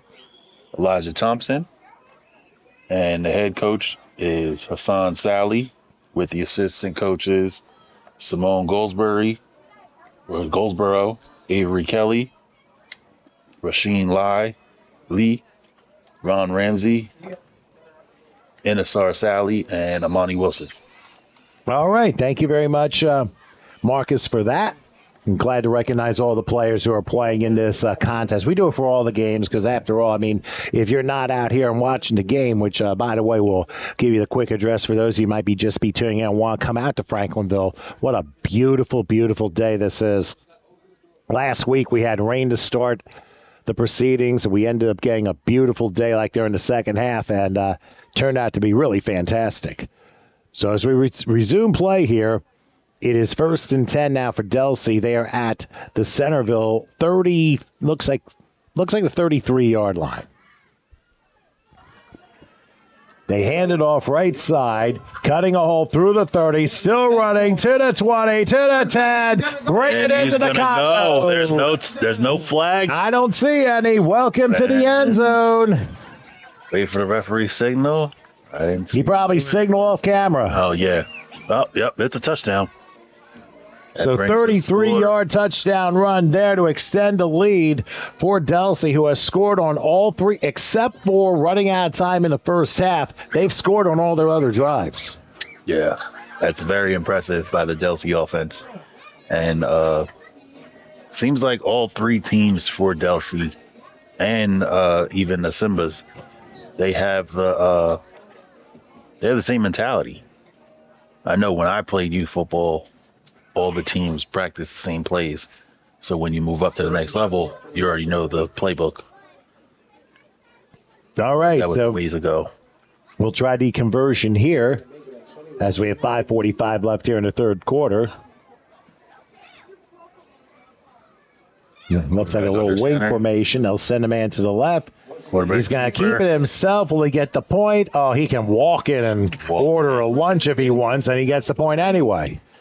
So it's 21-0 in favor of the Knights here midway through the third quarter. I mean, that's been a really impressive bit here. Why don't we go ahead and see a replay as to how the running back came through with the score here. Simple handoff. Opens the hole, follows his blockers, bounces to the outside. He just used his speed at that point. And he outruns everybody. Number 2 comes through with the touchdown there to extend the lead. So really tremendous stuff on the part of this 10 under Delsea Knights team. They have been rather impressive. Now, just to let everybody know, if you want to come out to Franklinville for the 12 and unders and 14 and unders and are in the South Jersey area, the field that we're playing on is 546 Pennsylvania Avenue in Franklinville. Put that in your GPS system and make sure you plug it in. And when you get to the field, it is the third entrance, all right? And you want to head all the way to the back where the football field is, and that's where everything's going on. So that's really the story here. Again, 546 Pennsylvania Avenue in Franklinville. It is the third entrance. When you get there, head all the way back, and you'll see where the football field is, and away we go.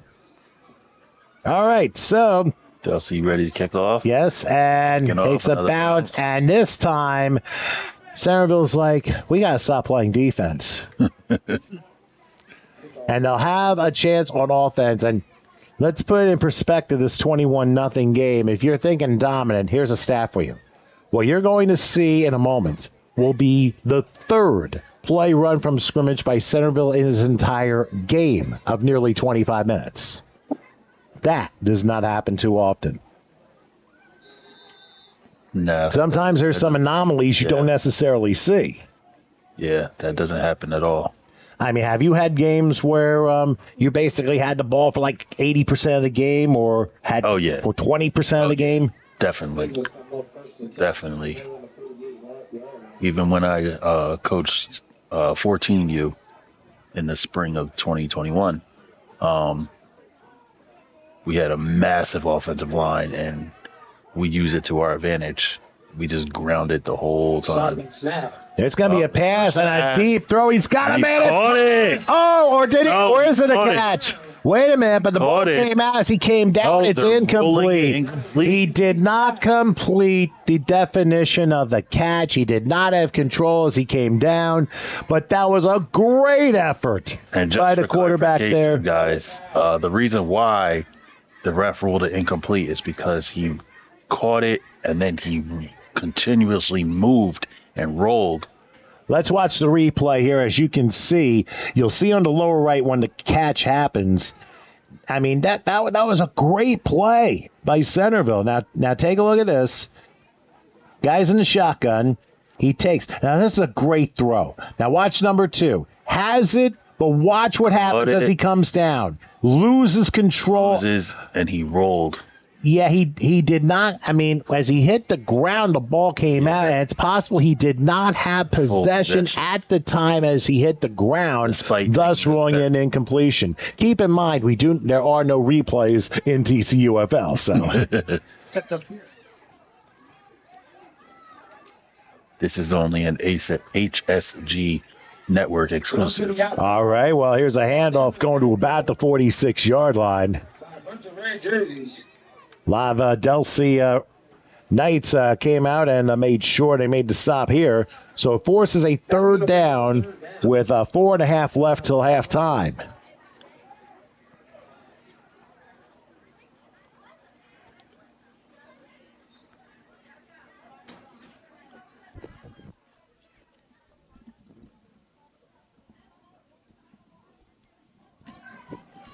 Okay, so for Centerville, it'll be 1st and 10. I'm sorry, not 1st and 10. What was I thinking? 3rd and 8. Ball spotted at the 46-yard line. But I'll tell you what, they've actually, with the offense that they have, they actually came with some very nice plays, and they almost had a big pass play on that first one, but not to be. They'll line up with they'll line up like an I formation here. Under center, the quarterback will take. Oh, line got through. He's going to roll to his left. The flag goes down, and so does the runner at about the 45. So we'll see. So a holding call is going to be called against Centerville. Delsea will gladly decline the penalty. and force a 4th down. Ends up being a 4-yard loss.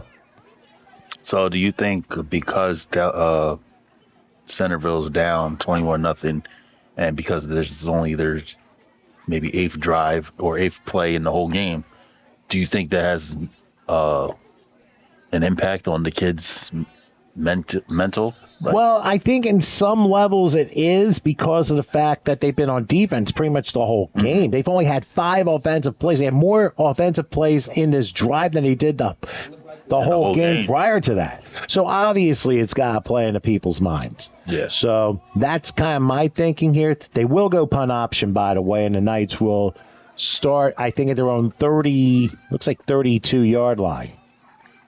And they'll have it 1st and 10. So, yes, in a way it does affect them, but how they handle it is also a big reason for that, too. Factor.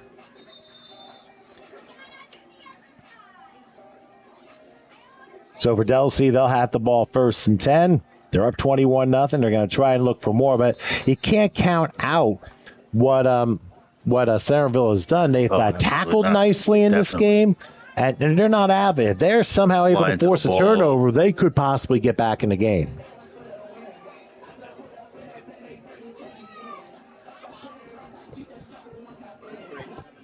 Oh, we're going to have a timeout, so I'm sorry. Why don't we grab a quick break? 21-0 Knights leading the 10-under game. We'll come back in just a moment.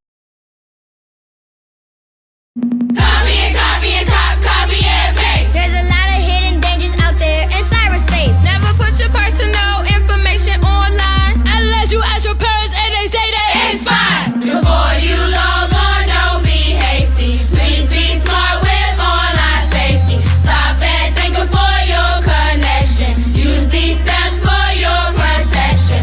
Online safety. Stop. Think. Connect.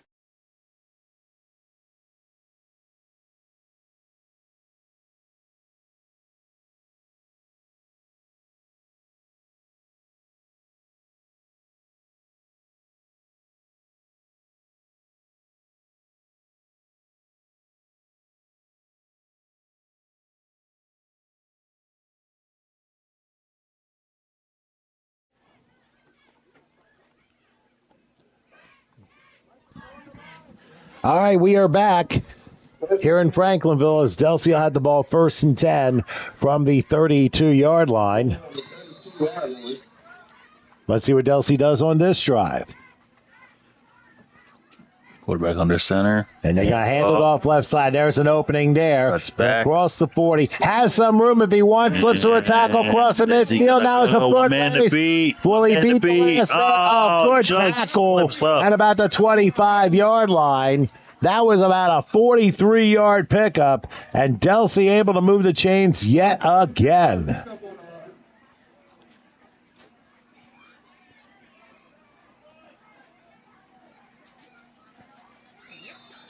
And so Delsea just continues to find ways to move around the defensive line. Now, it looks like it was a pretty sizable defensive line, but from a mobility standpoint, it seems like Delsea is well-versed in getting the right blocks at the right time and making the right moves and getting the biggest gains out of it. Yeah, definitely. And shout out to the player that I'm not exactly sure what number it was that saved that touchdown tackle. That shows the effort and not giving up and going 100% at all times. Doesn't matter what the score is, they're still putting the effort in. Definitely. So 1st and 10 at the 25-yard line. Back under center, hands off. They hand it off left side. Let's see if he gets it. Oh, he does. Run the 20 to the 10. He is home for another one. As long as there's no flags down, that's a 25-yard touchdown run. So it only took 2 plays for Delsea to extend their lead on runs of 43 and 25 yards. And with 1:40 left in the third, they extend their lead. I mean, they've been absolutely impressive. Mm-hmm. So we'll find out what they do as far as the conversion goes. But then for Centerville, as you mentioned, they're still not they're not stopping and playing. They're still putting effort in 100%. I mean, that'll go a long way regardless of what the scoreboard says at the end. That'll go a long way on all levels. Because I've had my fair share of wins and losses, and I've always rallied around my team to never give up and to always stay positive. Like, yeah, we may not win or we may not blow them out or whatever, but you can't give up. All right, here's the quarterback, and he has a keeper. He can run it if he wants to, and he got in. Not by much, but he got in, and that makes the score 28-0. Now, I gotta say this, Steve Marcus. There was a game I was once involved in as a kid, and it implied the same thing. And it was a matter of not giving up and everything else like that. And I remember the final score of that game was 34-11. It was in a T-ball game. Wow. So, yeah. So regardless of that, T-ball. Yeah, even in that, and we batted last in that game. Of course, in T-ball, you only have a maximum of 9 batters per inning. Yeah. And we were down like 34-3, I think, at one point. And we ended up scoring 8 runs in the last inning. So. Oh wow. So. Was that 72, 73? So that was. I think I was like 8 or 9 years old when that happened. I was playing for a company I don't know if it exists anymore called Root Away. Yeah, a bunch of sponsors at Hamilton Township for that T-ball league, but it was a lot of fun. All right, so Delsea will kick off, and for Centerville, at least they got the ball. Now let's see if they can do some positive things here on this next drive. I mean, one never knows what's going to happen in these games, but so far, it's one side or the other from what we have seen so far in this game. We still got the 12 and 14s to come. The 12s may start before 3 o'clock and the 14s just before 5. So if you're coming to Franklinville, get here early. Now, if you can't make it, remember, we got a message board, and you can shout out your kids and all that stuff who's playing in the game.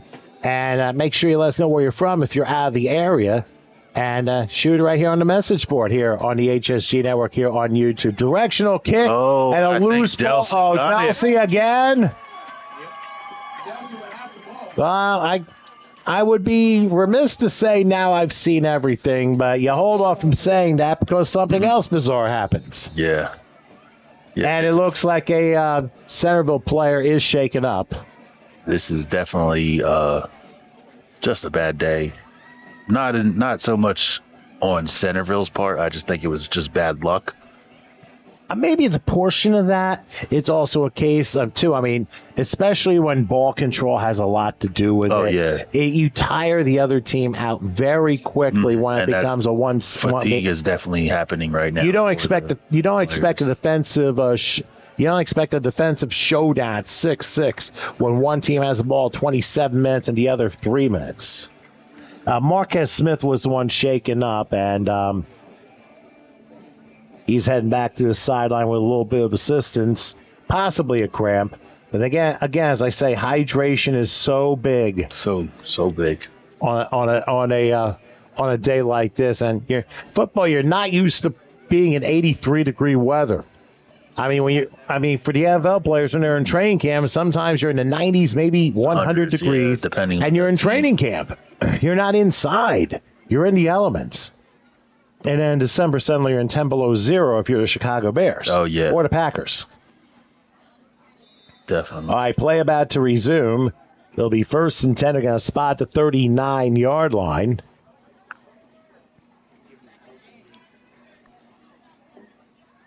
They're going to go another run to the left. They'll make the turn. 35, split through tackles. 30, another cut inside the 20, and down to maybe the 15-yard line. And looks like Centerville again has another player shaken up. And I'm thinking too, again, the lack of hydration may have something to do with it. Definitely, and not just Gatorade. Make sure you're drinking mainly water, especially in temperatures like this. And if you're active, there's Gatorade, Prime, they're all good, but nothing beats good old H2O. And that goes not just for football, but any activity, sport, daily. Water is always good. Yeah, water you can really do no wrong with. That's really the bottom line in all this. As we both drink our waters. Yeah, well, we have to keep our voices hydrated if you think about it. I mean, think about this. Think about being in like a vocal class, doing a vocal concert, and you're there for like 2 or 3 hours. You need that hydration to keep everything going, because if you don't have it, you're going to crack probably like 40% into the concert. So that's where you've got to stay hydrated as best you can here. Definitely. There was a fumble on the play, but Delsea recovered. I don't think they lost anything. Well, there's now 30 seconds left in the third quarter. Let's see what happens here. And I think they dropped the snap again, so they're going to run it and get to about the 12-yard line. Oh, how about that? Junior Laporta's checking in. His brother's on the night, and from Virginia checking in. So crazy shouts to Junior. Thanks for checking in, and keep tuned. We got 2 more games left to go, so very nice to have you on board here with this broadcast here. Now the horn sounds for three-quarter time. So we'll switch sides after 3. Delsea leads 28-0 over Centerville. We'll break here, and we'll have the final quarter right after this.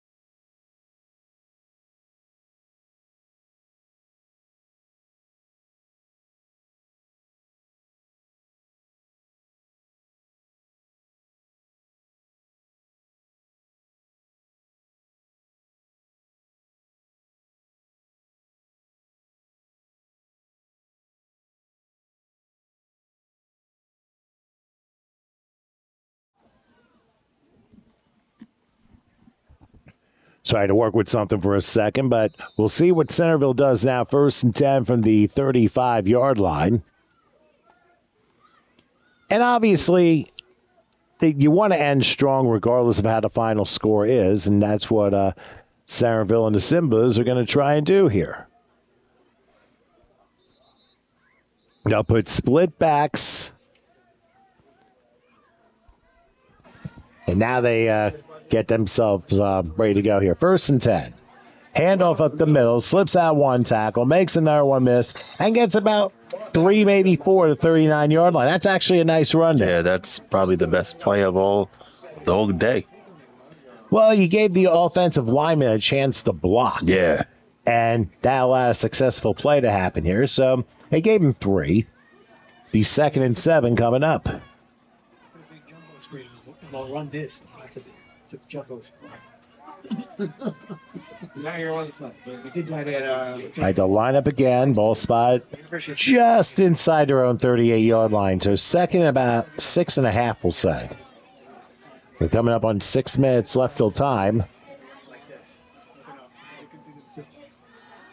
Team trying to talk to each other to see if everyone's on the same page here.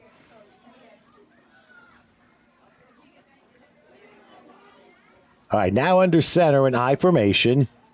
And the handoff, there's a little bit of a confusion on that play, and it didn't revert to anything. Delsea thinks they took the ball away, but I think the forward progress was stopped before anything happened. So it ends up being a 1-yard loss, and it forces a 3rd and probably about 8. Yeah, and I'm pretty sure that we don't see if Centerville can't get this conversion. Pretty sure we'll see the punt.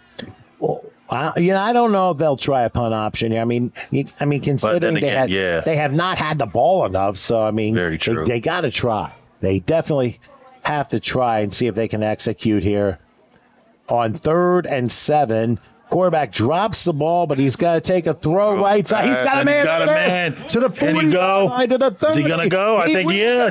He's going. A 10, a 5. Touchdown, Centerville. Wow. Welcome to the end zone. That is amazing. Beautiful pass. 2-yard touchdown reception. That is great. Oh, man. They got to be proud of that play. That was a tremendous throw. And Centerville gets points on the board. You want to look for a positive ending, and they got it. That is their positive ending. Now it'll be interesting to see if they try a directional kick and try and get the ball again. Like we say, guys, anything can happen. You got that right. Do you think? Well, because of the score difference, that's why we have a running clock here. But as far as Centerville is concerned, I don't think they're worried about that right now. I mean, what just happened was really phenomenal if you think about it. They almost had it back in the 3rd quarter. That was a perfect play. All right, now to the conversion. And the quarterback takes it. He's got, let's see if he can get through for the conversion. Oh, the ball comes out. Oh, he lost the ball before getting in. So the conversion fails, and it'll end up being 35-6. But honestly, hey, give credit where credit is due for that throw. I mean, I was very, very happy for that. So now Delsea will have the ball as we wind down time here in Franklinville. Lakeland, Florida checking in. Maria, crazy shouts to you. And so far, everybody's been good out there.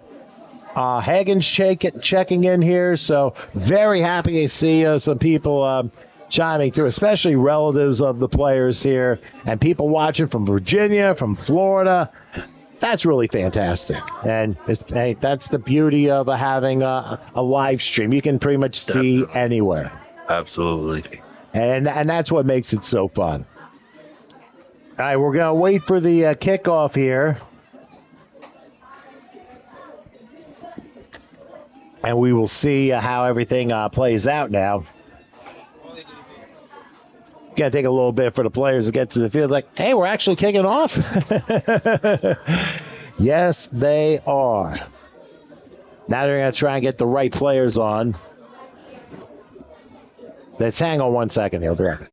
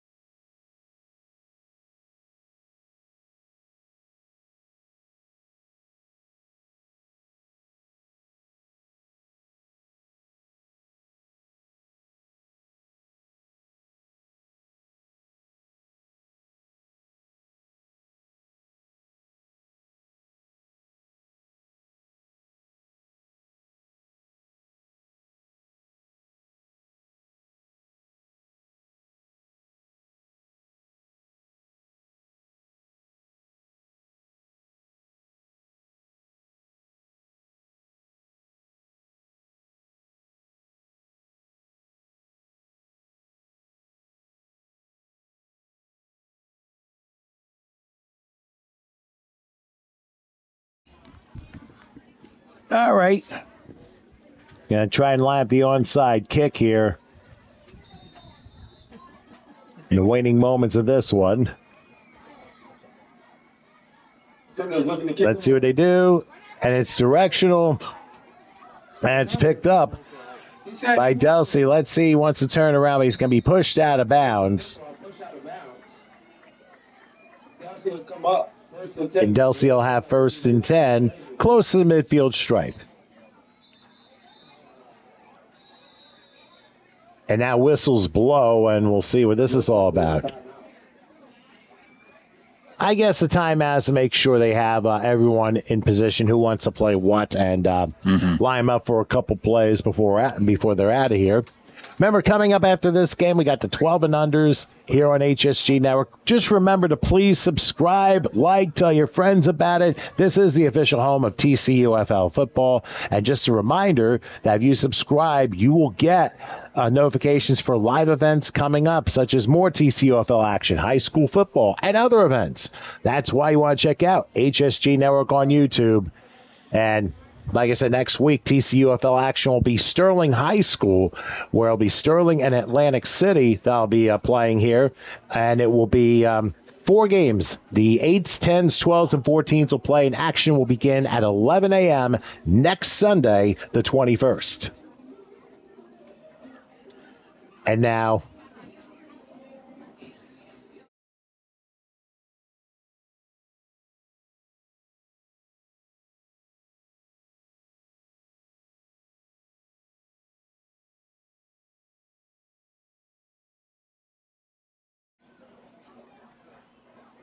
okay, so 1st and 10 now for Delsea. Ball spotted at the 46-yard line. Ball on the 46. Again, another play or two before this one is complete here. And as referee's trying to make sure Delsea's lined up correctly. Interesting formation by the defense. And they dropped the snap and brought down about the 48-yard line. You know what the funny thing was? I saw the defense lined up, and they were like 2 yards off the ball. And now remember, they're just trying things here. I mean, look at this. There's only one person on the line. They hand off, and 19 will get over to about the 41-yard line. That's going to be a 1st down. Clock running to 20 seconds left, and they're going to again do hurry up. Get on the board for the end of this game.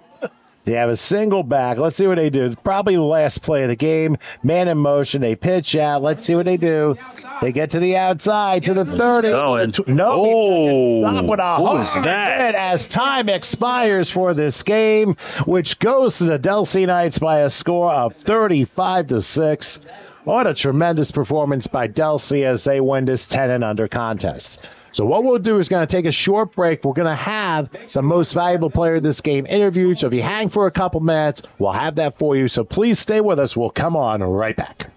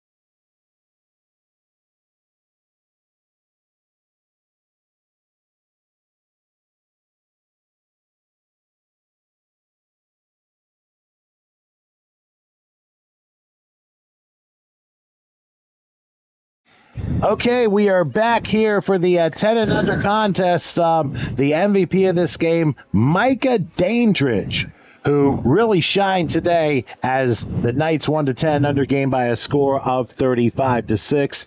You are our MVP. Let me put that in front of you to show off to everybody. How do you feel you did in this game? I feel good. This is my first game as a Knight. I just came over here from Township. Oh, really? From what township do you mean? Washington Township. Oh, so you're basically the school area. Mm-hmm. Okay, well, very good. How do you like it here? Good. My dad's the offensive coordinator. Ah, okay. That kind of helped you in your performance today, huh? It felt good to be on the field with him my first time. Well, that must have been very nice, and you really put on a tremendous game, to say the least. By the way, where do you go to school now? I go to my same school in Washington Township. Okay. Oh, you still go? Yes. You're still in Washington Township. You just have a little bit of a longer commute. Yeah. That's the power of school choice here. Who's your favorite teacher? My favorite teacher is Mr. Terranova, my science teacher. And is that your favorite subject? Yeah. Oh, nice. I'm a big science guy. Well, that's definitely good. And science, it's always changing, as they say. You just figure things out. It's just like the football field here. Mm-hmm. So, how do you feel? How long have you played football for? I've been playing football for now 4 years. Wow. So you started like the 6 and under group. Mm-hmm. Do you feel you've grown as a player? And obviously, there's a long way to go. But how do you feel about how you stand right now? I feel good. I started off as a lineman. And playing D-tackle, but now I said to my dad I really want to be a running back, and so I worked really hard to be a running back. And is that your favorite position, or is there others you like? Yeah, I'm favorite position, running back. Well, and one other thing, who's your team? My football my favorite team, football team. I like the Kansas City Chiefs. Oh, special day for you. That should be fun. We'll see what happens. And you want to send any shouts out before we get out of here? Shout out to my mom that always supported me, and shout out to my dad and my whole family. Well, why don't you do this? I mean, before you take the headset off, why don't you show this to the people? You are the MVP of this game. Yeah, to the camera. There you go. And keep that still for you, but hey, you got it. All right, Micah Dandridge, thank you so much for joining us, and congratulations on a great performance. Best of luck to you as the season goes on. Thank you. There you have it, Michael Dandridge here for the 10 under Delsea Knights winning over Centerville 35-6. Let's take a little bit of a break while the 12 and unders in view. Please stay with us.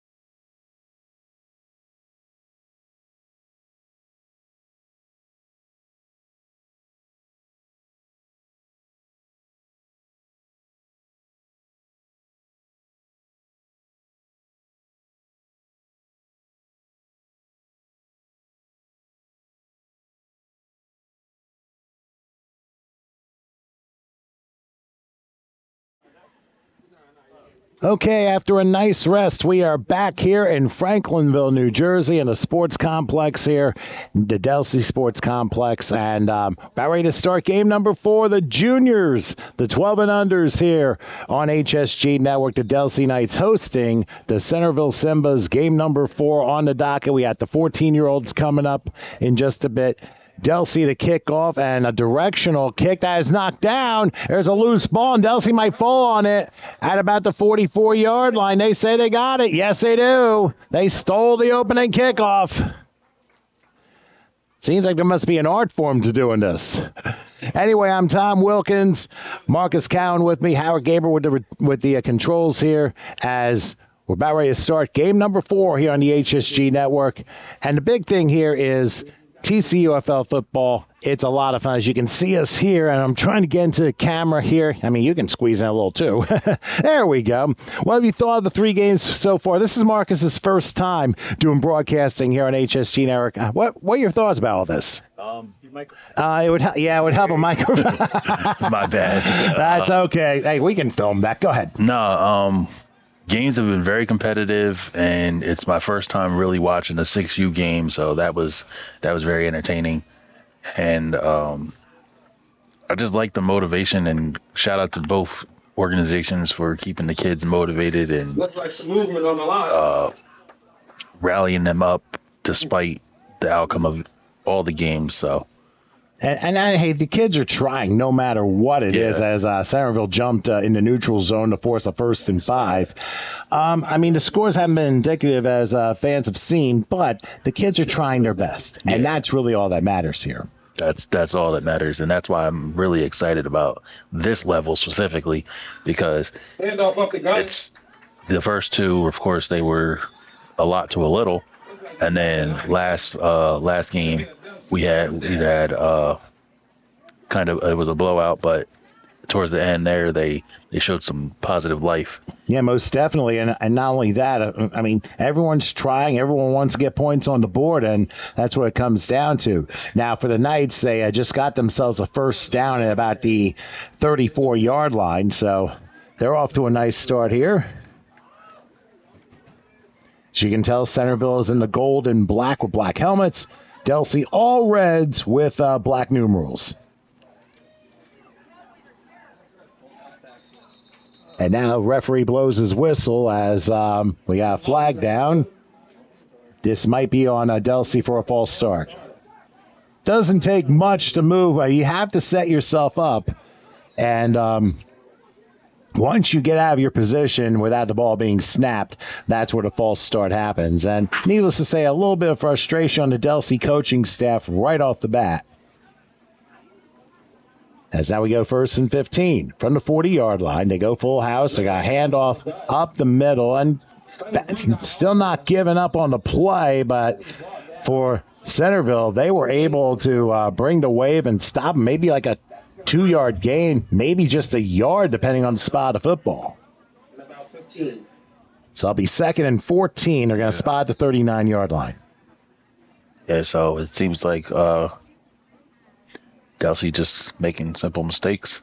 And this is where the discipline aspect comes in, especially on this level, because at 10U, you're still kind of learning, but you know the game, but you're not like you're more responsible, but not as responsible as 12U, where 12U, the coaches tell you they don't really talk, they drift away from the parents level, and it's really coaches talking to the kids. Okay, so 2nd and 14. They're going to go with another handoff. Getting through the line a little bit better, crossing the 35. That was Mason Edelman. And for Howard's sake, I'm not sure if there's any relation to Julian in this case. But nice run for a gain of 6. It ends up being 3rd and 9, a little bit more manageable. But turns out the false start was a little bit of a killer here. Yeah, penalties are definitely can make or break a game. And most certainly it can make them break a drive. And it goes for both sides. I mean, you could run like an 80-yard touchdown, have a holding penalty, wipe it all away. So his name is Mason Edelman, Edelman. That's why I mentioned the Julian reference. So 3rd and 9. They're going to spot the 34-yard line. They're showing blitz here. Let's see if they can break through it. They do to the 30. And he did break. And he's still on his feet. Oh, and he drops lost the ball. but it goes out of bounds. It went out of bounds at about the 13-yard line. We'll see where they end up spotting the football. It's still going to be a first down, but lucky for the Knights running back there, the fumble went out of bounds, so they retain possession. It seems like the opening drive has been Butterfingers here for the last 3 games. Yeah. And good effort on that defender, knocking that ball loose, punching it out. And sometimes you have to do that. And for the 10 and under game, he was number 7 on Delsea. He did a great job today. And the team really dominated time of possession. That might be the understatement of this broadcast. So 1st and 10 from the 13-yard line. They go full house. The quarterback is Peter Brescia. He's under center. And they're going to go handoff, bounce right to the 10, down to the 6-yard line. Gain of about 7 on the play. Nice spin. That'll be a 2nd and 4 coming up as we're nearing the halfway point of the first quarter.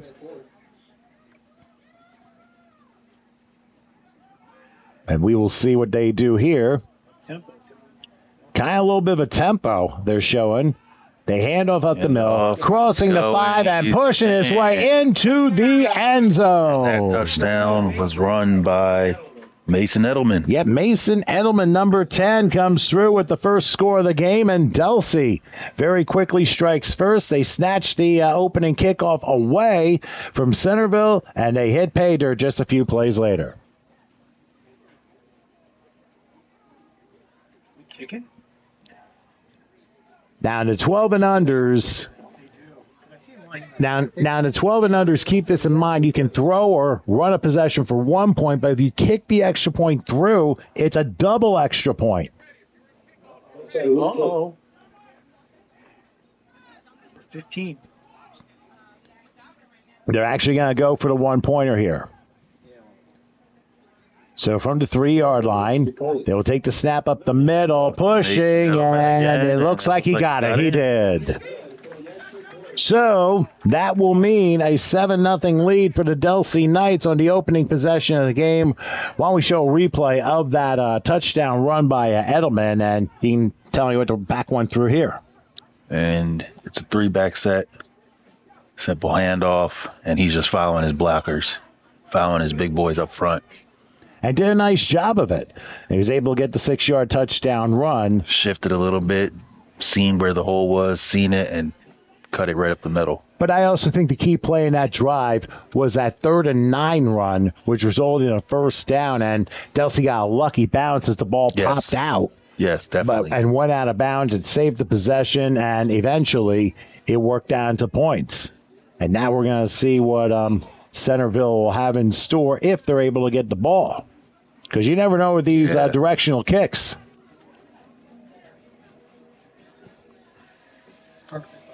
Perfect music. That's like good right there? Yeah, we're not going to pick that up. All right, so we'll try to kick off again. Now, in the 12 and unders, it's still at the 45-yard line, just like the 8 and the 10s. It's just they move it back to the 40 for the 14s. And they're definitely going for a direct kick. And there is no more punt option after 10 under. So there is punting here. This one's going to be recovered by Centerville at the 46-yard line. So it'll mark their first possession of the game, 1st and 10, with 5:02 left in the first quarter. Now, it'll be interesting to see how their offense responds.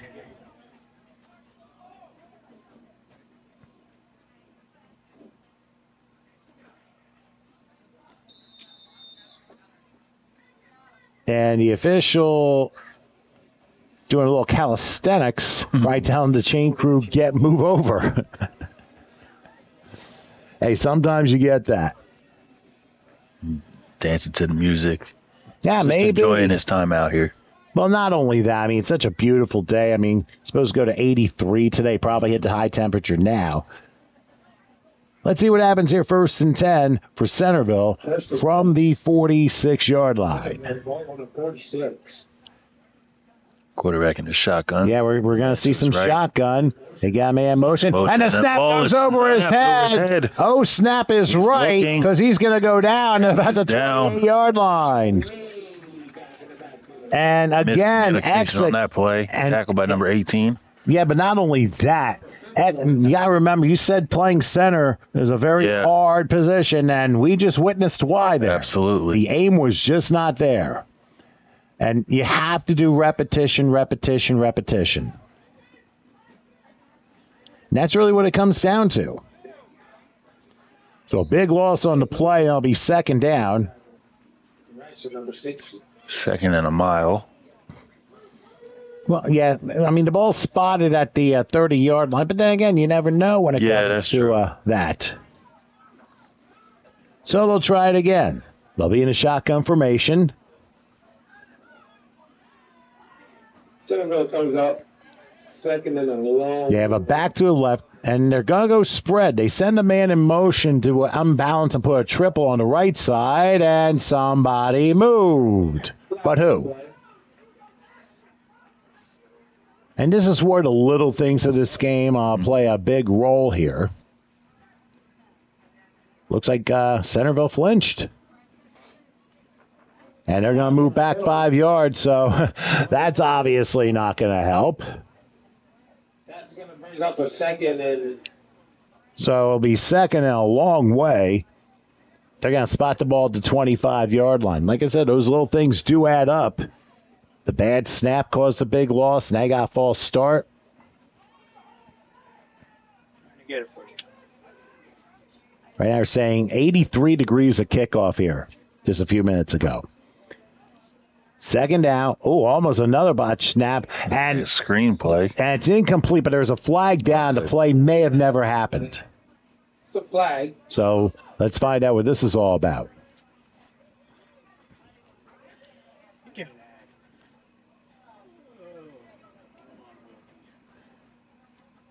And this one also is against Centerville. And there you can see, courtesy of the Weather Channel application, that 83 degrees, that's the expected high. And I think we're supposed to have a little bit of rain later on this week, but then they said Friday might be 85 again. Mm-hmm. I believe it's Wednesday. Yeah, Alex should be nice and probably welcome rain, too. All right, so it is... second and a long way. Again, there's another bobble snap, and another flag goes down. 2 flags. And now it's taken and, thrown down inside their own 20-yard line. But let's see what this penalty's all about. So we are getting flags and all sorts of other things thrown in. And it's again against Centerville. That is 3 straight penalties in a row. Yeah, they like look at each other and they're not giving anything. Referee's calling a very tight opening game. Because I know he's probably watching going, what in the world? And now we're going to have a timeout with 1:53 left here in the first quarter. I think Centerville's going to need to kind of regroup as they are going the wrong way on offense. Yeah, definitely. So let's keep it here. It's still 7-0 in favor of Delsea. But what have you seen so far on Delsea from both sides of the ball? Like the other teams, the 10U and 8U, they're coming with a lot of momentum, a lot of speed, and they're trying to prove a point.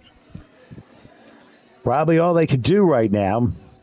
And with Centerville, it's just miscommunication. Get Uncle Drew. That's pretty much it. Just miscommunication, mainly with the snap over the head. It looked like the quarterback wasn't ready on that play, and then I believe a fumble. Well, I think a lot of it has to deal with the cohesion that everybody has. Now, it's so hard to do when everyone tries to play together at the 6 and up level. Now, when you get to the 10s, the 12s, and even the 14s, you need to have that cohesion to know what you're doing, to make sure everybody's on the same page, because if they're not, we see examples of what we're seeing here with Centerville, as they keep having penalty after penalty and snaps not coming through and all that. So it ends up being a little bit of a tough situation for them.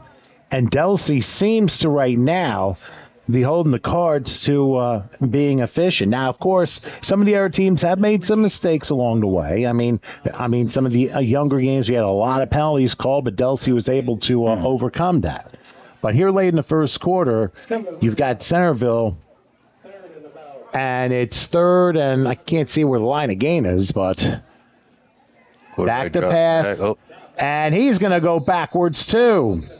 So they started at their own 47-yard line, and unfortunately, they're all the way back to like the 10. That truly is the wrong way. But now we're going to see what Centerville does. They're obviously going to have to punt. You're not going to go for 4th and 47 in your own territory. But hey, it's only one possession, and things could turn around the next one if your defense does the job. So what do you tell the Centerville kids? Just keep your heads up. Just keep your heads up and go out on defense and let them know that y'all ready to play. Well, this will be the first punt we see, because punting now begins at the 12 and under. They'll take the snap. Oh, it's a fake. And what are they doing? They're doing a fake. He's tripped up at the 20-yard line. I don't think that was a planned fake. I think it was. I don't think he had possession of the ball, and he couldn't kick, so he had to run for his life and make a last-second decision. I think pressure came. So a tough break there. And although it did result in a 10-yard positive yardage gain, unfortunately it was 4th down. So for Centerville, they turn the ball over on downs and give a very short field to Delsea, who will begin in the red zone at the 19. You've seen some of the punts there. They're not hitting it 50 yards, open fields. So right now they'll start the 19-yard line. We'll see what Delsea dials up. And their running game has been very impressive. I think especially the 8s and the 10s, they were very impressive today. Now let's see what the 12s have to offer, as we probably got one more play left here in this first quarter, as we're down to 20 seconds. They're gonna go full house here.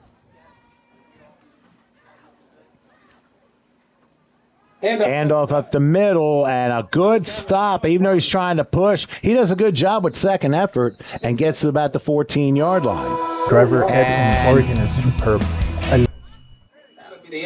Whoops. Timed it a few seconds early. So we're at quarter time as Delsea leads Centerville by a score of 7-0. Let's go ahead and take a break, get the commercial back on. Second quarter right after this.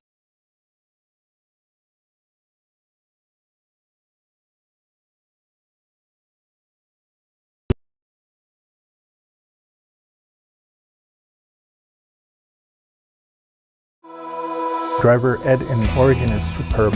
I love teaching. You're making a difference. You feel like you're being a part of something special when you have the ability to not just teach them in class, but actually go behind the wheel. They know how to apply what they learned in the classroom. And that's one of the things I love most about Driver Ed here in Oregon. A complete education must include driver education. I'm Jose, and I'm an ODOT approved Driver Ed instructor.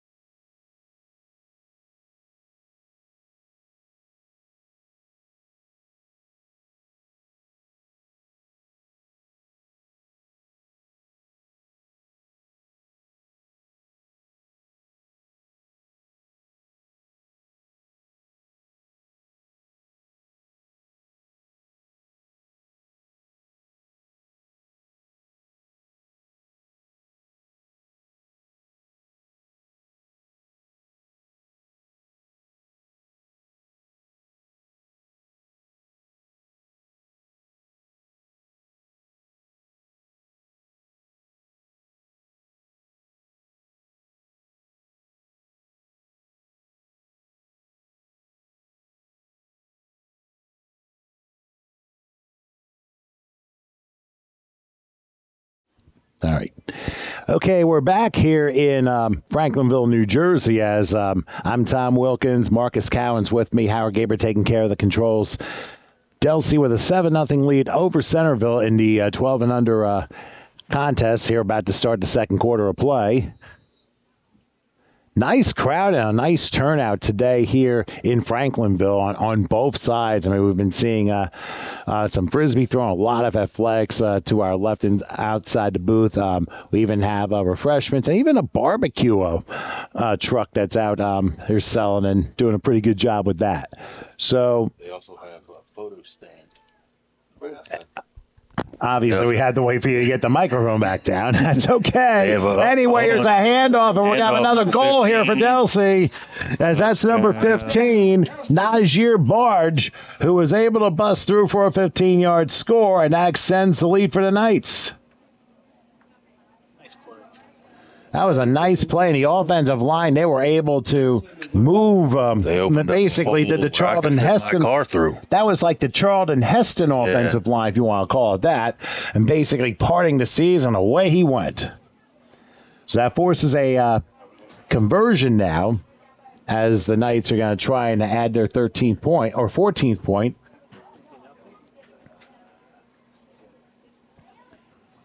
So we'll see how they line up for this conversion here. They're just going for one. Run or pass is one. If you kick it through the uprights, it's two. So they condense the formation. They hand it off to the man that scored a touchdown. And will he get the two? No, the conversion here? No. Definitely not. No gain on that play, so the conversion fails. And the Knights have a 13-0 lead. And Marcus, why don't you tell us how that line had such a giant hole for a Barge to literally barge his way in the end zone? Two fullbacks, 15 in the backfield. Simple handoff, and 29 grabs his man, blocks out that defensive end. I mean, that's as wide open as you can possibly get. I mean, literally fit one of those Ram trucks through that hole. And you can probably fit Route 55 traffic through there. Facts. So, but that was a tremendous job. I mean, great fundamental blocking. And that's what you got to do, because that's it. That was a beautiful play. It looked like he was even jogging through that hole. Well, I mean, I don't know. I mean, you got to go full speed no matter what, because you never know where somebody might hit you from the blind side and you didn't realize it was coming. Very true. So as we see ourselves here on the top right of the screen, I mean, you've done 3 games here already. How have you felt about being here with this broadcast? I love it. I've known Howard for a while. He actually called my semi-pro football games when I played. And me breaking in the media just after COVID, I've specifically looked up to Howard and how he does his networks and his broadcasts and everything. And being here in the booth, seeing all the equipment, I didn't realize how much equipment it takes to actually do all this production. And it's definitely, it makes me want to go harder. Listen, 4 years ago, we had twice the equipment. Oh, wow. Think about that. Now, as you made Howard red-faced with those compliments, and he certainly deserves that. He does a lot of hard work with all the stuff that goes on. So here is the directional kick, and it's loose again, but it is a Centerville's ball as they recover at about the 43-yard line. So it is 1st and 10. And Centerville will have the ball. And we'll see what type of a drive they go through with. The first drive, didn't go so well considering the snap exchange has not necessarily been there. But that's where the repetitions come in. I mean, don't forget, this is the second week of the year. Mm-hmm. There's still going to be some slip-ups a little, but, I mean, you just got to keep practicing. You'll eventually get it by the time November comes around. Definitely. So they'll spot the ball at the 43-yard line once we get play resumed here. Remember, check us out, HSG Network on YouTube. For those of you who are newcomers, like, subscribe, and tell your friends about us. This is the official home of TCUFL action right here on the HSG Network. We'll have action from Sterling next week on Sunday beginning at 11 a.m. 4 games, beginning with the 8s, 10s, 12s, and 14s. All right, Centerville's about to line up. 1st and 10. Ball spotted about the 43-yard line. They will do a full house backfield, but they also have 2 receivers on the left. It's a pitch out. They try and go the other way. They can't. Looked like a confusion on that play. And probably lost a couple yards on the play. So forces a second down there. The stop made by Luca Weichman, who was able to force pressure on the offense and get a loss on the play. Bring up a second and about. So we'll see what Centerville tries again.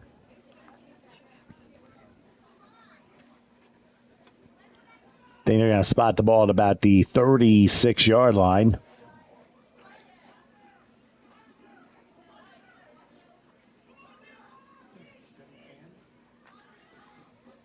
Most of them are over there. They all parked in there. Quarterback's under center. And single man in the backfield. They got 3 wide slot left here, and they're going to hand it off. Outside. And this is a good call. Crossing the 40 and still Breaks going. off 45 midfield. Breaks off 2. And he's still on his feet. And still dancing around. And finally first down. And he finally goes down about the 39-yard line. That's a tremendous run. Beautiful. 25 yards on the play. It looks like Centerville is trying to rush up to the ball. Well, they want to do tempo, and that's going to force Delsea to make quick substitutions, and they may call the timeout. And you are a great soothsayer because that's exactly what they're doing. Yep. So we'll take a break here with 7:43 left in the half. Right now, Delsea leads 13-0 over Centerville, but they're driving. We'll find out what happens in just a moment.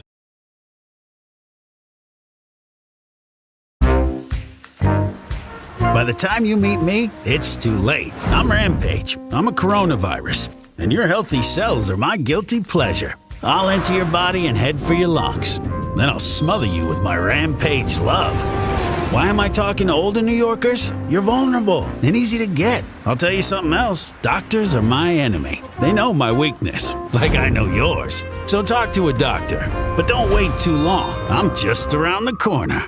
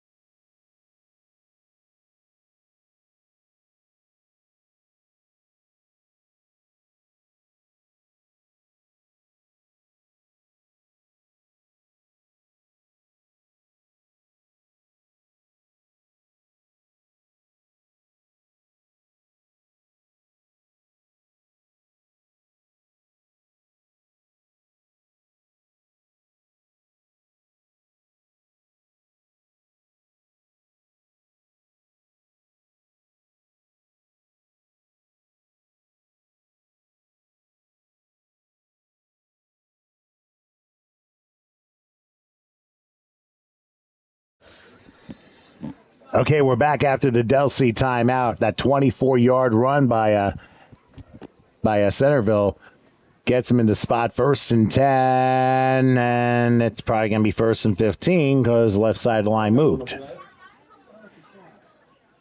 Well, start on the offense. On the defense. 5-yard penalty. So it's a 5-yard penalty, and 1st and 15. So it ends up, the official ended up pointing the wrong way, but that's okay. It's been a long day. Well, hey, we still got a game and a half or so more to go. Yeah. So plenty of time here to have a little bit more fun here. So it'll now be 1st and 15. Like I said, those are basically disciplinary penalties, these false starts. That's what you got to be careful about. All right, let's see what they do. They're going to go spread here. 1st and 15 from the Delsea 45-yard line. They're under center with a single back. And they drop the ball. The running back picks it up, and he's going to fall on it at about the 48-yard line. So that'll make it 2nd and 18 coming up. Centerville looking at a 2nd and 18. I mean, it's obviously a matter of execution from the center to the quarterback's hands. That's what it comes down to. Really? That's funny. Repetition is key. That's always is. They have the same formation. They hang on to the ball this time, but he's not going to go anywhere. Down. All the way back That to their own massive territory, defensive line by Delsea. by their own 43-yard line. So that'll make it 3rd and long. They're going to spot it about the 45. 3rd and Tackled by Luka Weichman. And I tell you, Lucas had a very good first half. Had a couple. I mean, he's been basically nailing that defensive line here. They've been nailing through the offensive line of Centerville, and that's why they're having such success right now. So line of gain is not for the 30-yard line of Delsea. So you're looking at about 3rd and 25 coming up.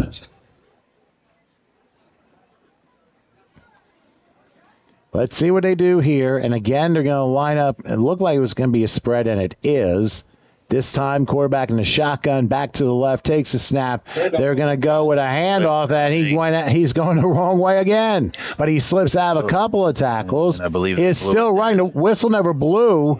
I thought it did. I thought they blew it dead in the backfield. Well, when forward progress is stopped, that's what happens. Oh, okay. So they're going to spot the ball at about the 44. So it's going to be a 1-yard loss, and I think the Simbas will have the punt here. Actually, they're going to force it back to the 40.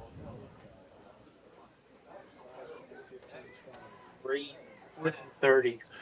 So 4th and a long way, and I would have to guess a punt is coming for the Simbas. But keep this in mind. They were deep in their own territory when they decided a fake punt, but then they had really no choice in the matter because they couldn't handle the snap, so they just ran with it. Let's see what they do this time. They pitch out, and they try to get out of there. They do not. So they don't even get back to the line of scrimmage. And that is Luka Weichman again. Yes, he has had a very good first half. I believe he has like 4 or 5 tackles already. And the Simbas turned the ball over on downs. So that will mean 1st and 10 for Delsea as they get the ball back, and the ball is going to be spotted probably about the 30-yard line. Actually, the 40-yard line. So Delsea doing their job on the ground here.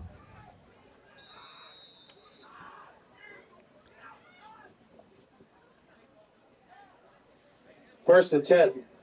Delsea.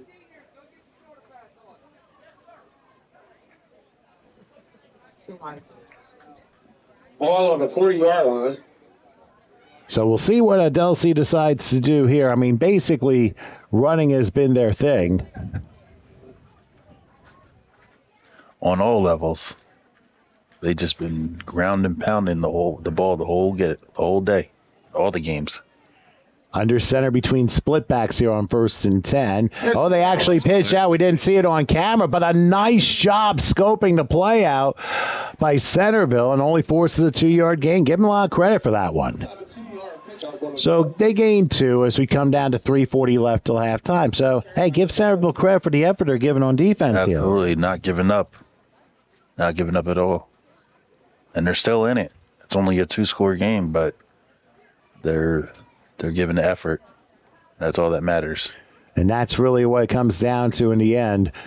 It's only a 1-yard pickup, so 2nd and 9 as the ball is spotted at the 39-yard line. We didn't even see the receivers like way back yonder in the corner there. And sometimes you get plays like that. Now they go full house. 2nd and 9 from the 39-yard line. They're going to go with an inside handoff. That's going to work better as they'll get to about the 33, a gain of 6. And they'll force a 3rd and 3 coming up. Actually, a 5-yard pickup. They're going to say a 34-yard line. As we come down to 2:40 left till halftime, each team with 2 timeouts left.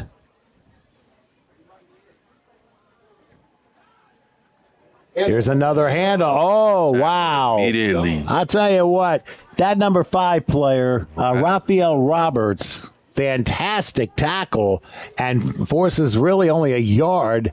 And now Delsea's with a fourth down coming up at about the 33, like 4th and 3 coming up. So, tell you what, that run defense is playing a bit stout. If they're able to get through, watch out. Looks like they're in a tush-push formation. We'll see. They push. Oh, my goodness. That's a rugby play. That's going to be a first down. Looks like a first down, a line of game. Robinson, stop again. Actually, hold on a second. Oh. They may have stopped progress just shy of the 30. So the NFL doesn't have it anymore, but we do with the chain gang. They may measure. Definitely. Now, Delsea thinks they got the first down. I mean, everyone's practicing that rugby play, if you want to call it that. Definitely. And they say first down. Oh, they say he did get the first down. Forward progress. So forward progress, he just got over the line, and Delsea gets to keep the ball. And at 1st and 10, about the 30-yard line.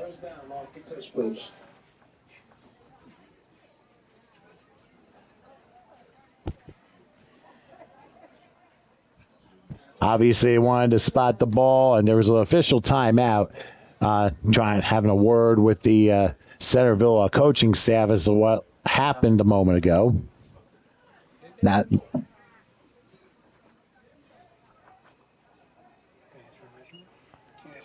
Later for the refs.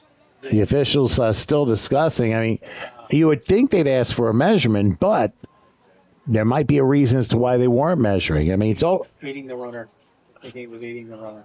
I think the discussion is about them aiding the runner, and that might be the reason right there. That's lines up, 1st and 10. We'll see. All right, 1st and 10 for the 30. They go back to being a full house. And they hand it off up the middle and diving to about the 27 for a 3-yard gain. And obviously the back a little frustrated, but hey, it's positive yardage. That was a Jacob Early. I mean, still a couple-yard gain, but still 2nd and 8. They'll spot the 28-yard line. They're going to obviously press a little bit because there's a minute 20 left in the half. Another handoff, and he's tackled, met at and I'll tell you what, and again, it's Roberts. Roberts again pushing him all the way back. He's starting to make himself known. I think so. And now, whistles blow, and I think Delsea's going to use their second timeout with a minute and 2 left until halftime. Let's take a break with Delsea leading by count 13-0. We'll come back in a moment. Fulfilling your dream is our passion. We have the staff, equipment, resources, and facilities to cater your next event. Our personal service throughout the process is unmatched. Spectacular food preparation and presentation, knowledgeable, hospitable servers, flexibility. We will modify our menu to suit your needs. We can cater off-site to your premise or venue. Cater your event at a unique venue in the tri-state area or present to you our exclusive facility. Innovative catering concepts will make your event one to remember. We are your complete caterer.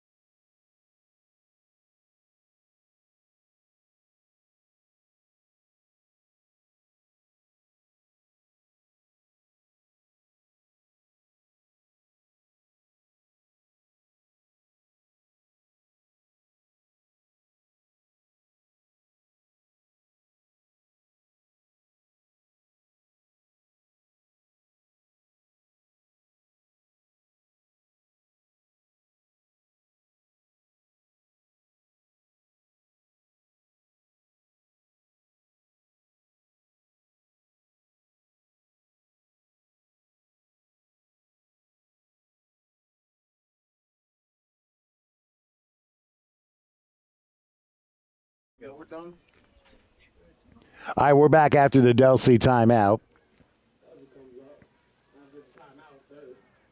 Looks like a 3rd and 9 from the 29-yard line. They're going to hand it off, getting through one tackle and turning the corner, crossing the 20, getting a first down to about the 12-yard line. So a gain of 17. They got Najee Barge, who scored the most recent touchdown.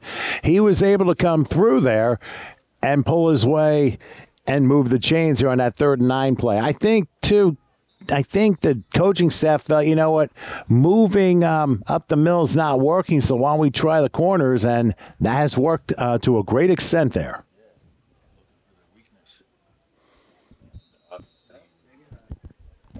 Looking for their weakness, and obviously with Roberts in the middle holding it down, they figure, why not go attack the small guys? Well, they better hurry up because clock is running under 20 seconds, and Delsea needs to line up. They may only have one play to work with unless they try and call a timeout after the snap of this ball. They do hand it off. Slowly developing play. Now, flag goes down unless the ball came out. I think it was a fumble. And it's recovered by Centerville with 3 seconds left. So Centerville has something to talk about going into halftime. Now, I don't know if they have a 90-yard play in store for the final play of the half, but you just don't know. Yeah. So Delsea probably a little frustrated after that one. 3 seconds left, and they're about the 10-yard line. Yes, about the 10-yard line. Yeah. So unless they have a 90-yard play, and they might throw down the field and try and get a defensive penalty. It'll only move it 15 yards, but still, it at least gets it a little closer. Helps. I mean, they're talking. It's an official timeout here while they discuss. I'm not sure if they're saying the ball came out, if his knee was down before it came out, or vice versa. We don't know.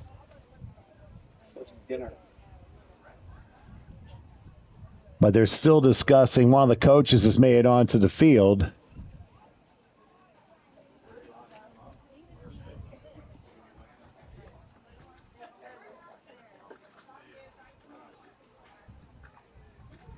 Getting a couple of substitutions are taking place. And I think what happened was maybe Centerville called timeout after that play, which is probably why there was such the holdup.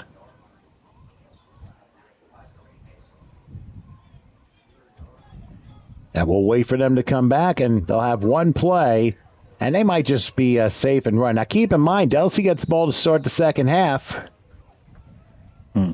Because remember, Centerville was supposed to get the ball, but Delsea was able to snatch the possession away. What thing you got? Right now, please.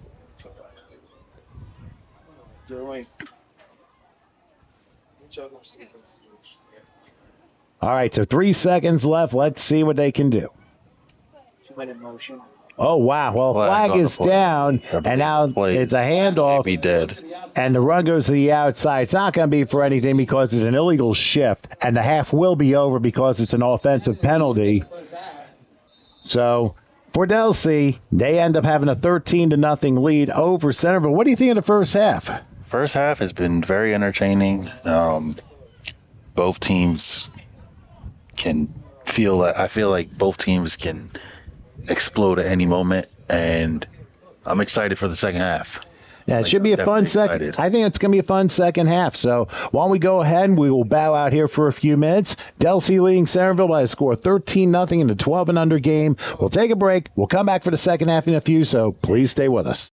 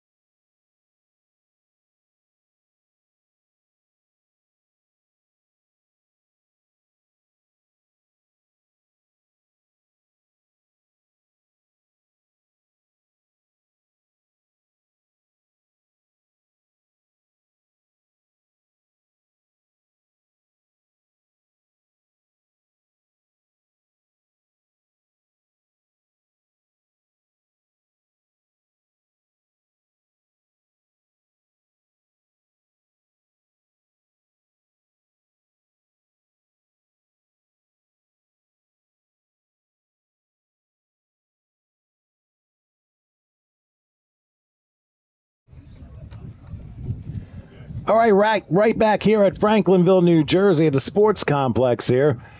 We're about ready to start the second half of play with the Delsea Knights ahead of the Centerville Simbas in the 12 and under game by a score of 13-0. I'm Tom Wilkins. Marcus is with me. Howard Gaber on the controls here. And I tell you what, this has been a little bit more competitive of a game here because Centerville's defense has kept this team in the game. Mm-hmm. They definitely kept them in the game, and besides since really the first quarter, they haven't really done much, and that benefits that's a good work on the coaches. And whatever they said during the quarter intermission from the first to second quarter, because Delsea hasn't really moved anything. They haven't really done besides the goal line touchdown when they were 10 yards out. They haven't really done much there. Well, I think the important thing to remember, too, Marcus, is sometimes decision-making may not be the best possible way, but they're trying to do what's best for the kids. Even if the situation doesn't necessarily make sense, it's still a teaching moment. Oh, absolutely. Absolutely. Always a teaching moment, even no matter what the level. Even in the NFL, guys are learning consistently.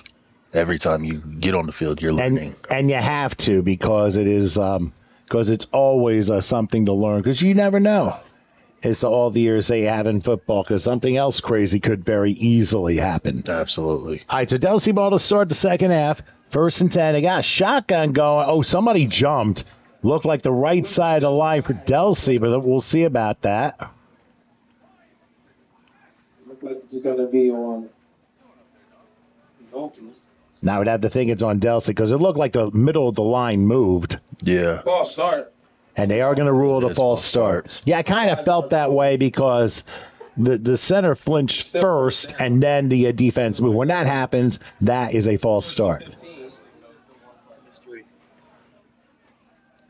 So they'll move it back, and they're going to spot it at about the 40-yard line. So 1st and 15 now for Delsea. Let's see what they do here. It's a high snap. Looked like it was reverse. Picked up by number 15. And it's a fumble. It's picked up by Delsea, who tries to move and get some extra yardage. And tackled by a gang of Simbas. So Delsea able to keep the, let's see. They're able to keep the football, but it's going to be 2nd and long.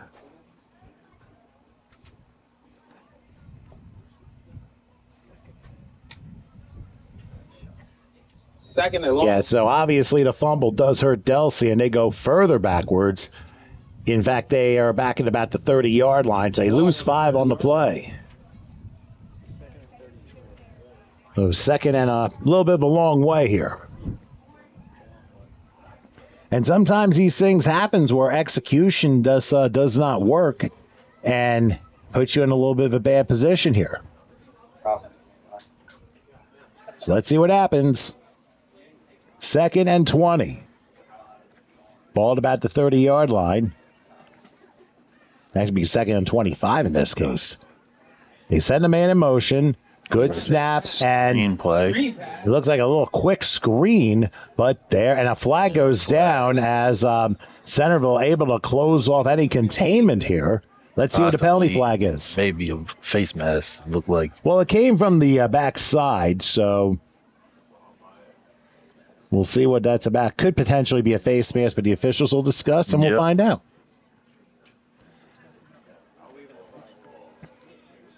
Waving the flag. Actually, they're disregarding the flag, so it's going to be 3rd and long. Picks up the laundry.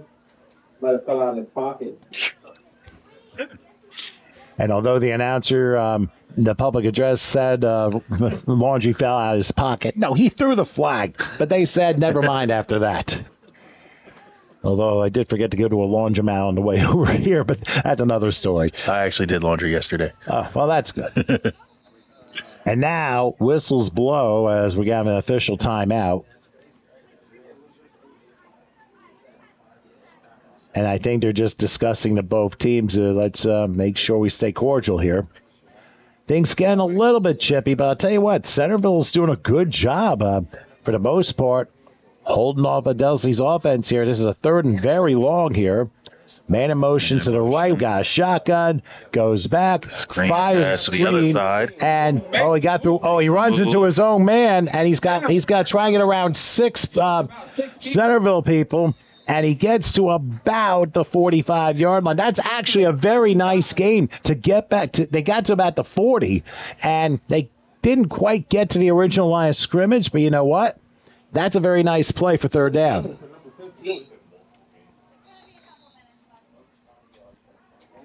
So we will soon find out what happens, what they do on this 4th down. Probably punt because it's 4th and 15. Delsea looking at a 4th and 15. Looking to punt. And I think they are lining up the punt here. I mean, this has been a pretty good game so far, and now Centerville is going to get a chance on offense. And a very high snap, but a very quick kick. Good punt. And it is popped and taken at about the 40-yard line. Got through one tackle. There was a hard block during that mess there. I mean, that was quite a hit there. But Centerville will get possession at the 42-yard line, 1st and 10. That was a hard hit. That's Jit right here. Thanks, man. I saw you. It was number 7 on the play. That is Braden Shields. And don't forget, we're going to read these players off in just a few moments while we have a stoppage in play here. For Centerville, they have 1st and 10, and they're going to start their own 43-yard line. Centerville lines up on the 43-yard line. 1st and 10. Looking to put some points on the board. We'll see what Centerville tries to do. Trying to figure out what play to run. Is everybody signaling the play, or they just making that up themselves? Like kids are just They could be improvising for all we know. I'm not 100% sure, but we will soon find out. I mean, these are 12 and unders. Now we got the 14s coming up after this here on HSG Network for the final game of our 5-pack here between Centerville and Delsea here from Franklinville, New Jersey. Now they're going to go spread. That's a good snap. He's going to roll right. He hesitates. Now he reverses gears. Let's see if he gets a block. I don't think he does. He will, though. And he's still running to about midfield and thrown out of bounds.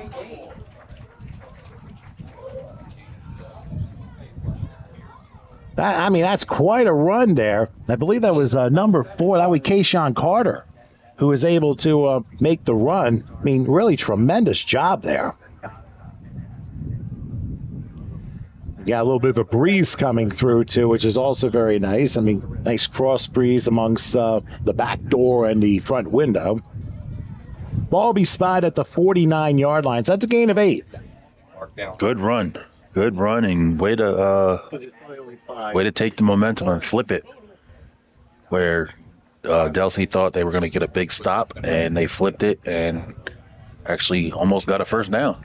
Let's see what they do on 2nd now. Maybe if they could try and power run here, but instead they're going to go with the speed, try for a sweep, and they're going to get a 1st down. If you can find him, he crosses the 40. He's still running to the 30 and out of bounds. Great run. How about that run? So Centerville showing some life here, and they will move the chains to get a 1st down. Nicely done. Saves the touchdown. Nice run by little 11. Rayshawn Lee. Yes, Rasheem Lee. Wow. On the play. I mean, he's a tiny one. He might be one of the fastest players on the team, so they use him for a spot, and voila, away you go. Where's he at? It's like, where'd he go? I'm like, oh, there he is. It's almost like you're digging through the ground, you pop back up in the end zone.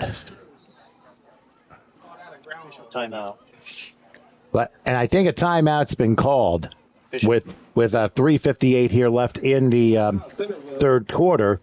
let me read the names for the Knights junior team real quick. They are Jacob Early, Peter Brescia, Braden Shields, Mason Edelman, Najir Barge, Roger Lavelle, Brian Brooks, Kenneth Scapalato, Vincenzo Valcourt, Elias Kasim, Luca Weichman, and Julian Fortson.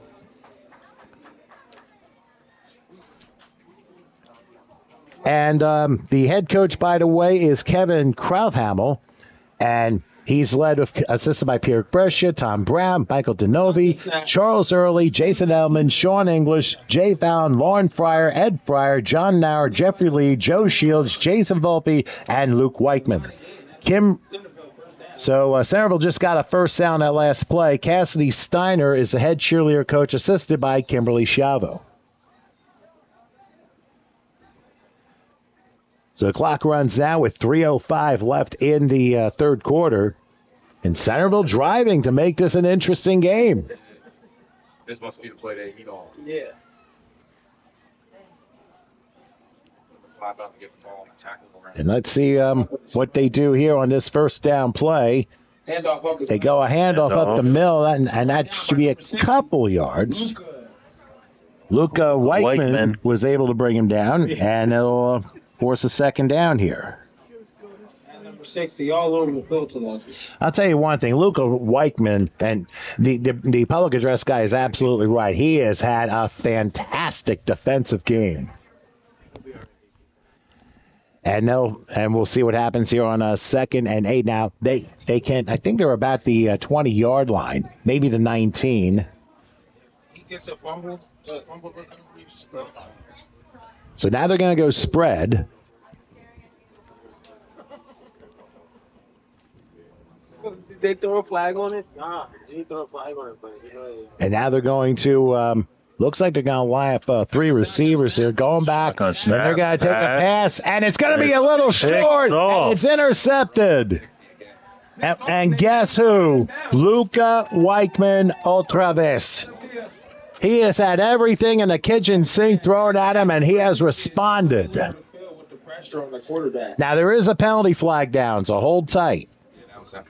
Now, it might have been after the play. If that's so, then the turnover stands, and the penalty will be enforced wherever at this point. flag on a play was a celebration. Oh, so obviously an excessive celebration foul against Delsea for the interception, so that's going to back him up half the distance to the goal. I think they put it on Big Six with Luca. So Delsea will start really deep in their own territory with 1:49 left to play, and now I think another flag's being thrown. Looks like it's going to be a sideline. Now, that could be a sideline warning for all we know here. And you get that quite frequently with these youth games. Coaches get excited, kids get excited, and then they go out of the box, a flag goes down, and they're warned once. Then if it happens again, it's a 5-yard penalty, and then it happens after that, every subsequent offense is a 15-yard penalty. Now they can run 99 yards. So you got to be careful with that. Half a distance of their own goal line. Uh-oh. So it is first in quite a bit, we'll say. At the 1. And they're going to say at the 1? All right, they have I formation. Let's see if they bring the pressure. They're going to bounce left. Not going to be much there. Just gets out of the end. Yeah, it looks like it was about the 4-yard line. Okay. Maybe got a couple there. At the stick with the 4 because he ran behind. So the clock continues to run to 1:25 left in the third quarter. Like I said, make sure you join us for the 14 and unders, which follow this game right here on HSG Network, the home of TCUFL football. Remember to like and subscribe, and hey, shout your kid out if you're watching wherever you are. We've got shouts from Virginia and Florida, and other people are watching. Hey, you feel free to comment on the board here on the video. If you miss any of the action, just slide left or slide back and check out all the action for the previous 3 games, including anything you missed in this one. You will not be disappointed. Well, there's a flag now, which is disappointing in itself. Defense. And this could be against Centerville. If that's the case, that's going to help Delsea's cause a little bit. Actually, no. It's a false It's start. a false start, so going to be half the distance to the goal. So let's see what happens. So we're going to reset here probably about the 3-yard line.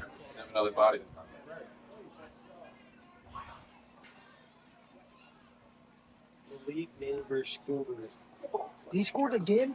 Hey, you would have helped me bend.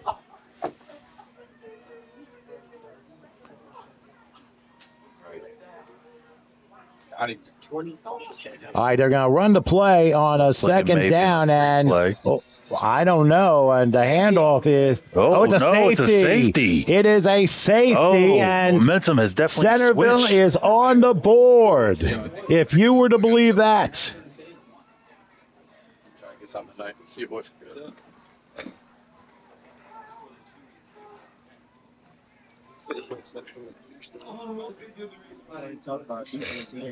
It's our second safety of the day. Yeah, we had one in one of the previous games, so that makes it 13-2. And for those of you wondering what a safety is like, if you missed it earlier, it's 2 points for the defense. Now Delsea has the free kick, whether by kickoff, punt, or free kick, to the opposition from their 20-yard line.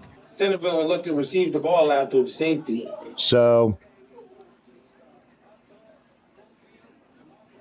and I'm not exactly sure. The official just raised the football up. Now there's 24 seconds left in the third quarter. So let's just say Centerville is not out of it yet.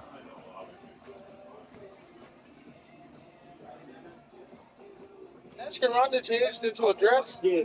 She said she was too hot. She's funny. We'll go check around. Who's that sandwich, right? All right, we're going to soon find out what they decide to do. They'll probably kick off now. They're probably thinking, hey, we stole a kickoff earlier in this game. We could do it again here. I don't know if you're allowed to do that on a safety, but we'll see what they decide to do. But the free kick is going to be from the 20.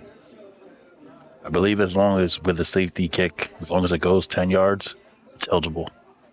And that's what it comes down to. What they want to do.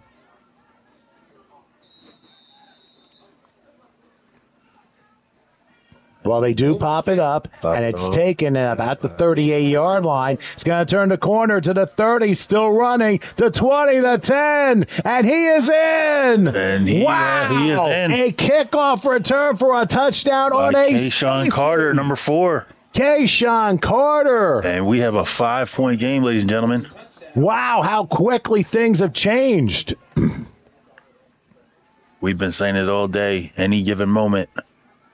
You're not kidding. That is a fantastic play.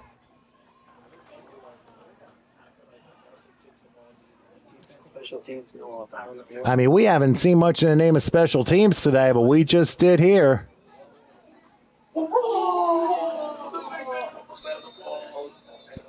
So we'll try the conversion here. I mean, Centerville is in this game, and we have some action here. The 4 to 14 and unders, the 12 and unders. It's going to come down to a fourth quarter play, I think, because now you got a one possession game, and anything is possible. So we will see what happens as they go with the conversions. Now remember, if they pass or run for the conversion, it's a point. If they kick it through, it's 2 points. They opt for the 1 point conversion. A low one hopper juggled, and they will not get in. So the conversion fails, and with 10 seconds left here in the third quarter, it is 13-8 now as the Knights lead is cut to 5. And I'll tell you what, Marcus, we've now got a barn burner here, and how crazy things can change in a heartbeat. It's definitely been a great game. I'm happy that it's like this because it keeps us on the edge of our seats and keeps you guys at home on the edge of your seats as well. And I appreciate you guys tuning in because I know it's Sunday and most of America is watching NFL football and a lot of controversial games going on right now as we speak. Well, obviously, and we've had good competition between these two teams as the Papers just love to suddenly fly on a nice breeze. But to be quite honest with you, it really is fantastic when you have kids that love to play this game for the love of this game. And that's what it comes down to. You look up to your idols when you watch college and the professionals, and then you try and emulate what they do for the most part. Absolutely. So that's really what it comes down to. So for Centerville, they'll kick off with 10 seconds left here in the third quarter. It's a one-possession game, and we haven't said this at all today. So we're going to find out what they do. Keep in mind, in the 12 and unders, kickoff is at the 45-yard line. In the 14 unders, it is moved back to the 40, almost like high school football is. So we're going to find out what they try and do here. And who knows, maybe Centerville tries to pull off a sneak, because if the ball goes 10 yards or hits somebody in the front line, they can certainly steal possession back. Definitely. We will soon find out. We're not even in the fourth quarter yet, ladies. Well, we will be soon. The kickoff is taken and then falling down on about the 35-yard line.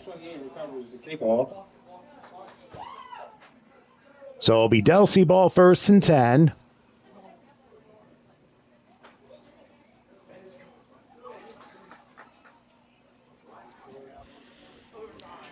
And Delsea will have the ball 1st and 10. There's still 8 seconds left here in the third quarter. Of course, there's action in the other room in case you hear other people screaming there. They're watching the football game. So it's got a little crazy. But then again, hey, this game's got a little crazy too, even though it's only 13-8. Delsea will have the ball in their own territory. So 1st and 10. Ball spotted at the 35-yard line. Delsea with the 5-point lead. They'll run a play before three-quarter time.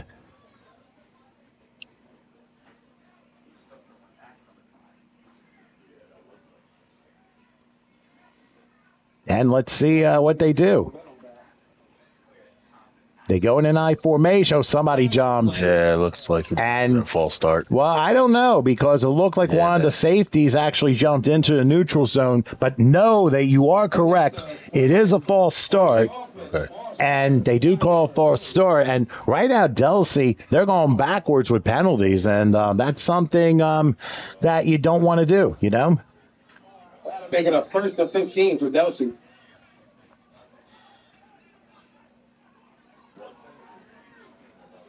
Seems like all the momentum is in Centerville's position right now. All right, they're going to hand off up the middle, and a nice run back to the original line of scrimmage, the 35-yard line. So a 5-yard pickup as we have hit, I thought we hit three-quarter time. The clock stopped at 1 second.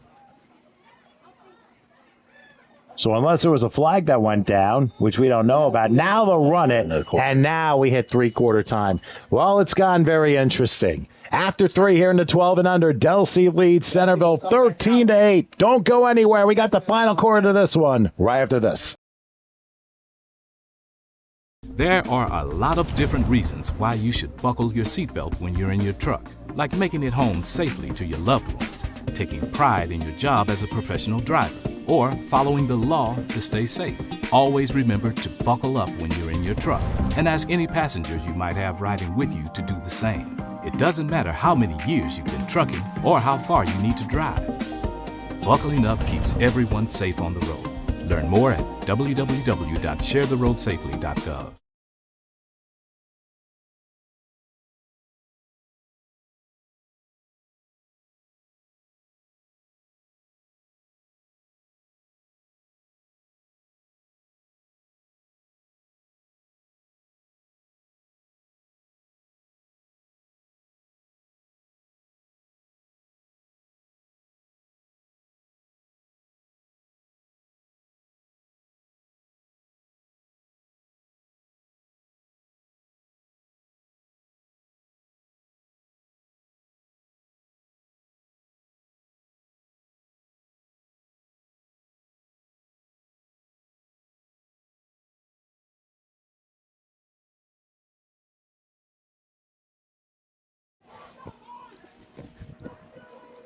Okay, we are back here for the final quarter of this one.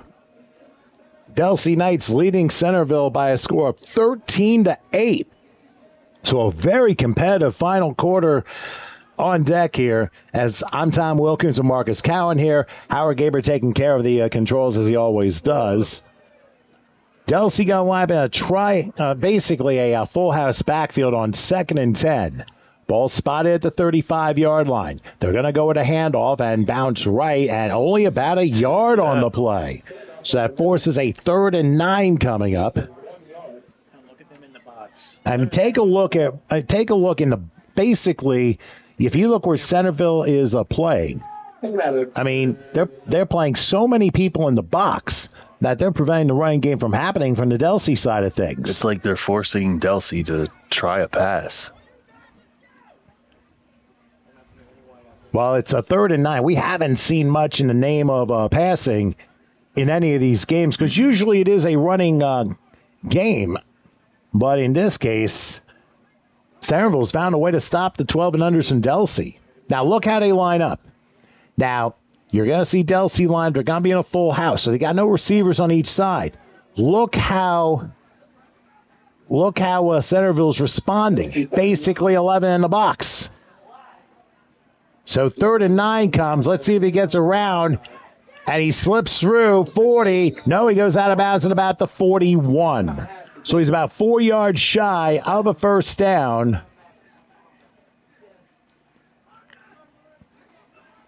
And we're going to see what they do here on 4th and 3.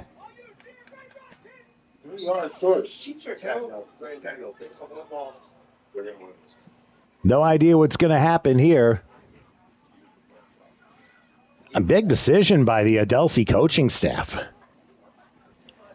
Because right now, you're looking at a 4th and 3. If they don't make it, guess who has the momentum? Centerville.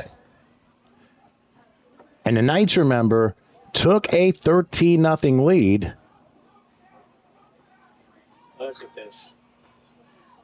And we're going to see how things play out. They handed that outside. He got it. First down and more to the midfield stripe and down to the 49. But did he lose the football? Fumble. He lost the ball. And Centerville recovered it. You could see the far sideline jump. They were pointing the opposite direction. Although Delsea got the first down, the ball gets stripped out and Centerville forces the turnover. So Centerville will get at the midfield stripe, and there's 7.5 minutes left. Let's take a look at a replay. You tell me how he got stripped out here so quickly.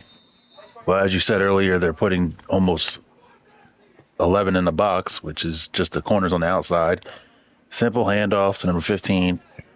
Breaks off a couple tackles, and the defender just right there was the strip. Yeah, I think the strip happened right before it came down, and there you see the official already signaling that it was a just simply ripped the ball right out of his hands. Yeah, just ripped the ball out. And I think if you just go down once you get the first down and protect the football, you keep that possession. But unfortunately, it didn't work out that way, and now Centerville is going to, I believe, take a timeout before the drive starts. So we have drama here with 6:58 left in regulation. It is 13-8. The Knights lead the Simbas. Let's grab a quick break. We'll come back in just a moment.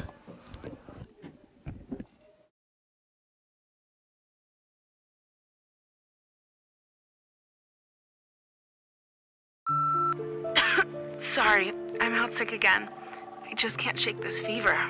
Spread by mosquito bites, West Nile virus is found in nearly every state across the country. Elena had another asthma attack. She's really sad to miss school again. Asthma, a leading chronic illness among children and youth in the U.S., can often be triggered by allergens from household pests. Don't let pests force you to take a sick day. Learn how to protect yourself and your family at pestworld.org.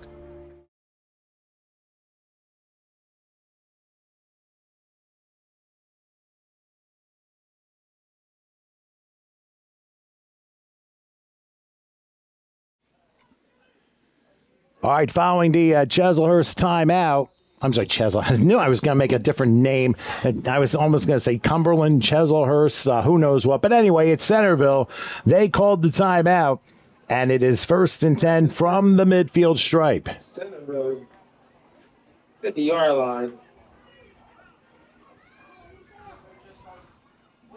Let's see what happens here. If I didn't know any better, I would say this game should be. Under 7 minutes left in regulation. Oh, they dropped the snap. And he's got picked up. Wow. Thrown down by Weichman. Luka Weichman. Oh, my gosh. Signaling to go to sleep. But there's a flag at the end of the play that could be unnecessary roughness. We will see what the officials say. Could be a horse collar tackle as well, because he did pull him down from, it looked like, the neck area.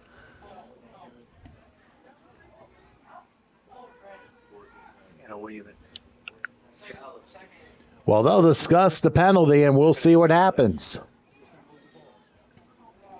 Oh, no penalty on the field. Big shot by backfield by number 6, Luka.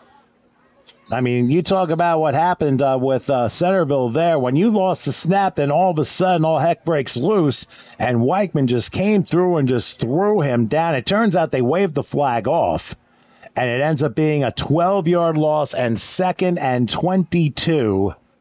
The ball spotted it out at the 38-yard line. That could tip the momentum back the Knights' way.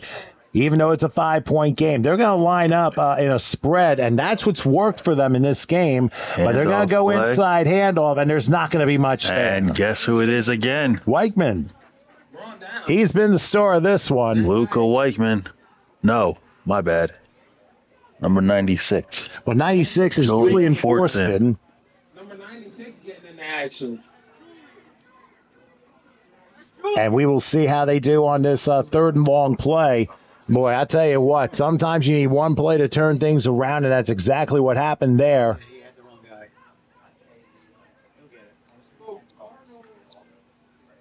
And now you have a 3rd and 21 from the 39-yard line.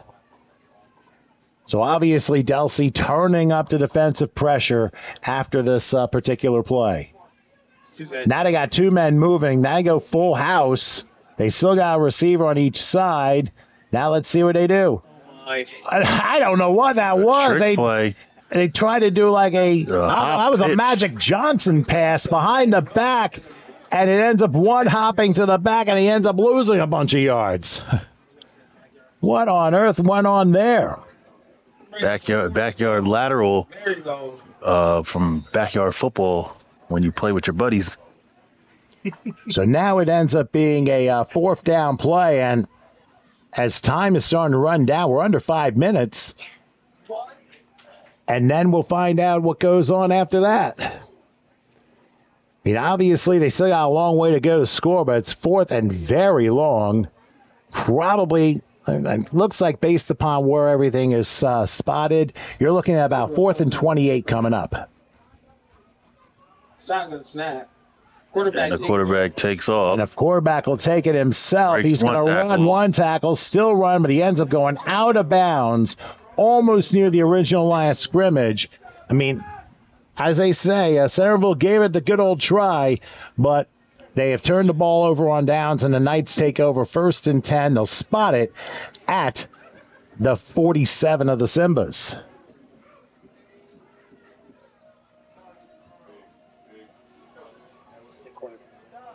And so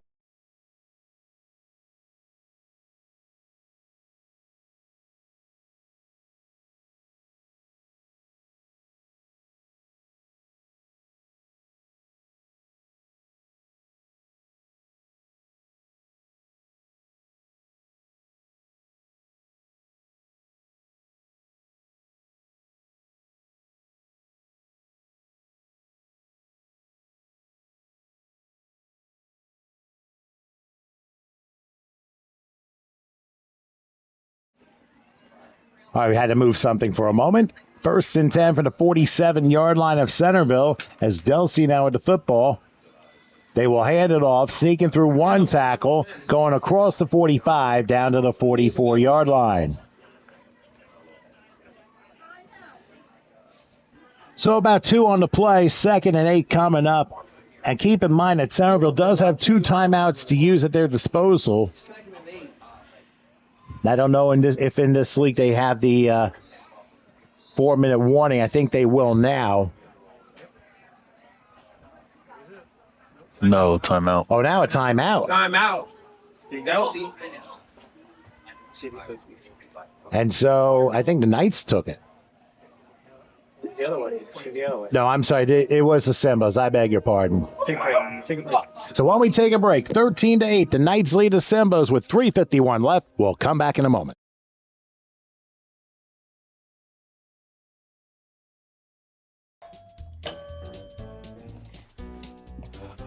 What a disaster. You're a disaster.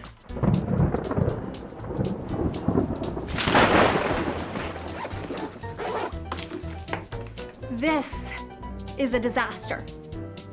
You can't be ready for every little disaster, but you can prepare for a big one. Make an emergency plan today.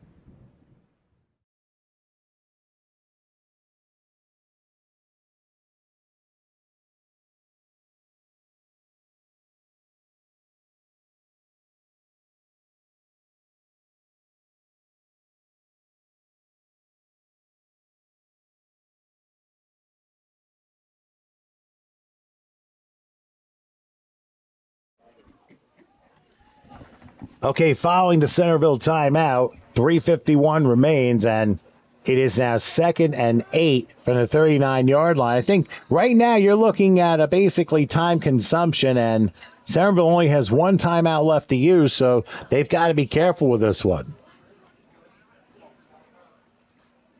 We'll see what Delsea decides to do. They go with a full house backfield. Quarterback goes under center, and we'll find out what happens. They're going to hand it off to the main back, and they're waiting for him. They're waiting. And that's one guy who has Roberts. major power. Number 5. Roberts. What a game he's had. So now it'll be 3rd and long, probably back in the line of scrimmage at the 39-yard line is what they're saying right now. So we're going to see what Delsea decides to do as far as the play call goes. Clock continues to run. We're down to 3:20 left in regulation. The Simbas are down 5. They need one more shot, but right now Delsea, all they're worried about is ball control. Yeah. Keeping the ball. But if they get this first down, that may have, I think Delsea's just trying to, like you said, ball control and to seal the deal. Most definitely. Here we go. 3rd and 9, ball spot at the 39-yard line of Centerville. They go hard count. Now they hand off right side, and not much there to the 38-yard line. This got it. No, he's not even close. He only got a yard. So the ball spotted at the 38, and it looks like, and I'm actually, and Centerville used their last time out. So while we do this, and we didn't even mention Centerville's group, I'll go ahead and read it while we have a moment here. The people on the junior team roster for the Simbas are Dasir Ellis, Dominic Williams, Rajon Harvey, Raymond DeWitt IV, Kayshawn Carter, Raphael Roberts, Ramir Sturgis, Karan Biles, Amir Baldwin, Jeremiah Robles, Rasheen Lee, Jamiel Savage, Jamir Young, Aiden Collins, Luis Ferreira, Zion Gillis, LaDamian Goldston, Jonathan Garcia, Joshua Moriani, I believe it's Malaki Furman Crudup, Luxton Hill, James Logan, Jamari Stevens, Xavier Copes, and Jacob Rivera. The head coach is Hassan McDonald. The assistants, Bradeen Black, Frederick Jones, and Carlos Williams, and the head cheerleader coach, Samoan Smith. So now with 2:43 left, it will now be up to the Simbas to make this big stop. And I think they realize if they stop Delsea here on this 4th down, they will get the ball back with a little bit of time, and then it's going to be complete up-tempo here. Yeah, I'm really excited to see what happens on this last play, this 4th and down, 4th and about 8. Well, we're going to find out. Receiver. Well, they got a receiver there. Are they going to try and go for it here, or are they going to try for field position? They got a receiver on the right. Let's see what happens here. They may bring the house and a half here. Going back to pass. Going to take a shot down the field. And he drops his hands incomplete. That was a good attempt, but it was just a little bit high. It would have sealed the game for Delsea, but instead, the Simbas have a chance. Good ball. Pressure was on him, on the little defender. Mismatch was there. And he held his own. He certainly did. And now it'll be Centerville's chance with 1st and 10. The ball's going to be at their own, looks to be 43-yard line. So right now, they got 57 yards to travel to win the game, but they have no timeouts. They have 2:37 left to do it. So they probably need to go with what works and stick with it, and then basically come up with something from here. They will line up in a spread, quarterback in a shotgun. Raymond DeWitt IV, I believe, is the quarterback. They send a man in motion. No, I'm sorry, it's number 4. He gets to the outside, and he is thrown down maybe for a 2-yard gain. I believe it was Kayshawn Carter. He was the one who ran maybe 4-yard on that play. That forces a 2nd and 9, but they got to hurry up. Because they have no timeouts left. And the coaching staff is saying, hurry up, hurry up, hurry up. And they line up in the spread again on 2nd and 9. One hopper, and I thought his knee was down, but he was able to get the handoff and only got maybe another yard or two to about the 43-yard line. So that's not going to get it done. They're going to have to hurry up and set up. And the clock is moving. Of course, and with no timeouts, nothing you can do about it.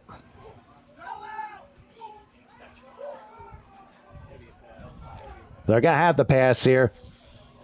And you're allowed to spike the ball? That was a 3rd down spike, and they're going to try and go on a 4th and 9 play with 1:36 left.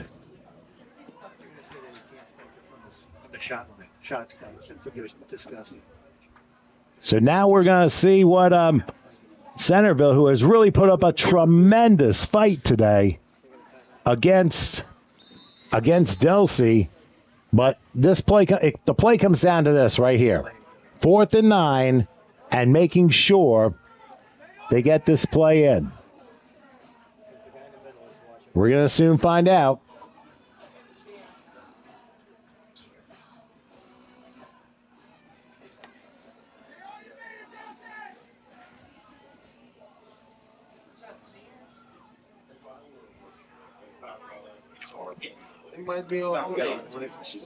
All right, here we go. This is it right here.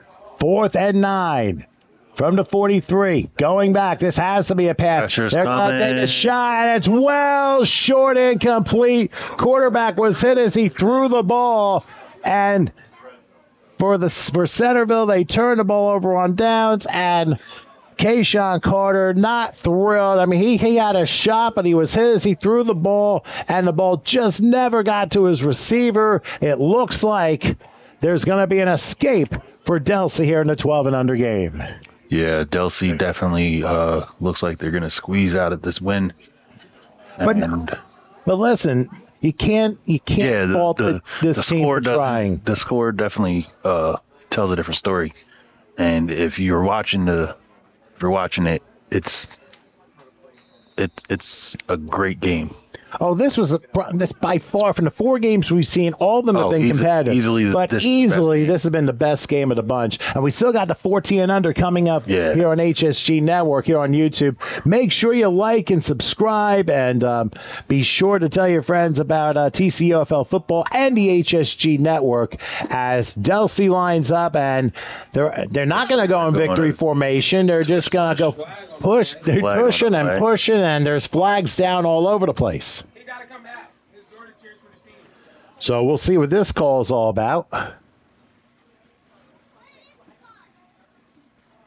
The officials are going to discuss. We're down to 1:26 left. I don't see overtime happening. It's a 5-point game, so you kind of would not expect that. Unless a miracle happens, I feel... hey, we've seen some stranger things, scripted and non-scripted, that happen in the final minute of the games. Trust me. Definitely have. We're seeing one right now. Well, this one, hey, and I'm actually surprised. And actually, the penalty is against Delsea.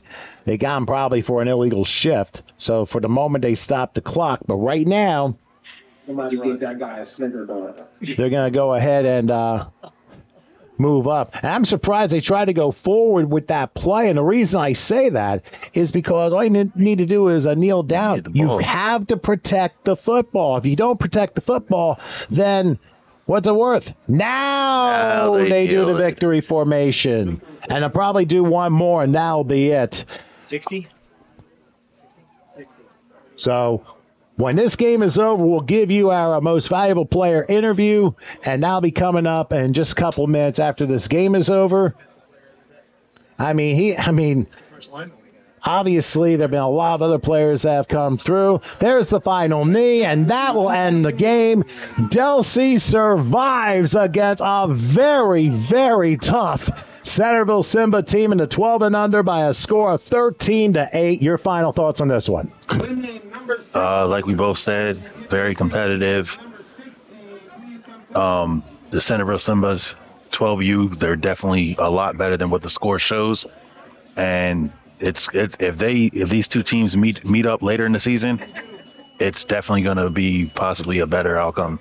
It could very well be. So what we're going to take a short break. When we come back, we will have our player of the game. But the final score here, Delsea wins over Centerville 13-8 in the 12 and under. So let's take a couple-minute pause. We will come back in a moment with our MVP interview.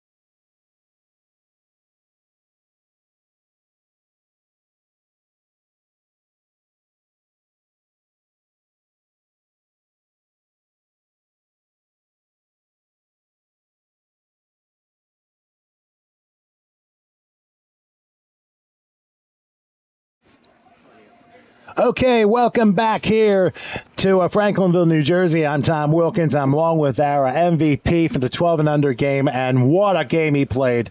Luca Weichman, number 60 for Delsea. I hope I pronounced it right. Yep. As the Knights win over a very gutty Centerville team by a score of 13-8. We'll put the MVP right in front of you because that's exactly where you are today. How'd you do so well in this game today?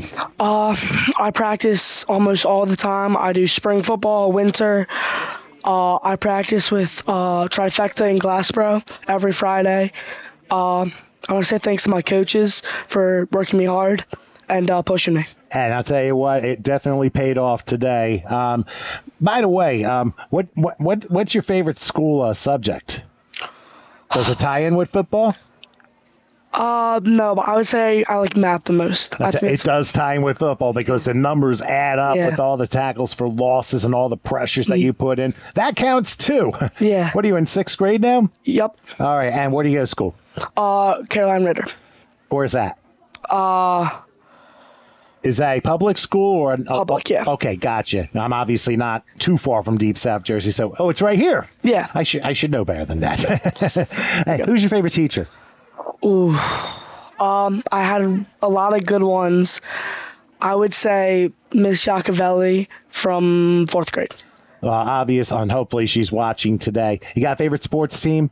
Yeah, Eagles. Well, they're playing now, and you'll get to go home and see the rest of that game. Should be a bit of a fun one. Yep. You want to send any shouts to anybody? Just thanks to my coaches, to my personal trainer, Cam, in Trifecta, my mom, my dad. Well, can't forget them, you know. Yeah. I mean, they got you here in the first place. Yeah. So, obviously, where do you go from here? How do you build on such a great performance? One more question with that. Like how I got here? Like you're more like, where do you go from here after this performance? What do you feel like you need to continue working on?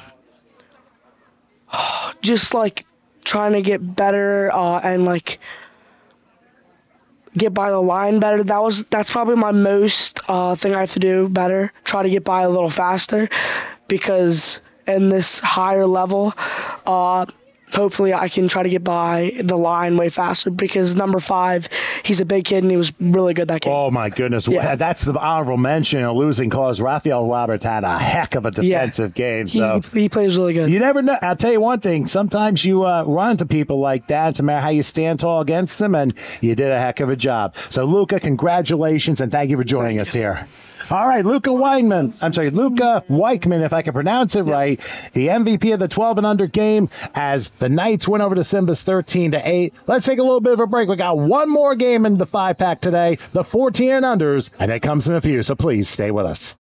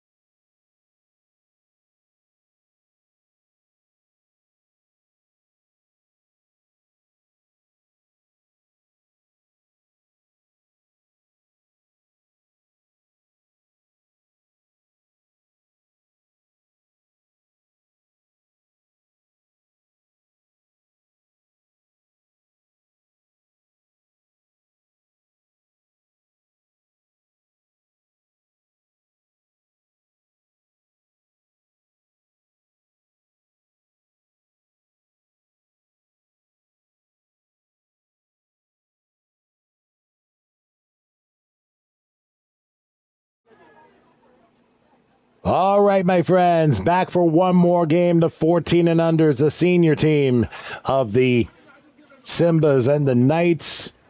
Centerville and Delsea playing one more time here in Franklinville, New Jersey on a beautiful Sunday afternoon turned evening. I'm Tom Wilkins with Marcus Cowan. Howard Gaber taking care of the controls as he always does.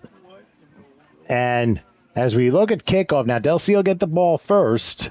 They'll go left to right and Centerville right to left. They switch positions, and here we go with the 14 and under. Nice kick. Yes, well, they're 14, so they can kick it a long way. And the tackle's going to be made. Oh, what a tackle that was.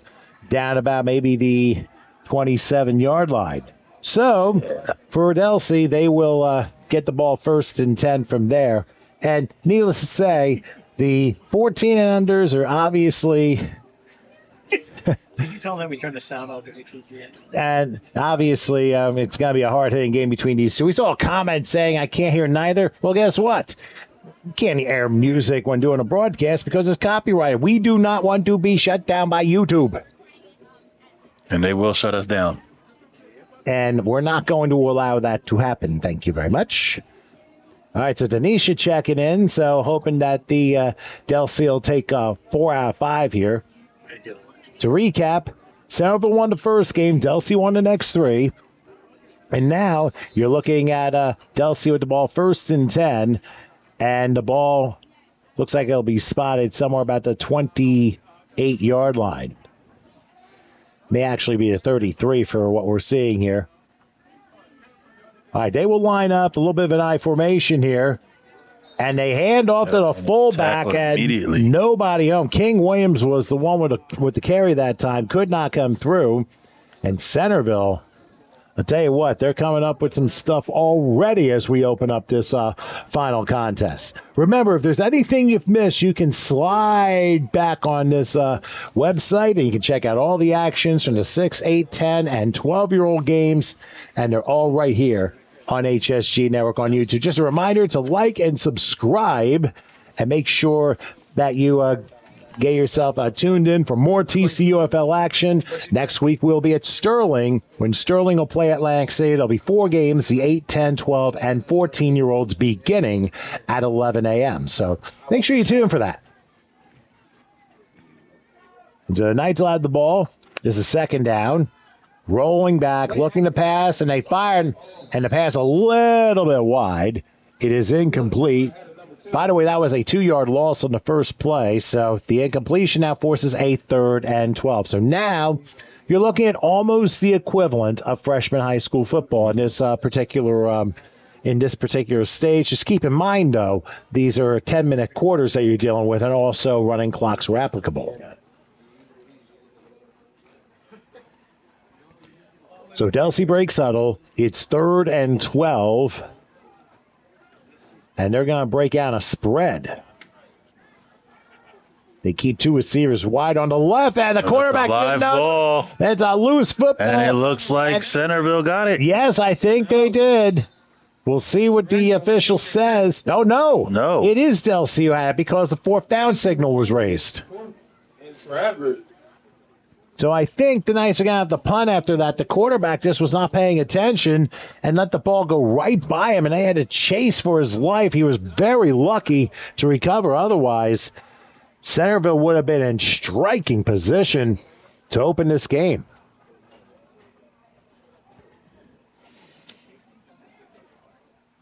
So they'll break huddle and see what they try for in this 4th down play. I would have to suspect they try and punt because that is a long way to try and get the first down the line again. It will be a punt. Good snap this time. And a pretty high pop-up, which will be taken. A neutral bounce. It's going to have to be down. Now, Centerville actually picked it up and wanted to try and run it back. Not necessarily the most advisable thing to do, but able to kneel down on about the 26-yard line. Or actually a 31-yard line. So that is where Centerville will take over. They are, of course, in the gold uniforms with black pants and numerals. So obviously if alternate coloring, it still works. And Delsea has all red uniforms, and basically all 5 of their teams have had this all red helmets, red pants, white stripe down, and black numerals. So now Centerville will break 1st and 10. Looks just like a semi-pro. And they're going to go with a full house backfield. They don't have anybody lined up here in the receiver area, so we'll see how many they put in the box here.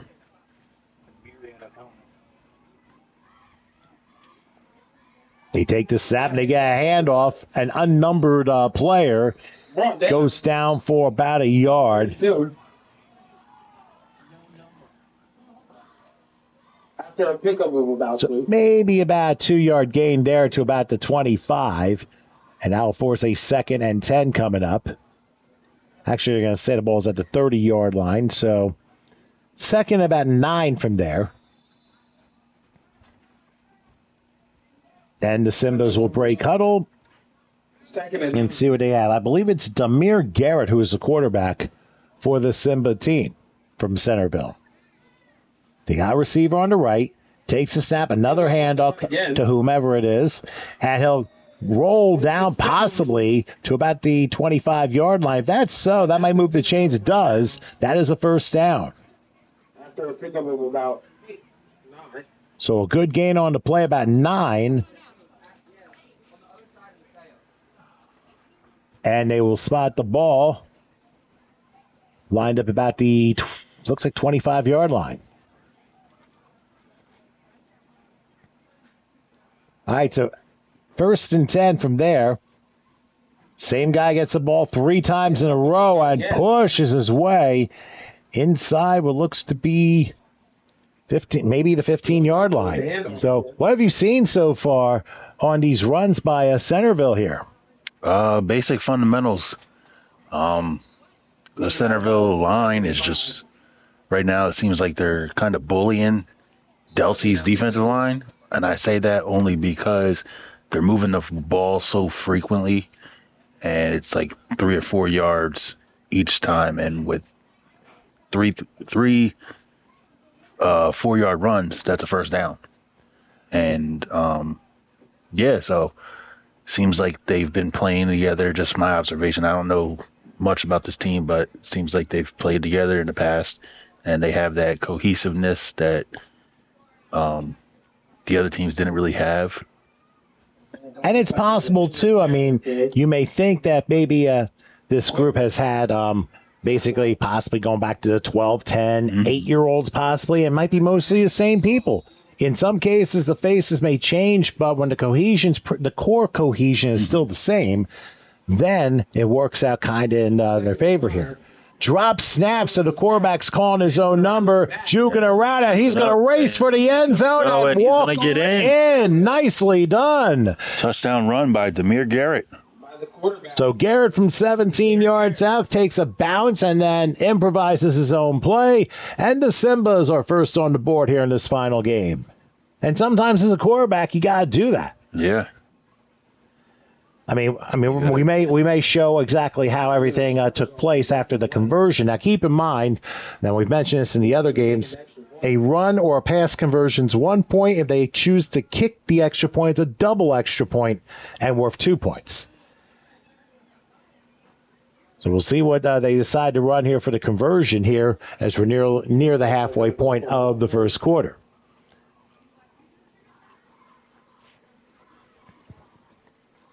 They break huddle, and we're going to see what Garrett does under center. He'll line up in an I formation. Actually, they got the wing back who will...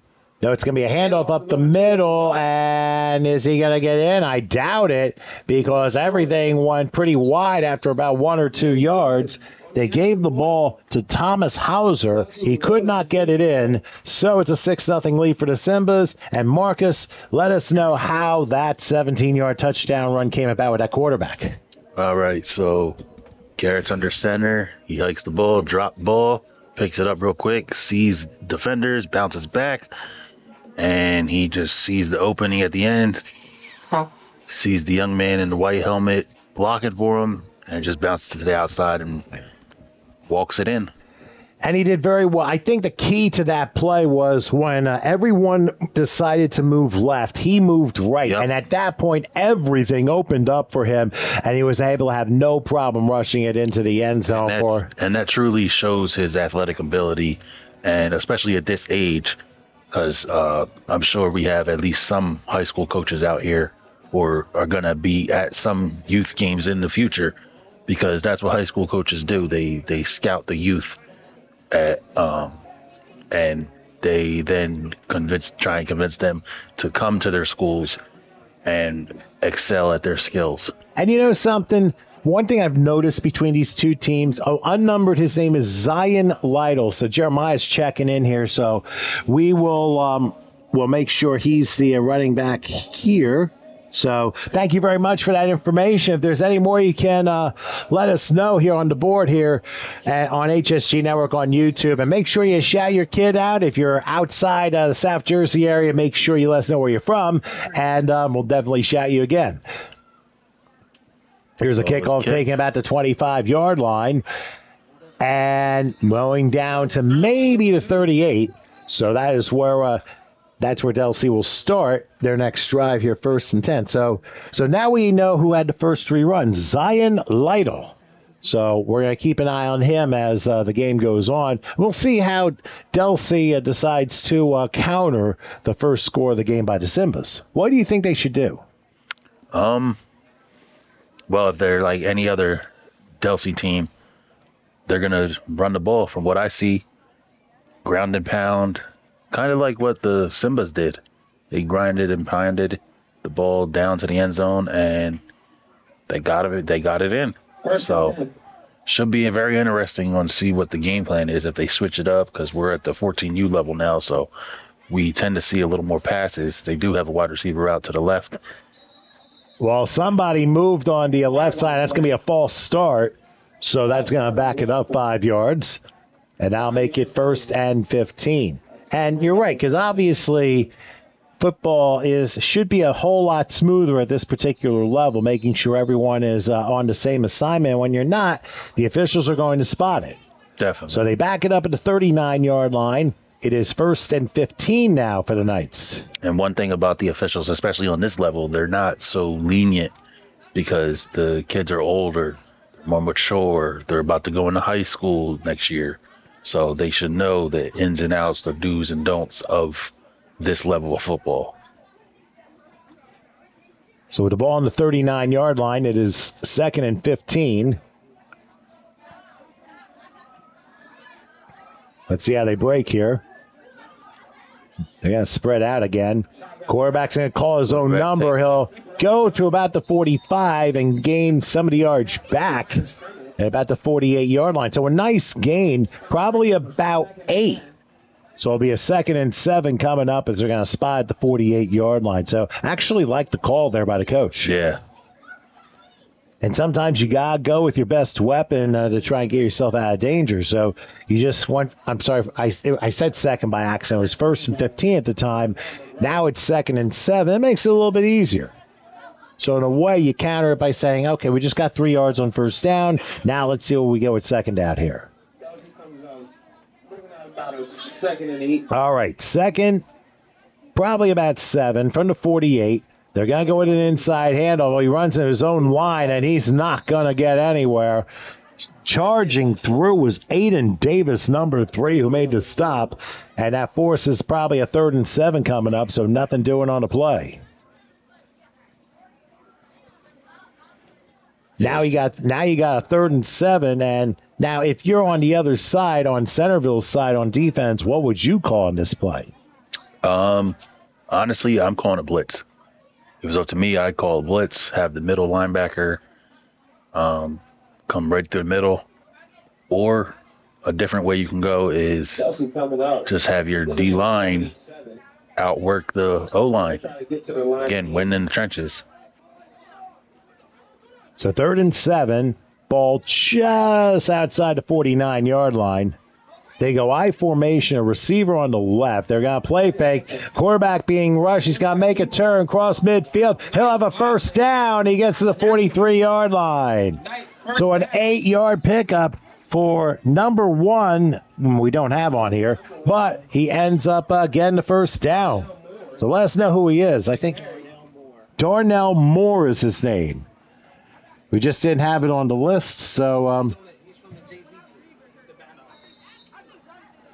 just writing it down. He's actually on the JV team from what we're told. So he's back to quarterbacking and trying to youthfully lead his team around to getting some points on the board in the final 2 minutes of the first quarter. They're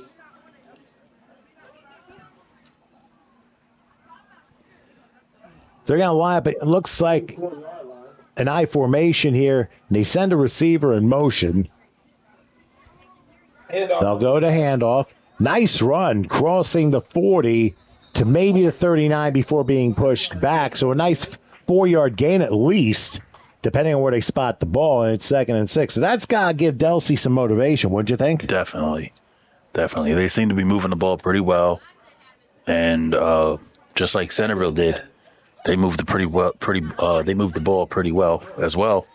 And I feel it's going to be a very entertaining game. I don't think it's going to be a blowout, personally, from either side. And it's going to be very competitive, kind of like the 12U game. Well, we'll soon find out.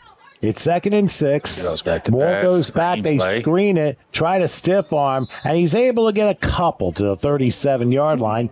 Pass caught by King Williams. And tackled by Jasir Belcher, the 5. So this will mark a 3rd and 5. They're only going to give him a yard here. So the thinking is Delsea will probably let the clock run down. They'll switch sides. We'll go to quarter time. And does not look like there's any urgency because they're talking to Darnell Moore. Because by the time he gets to the huddle, there's going to be 5 seconds left, and then there's no use running the play. So we'll go ahead and say we've reached quarter time here in Franklinville as Centerville has the 6-0 early lead on the Delsea Knights in the 14 and unders. Let's take a break. We'll have quarter number 2 coming up right after this. Copy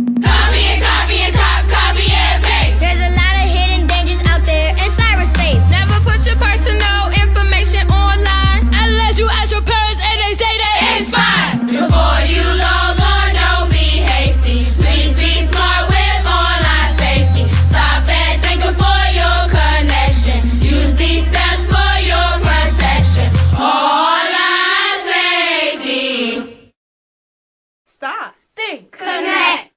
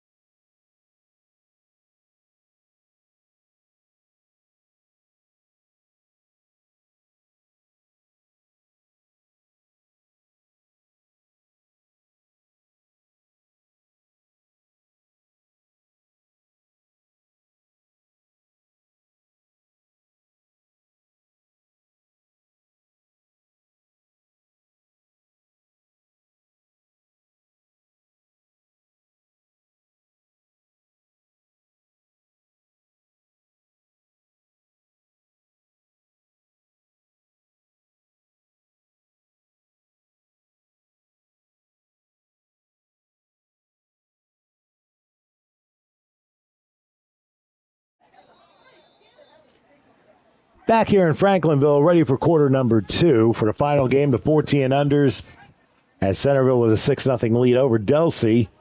Delsea right now facing a 3rd and 5. The ball is spotted at the 38-yard line. I'm Tom Wilkins with Marcus Cowan. We got Howard Gaber, of course, taking care of the controls here as he's had all day, and obviously he's done a great job. Here on 3rd and 5, calls his own number, first down, some more, makes a turn, and crosses the 30 to the 25. That's Darnell Moore from the JV team, who's able to come through and get a first down. Big play there.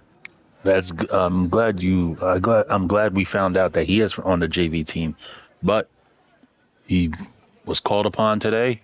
Coach probably called him this morning and said, "Hey, you're playing today. Got his stuff ready," and he's playing as if he's the starter. So that on this level and high school level, You just got to be ready. That's why they always say next man up. So they're going to spot the ball at about the 25. That was a 13-yard gain there, which means 1st and 10 now for Delsea as they try and level this thing up. 1st and 10. They'll go in an I formation. They have a receiver on the left who's now in motion. They're going to go with an inside. Looks like a handoff, pushing around to about the 22 for a 3-yard pickup. Let me go ahead, if you don't mind. I'll read the Knights' senior team roster while I have a second. The list we have are the following: Renee Hughes, Jaden Palillo, Ryder Bushby, King Williams, Rafael Cabrera, I think the second, Joey Baldwin, Joseph Grant, Bronx Gebhard, Chance Duffy, Nathan Cole, Mateo Santo, and Jordan Hanna, along with Darnell Moore on the JV team. They're led by head coach Nick Caudill, assisted by Russ Anderson, Josh Caudill, Raymond Deal, Timothy Duffy, Michael Straubmuller, and Stephen Thomas. And the statisticians are Bobby Parker and Zachary Siegman, and the head cheerleader coach is Madison Jacobs. So call again here on 2nd, and it looks to be 7. Ball spot at the 22-yard line. Toss play. And a hand, nothing Tackle there, but there's in also the a flag down too. Good tackle. That was number 7, Javai Anderson with a stop there. But let's see what the penalty is first.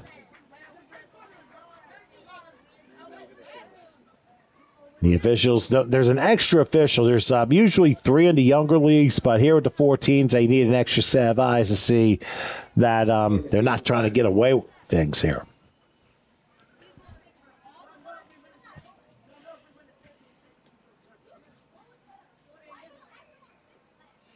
And it's going to be on Centerville. On the defense, 5-yard penalties. And it might be an offside or possibly a hands to the face call. Justin Whitby. Watching from the deer stand. I hope he has AirPods or headphones. Well, no. Well, a lot of horns, too. That, too. Anyway, they replay 2nd down. They're going inside, and up the middle, crossing the 20-yard line. That's King Williams with a king-size run to move the chains to the 1st down as we come across 7:35 till halftime. Delsea, 1st down. So another 1st down for the Delsea Knights. Looking to try and level things up here in the 2nd quarter of play. And so far, things have been very competitive here. Now, don't forget, you got Darnell Moore, who is running amongst the men here. He's on board. All right. He's on board, too. So let's see how he comes through. Be 1st and 10. Under center is Moore. They got man in motion. It's an I formation. They'll go with another handoff up the middle, and that is Renee Hughes. And he will get to probably about the 16-yard line. Looks like the pickup was about 2. Probably a 2-yard pickup here. It'll be 2nd down. I'll get you the sticks, too.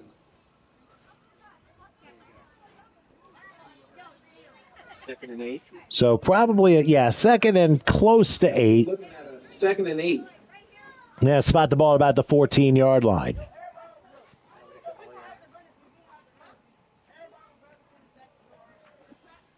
And now they're going to spread the field, and Moore will have the shotgun. Takes a snap, looking, will lob it, and he stayed close to home, and Centerville read it beautifully. And the receiver gets hit, probably loses a yard there. And it's going to be a 3rd and 9 coming up from the 15-yard line. It's going to be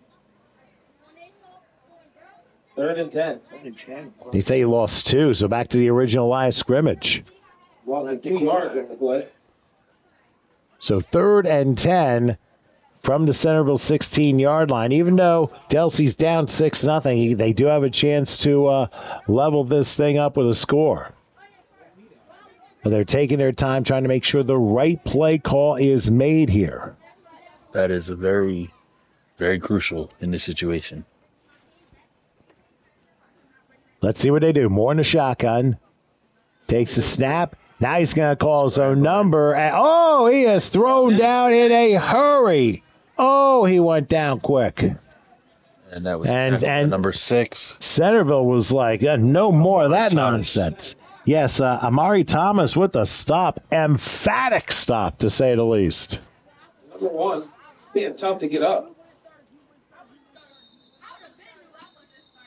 And now whistles blow here before the 4th down play. Looks like there's a timeout. Delsea. And Delsea's going to call a timeout. So I guess we can take a break here with 4:44 till the half. 6-0 in favor of Centerville in the 14 and under. We'll be back in just a moment.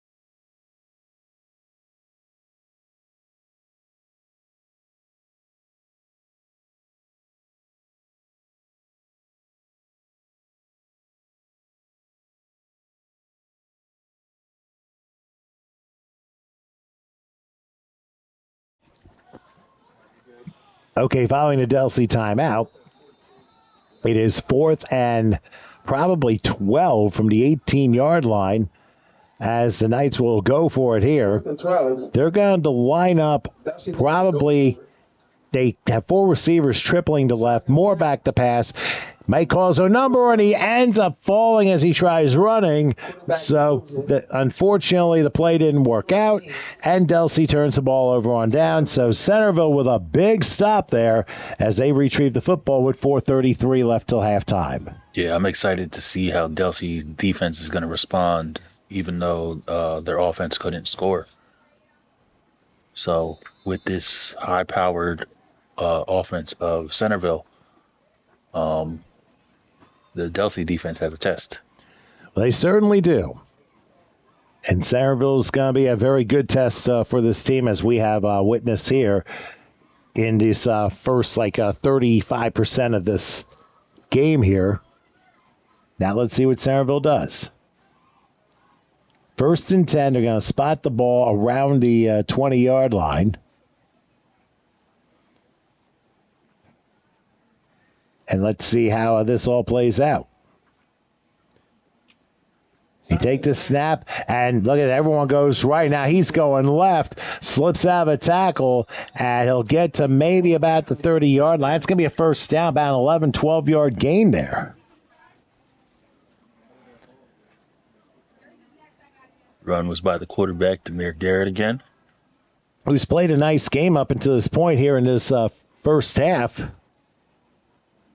And now we'll see what they try and do here on 1st and 10 with the ball at about the 31-yard line.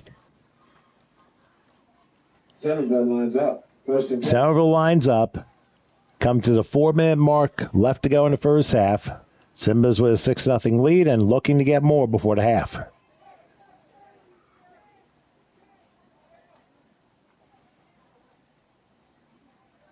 Taking a snap, gonna take a deep ball left side. He's got open man, and he's got it inside the 30 to 20 to 10, and he will go into the condo and welcome to the end zone.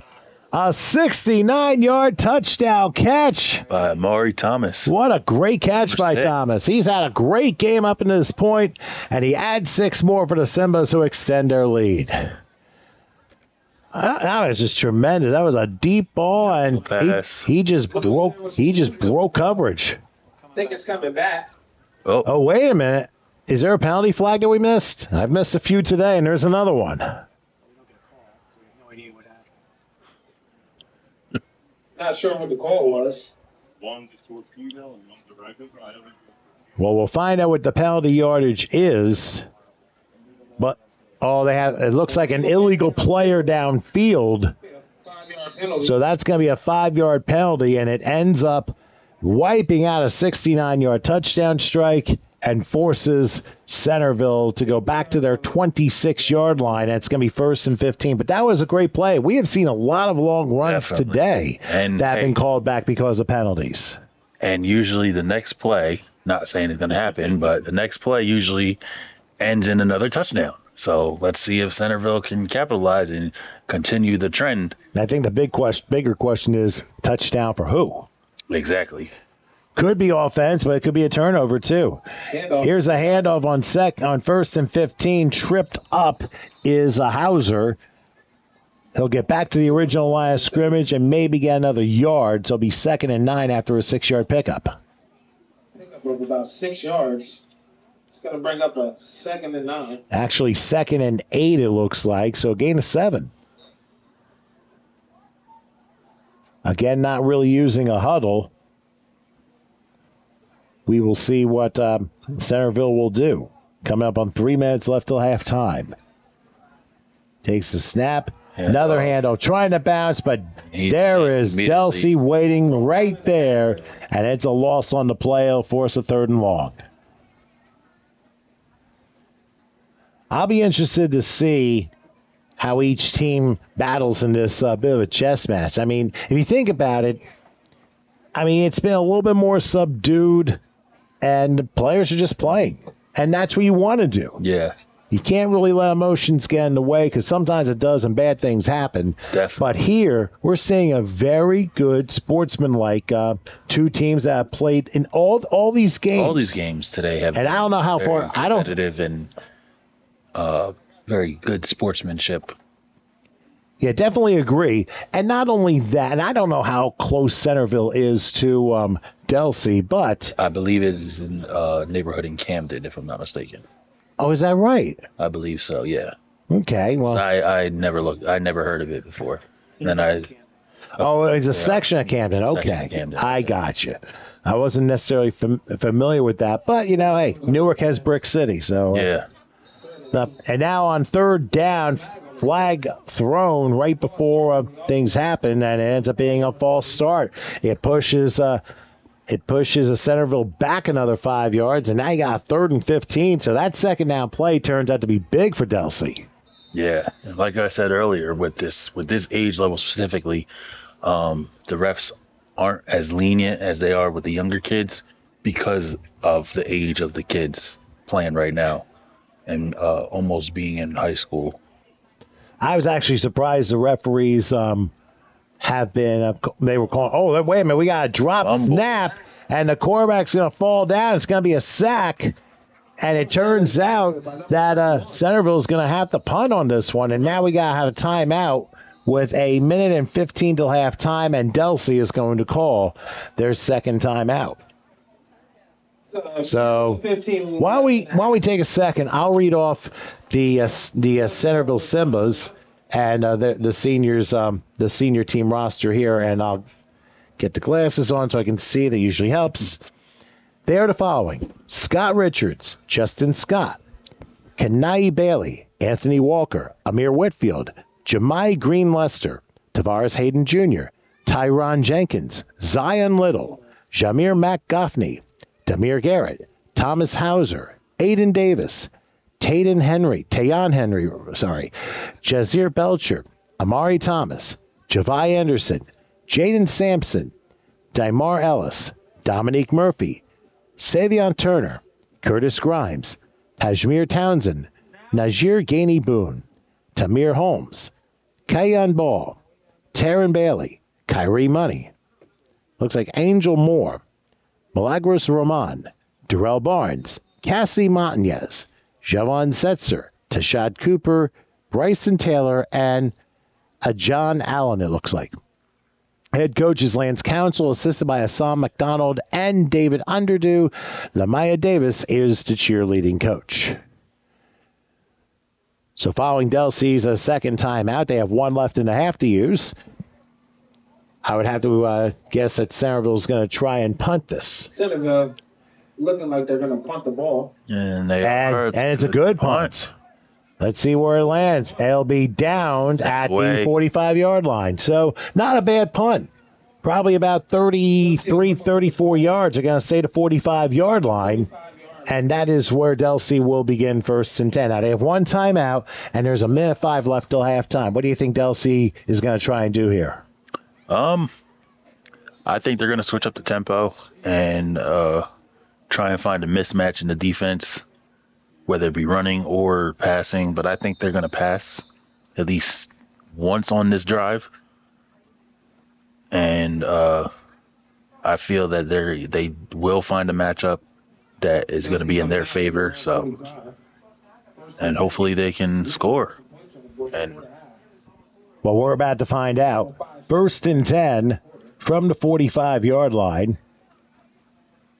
They're going to line up a receiver on the left and the right. A little bit of an interesting formation here. They're going to go modified here. There's a flag down the snap. Handoff will be taken that. Run down to about the third. And now, probably that might be unnecessary roughness here, too. So let's find out what these penalties are all about. One was on the snap. The other happened right at the end of the play. And it looked like maybe unsportsmanlike conduct because he picked him up and he was going to take him for a ride. Well, straight down, literally. Best way I could put it. Well, the officials are discussing, and I'm thinking there are going to be fouls on both teams here. The initial penalty looks to be against Delsea.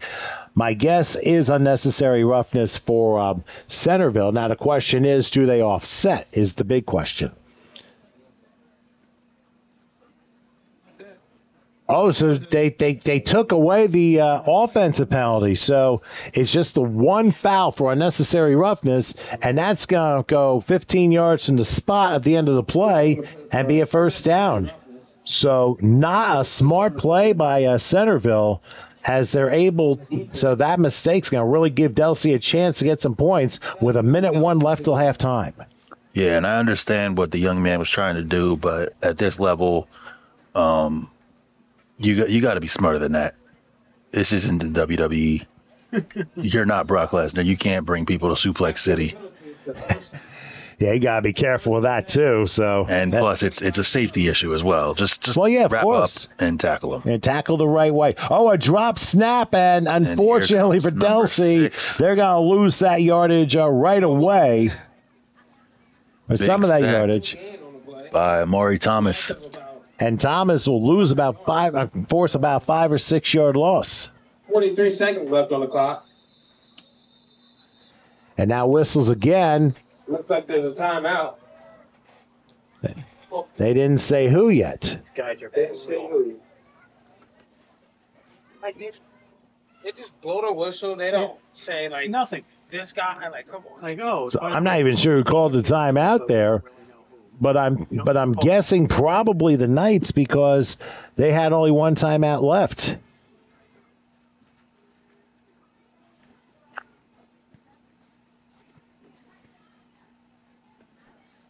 So while they discuss here, I mean, what do you think the coaches are discussing on both sides? With Centerville, definitely got to be more disciplined and control the game. Don't let them control you. And with Delsea, focus up and again control the game. I would say that. Go back to what they practiced. Because you're still on the side. Block the man in front of you. Go back to your basic fundamentals. All right, so as for Delsea, they come out and they will, after that 8-yard loss, they have 2nd and 18. So basically, they lost half of that 15-yard penalty. Here's Morse going to take it himself and gets most of it back, going inside the 20 to about the 17, but they better hurry up. 30 seconds and counting and no timeouts.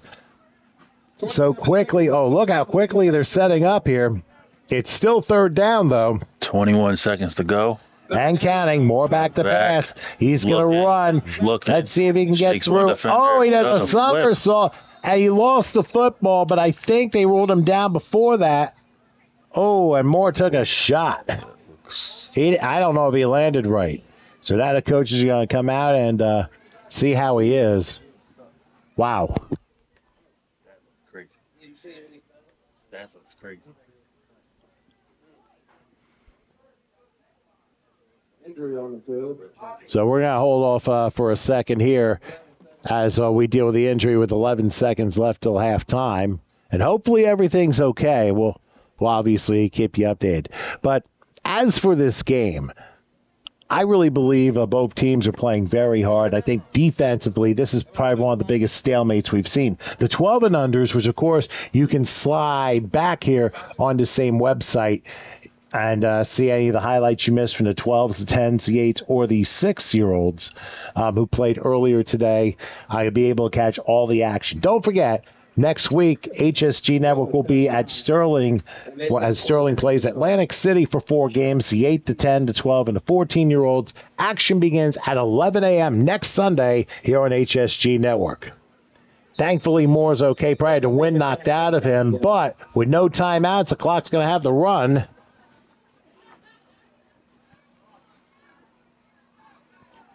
Yes, the clock has to run, so let's see what happens. Can they get one more playoff without Moore?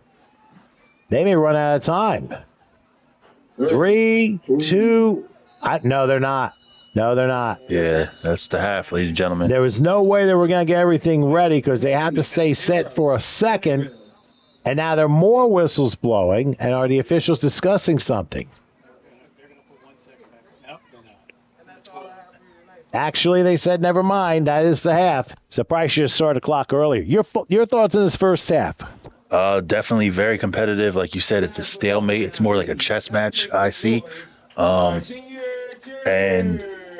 yeah, it's very exciting. I'm excited to see how this one unfolds. And I'm looking forward to seeing that as well. All right, we're going to break here as we're at halftime. Centerville up 6-0 over to Delsea Knights. We will be back with the second half in a few, so hang tight and stay with us.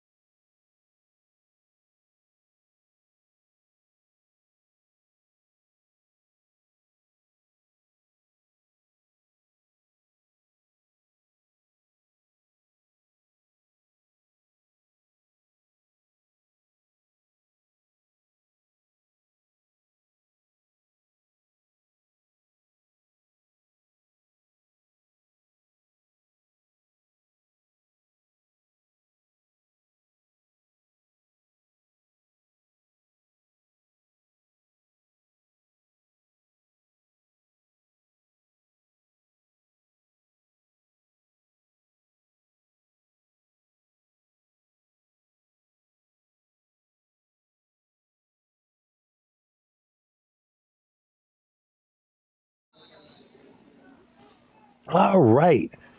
It's been quite a day, and we got one more half to go here from Franklinville as we have had the second half kickoff, but unfortunately a false start on the kickoff. Offside. Actually, it's offside on the kickoff, so that's why the referee stopped play. So I'll back Delsea up 5 yards. Centerville gets the ball to start the second half with a 6-0 lead on Delsea in the final game to 14 unders, and it's been a good one. I'm Tom Wilkins with Marcus Cowan, along with Howard Gaber, taking care of the controls. It's been a lengthy day, but definitely well worth it. Beautiful weather, low 80s, and just a lot of good football today. Definitely. I want to thank you guys for the opportunity because this is my first real broadcast with you guys. So, let's get ready for the second half. And with that, the kick is off. And taking it about the 35-yard line, turning the corner is Zion Lytle, and he's still going. Hey, he might go all the way. I think he will. The 10-5 touchdown. That is 2 returns for score that we have seen in this game, in the last 2 games by Centerville. Now, we're going to check to see if there are any flags down. That's the T. Grab the T. Oh, it's the T, and that's obviously not yellow in color. So, therefore, that touchdown's going to count. So, shall we say Zion Lytle, little in stature, fast and furious, comes through like a 60-some-yard kickoff return for a score, and the Simbas suddenly strike back and take a 2-score lead. We're going to have to show that one once we get done with the conversion. I mean, just a beautiful run. Yeah, that was very technique run, and he just took it to a sideline and used his athletic ability and speed and ended up scoring. All right, so the lineup for the conversion, the one-pointer, the quarterback, Thomas Hauser, with Garrett to his right. Actually, I think Garrett's the quarterback. I beg your pardon. He'll take and give it to Hauser. He'll make a right turn, cut in left, and I don't think he got in. No, he didn't get in. He has stopped at about the 1.5. So the Simbas failed the conversion, and it makes it 12-0 in favor of the Simbas as we get right underway to start the second half. I was going to say what adjustments do both teams have to make, but now that changes here. Yeah. As the Knights will get the ball following the kickoff return for a touchdown. Really, it could be a turning point in this game if you think about it. So that kick return definitely opens up. It gives the momentum to Centerville, and that puts Delsea with their backs against the wall right now because they're down. Smiley Card checking in saying touchdown Zion. That might be his nickname. Very nice to have a lot of people checking in here on HSG Network on YouTube. Just a reminder, next week, TCUFL football will be at Sterling. Sterling will be playing Atlantic City for 4 games. The first one, the 8 and unders, with the 10s, 12s, and 14s to follow. It all begins with the action at 11 a.m. next Sunday here on HSG Network. So make sure you like, you subscribe, you tell your friends. And remember, when you subscribe to us, you'll get a notification in advance as to when our next broadcast is going to be, whether it be for TCUFL or high school football or something else. Definitely check it all out here on HSG Network. It's right here on YouTube. All right, so Centerville will kick the ball. It's taken at the 26-yard line, trying to move to the left and getting tackled down. That is Darnell Moore, who took that hit at the end of the first half, but thankfully just had the wind knocked out of him. Glad to see him back in the game, making that return, and so the Knights will get the ball 1st and 10. I'm excited to see how if Delsea switches up their strategy and passes a little more. Now, I wouldn't be surprised. I mean, especially when you got the 14-year-olds, you're going to find more passing opportunities, and I think this is probably one of them. Definitely. Delsea comes up first. Definitely, but with Centerville, they have a massive defensive line, 2 stand-up ends that are just about 6 feet tall, and they're not done growing yet. If that's the case, if they're only 13, 14 years old, I can only imagine how they're going to be in high school. One can only imagine, but we'll see. It is 1st and 10 for Delsea. They're going to go with a delayed handoff. It's not going to work. Reverse there. Tried to get around the left side, and Centerville was waiting for them. Lost him about.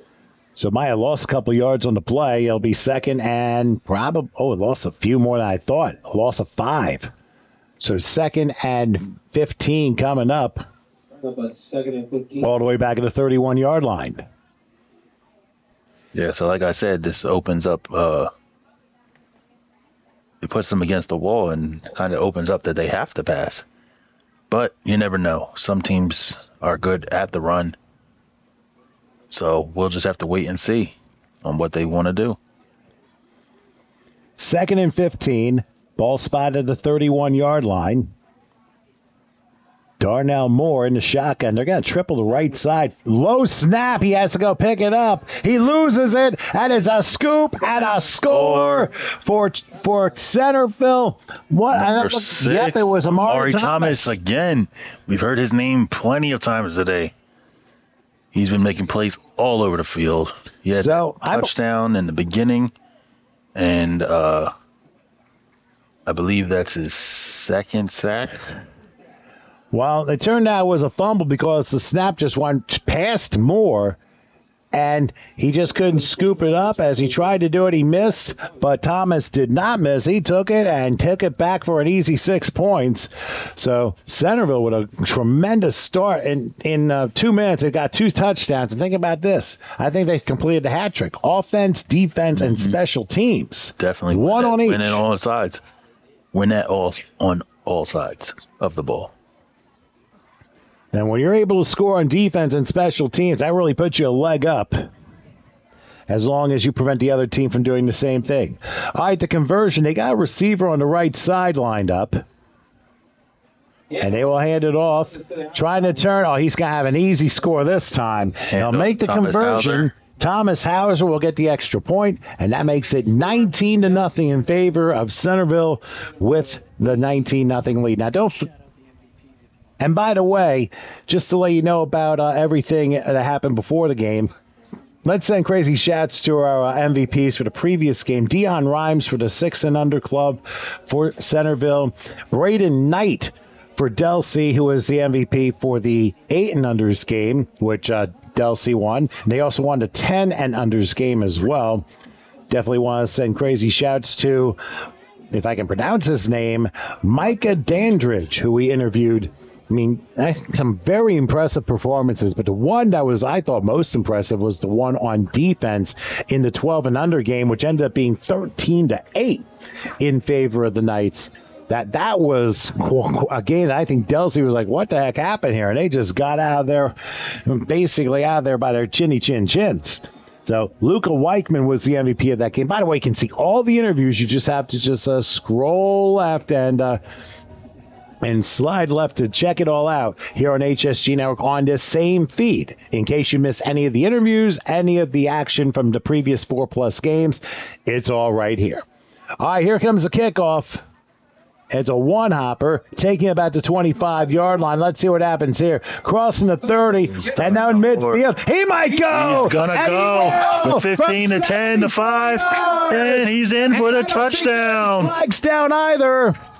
I don't hear no flags. We're just making sure. Darnell Moore. And with the crowd of the sideline. That's one way to make up for a miscue just moments ago. Take the kickoff and bring it to your condo for 74 yards. Definitely. Extra point here. Looks like they're going to kick the field goal. Now, if they could try the extra point, now they can try a double extra point. Because if they're able to kick it through, it'll be 19-8. Otherwise, the conversion's just worth 1 point.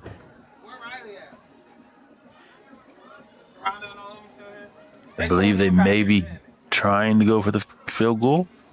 Or the extra point conversion. But we'll find out in just a moment. And the hold will be Renee Hughes. And Mr. Do-It-All, Darnell Moore, is going to try and kick it through. We'll see what happens. Now, it's a standard traditional extra point like it was for so many years before the NFL changed it a few years ago, but it's the same in all other levels of play. So all of a sudden, a very exciting third quarter. We've had 2 special team scores and a defensive score, and that's why we went from 6-0 to 19-6. In under 3 minutes. That in literally 2 minutes and 17 seconds. All right, here's the try for the double extra point. Good snap. Didn't make it. It was blocked, and once it's blocked, the ball is dead in this league, so it will stay at 19-6. But we've got to see this replay on what Darnell did. I mean, this guy is super talented, and he just finds ways to get the ball. And tell me what happened here, Marcus. Ball is kicked. It's a great kick.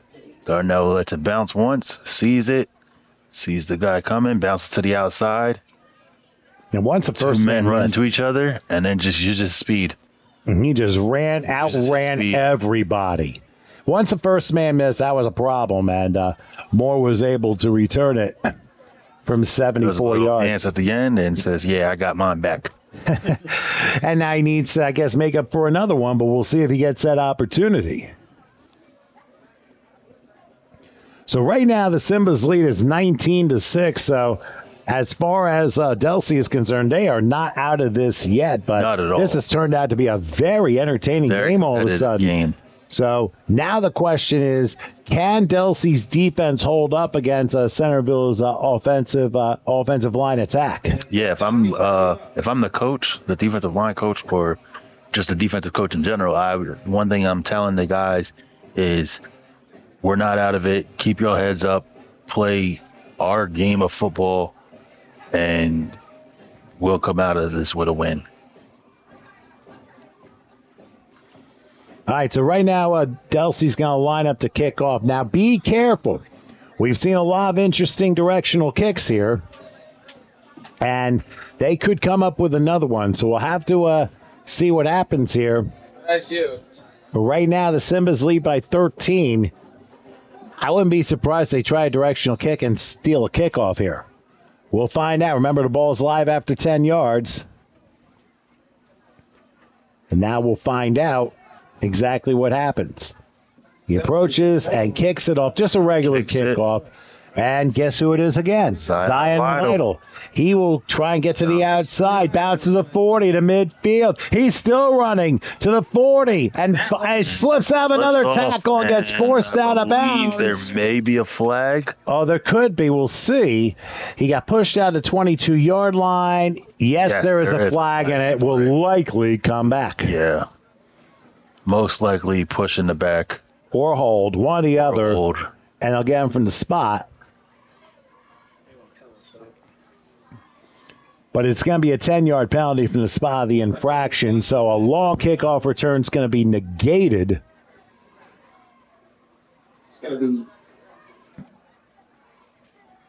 And it looks like they're going to spot it probably around the 30. Even though he's off camera on that one, they spot it at the 30 to make it 1st and 10. So it was a hold or an illegal block on the return that negated that long brought back. So that now means the Simbas will start 1st and 10. They have a 13-point lead, but they can't just sit on this because you know Delsea's going to try and snatch the ball and maybe force a turnover. Who knows in this particular game? Yeah, definitely going to be interesting to see how Delsea responds. The gate, man. So right now, 1st and 10, the ball spotted at the 30-yard line for Centerville. I would keep a very close eye on the two-headed monster, Thomas Hauser, Demir Garrett. And then, of course, you got Lytle, who can run. You got Amari Thomas, who's also been a star in this game. Looking to make a stop here on defense. So let's see what they do. On 1st down, rolling right back, throw a deep ball right side, and it is caught, I think. Yes, at the 45-yard line. That is Tyon Henry, who made the grab there and ends up getting a 1st down. So a 25-yard pickup, and they move to 6 with that big play. Great pass, great catch. And while we take a look at a replay on that particular catch. outright, throws it, good pressure, and he just went up top for it. And not only that, Garrett knew exactly when to throw the football because that was a short drop, and he knew exactly when to let it go, and it was a perfect strike. Yeah, usually at this level, you have quarterbacks dropping back 5-6 yards, but nope. He hiked the ball, took 1-2 steps back, and launched it. And he threw it at the perfect point, and he just knew to go up and get it. Here's a pass that is caught, goes to about the 40-yard line.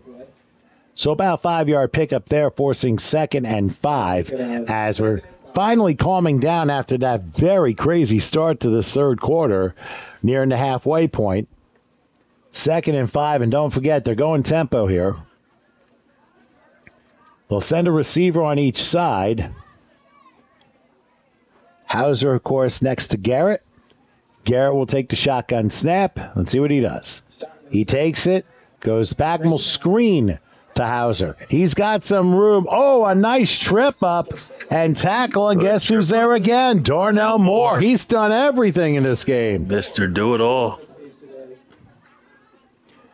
I mean, he's been all over the field. I mean, offense, defense, special teams. He has played almost a complete game. And remember, he got hurt toward the end of the first half. He came right back in, and boom. He has really made a difference here in this third quarter. Definitely making his presence known. So now third, I believe it is 3rd and about 2.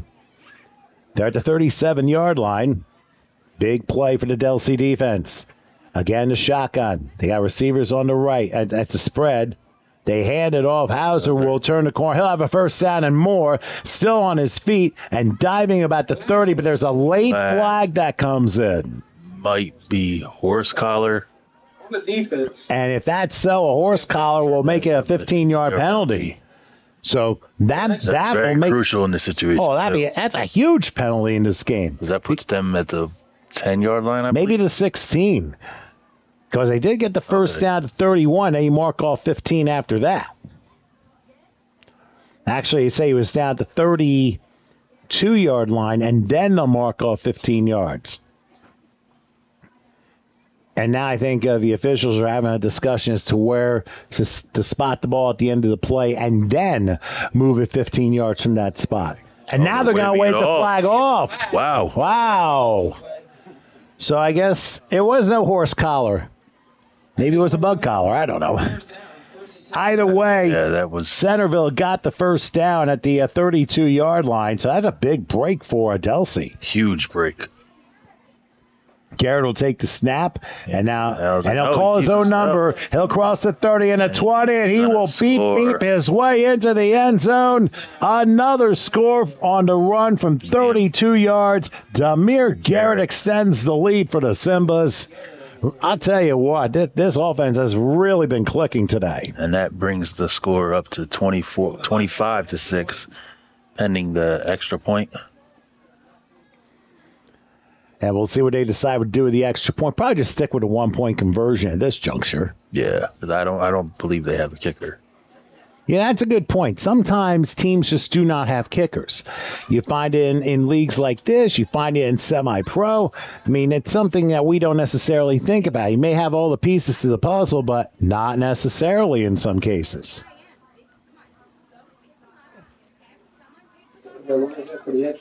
So they will go for the extra point.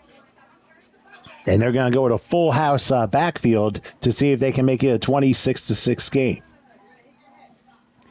Garrett will hand it off and cutting through the middle and no short. Javi Anderson was the one with the carry. He was stopped about a yard shy. And once again, they fall short and it ends up being 25-6. But why don't we take a look at a replay of Demir Garrett's touchdown run of 32 yards. Now watch the line. There's the play fake, and look at the right open up. Yep. And you choose your lane, and then sees an opening and just takes off. And that's exactly what it is. It makes it a very easy score for him. And that right there tells me he has confidence in not only his line, but his speed and his athletic ability. And this will make it it's now a 25-6 game, so that touchdown, I think, quelled the kickoff return, of course, by Darnell Moore. Now, the question is, where are you going to kick off to on this next kickoff? I would definitely keep it away from Darnell if I was Centerville. I would definitely kick it away from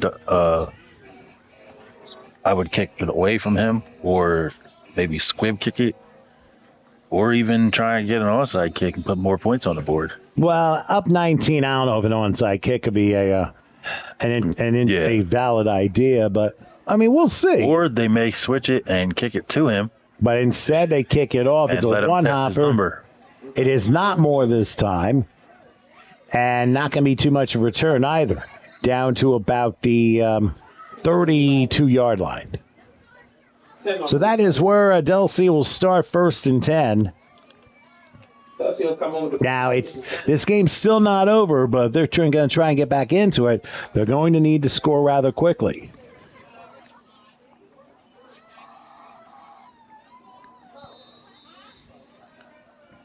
And now the officials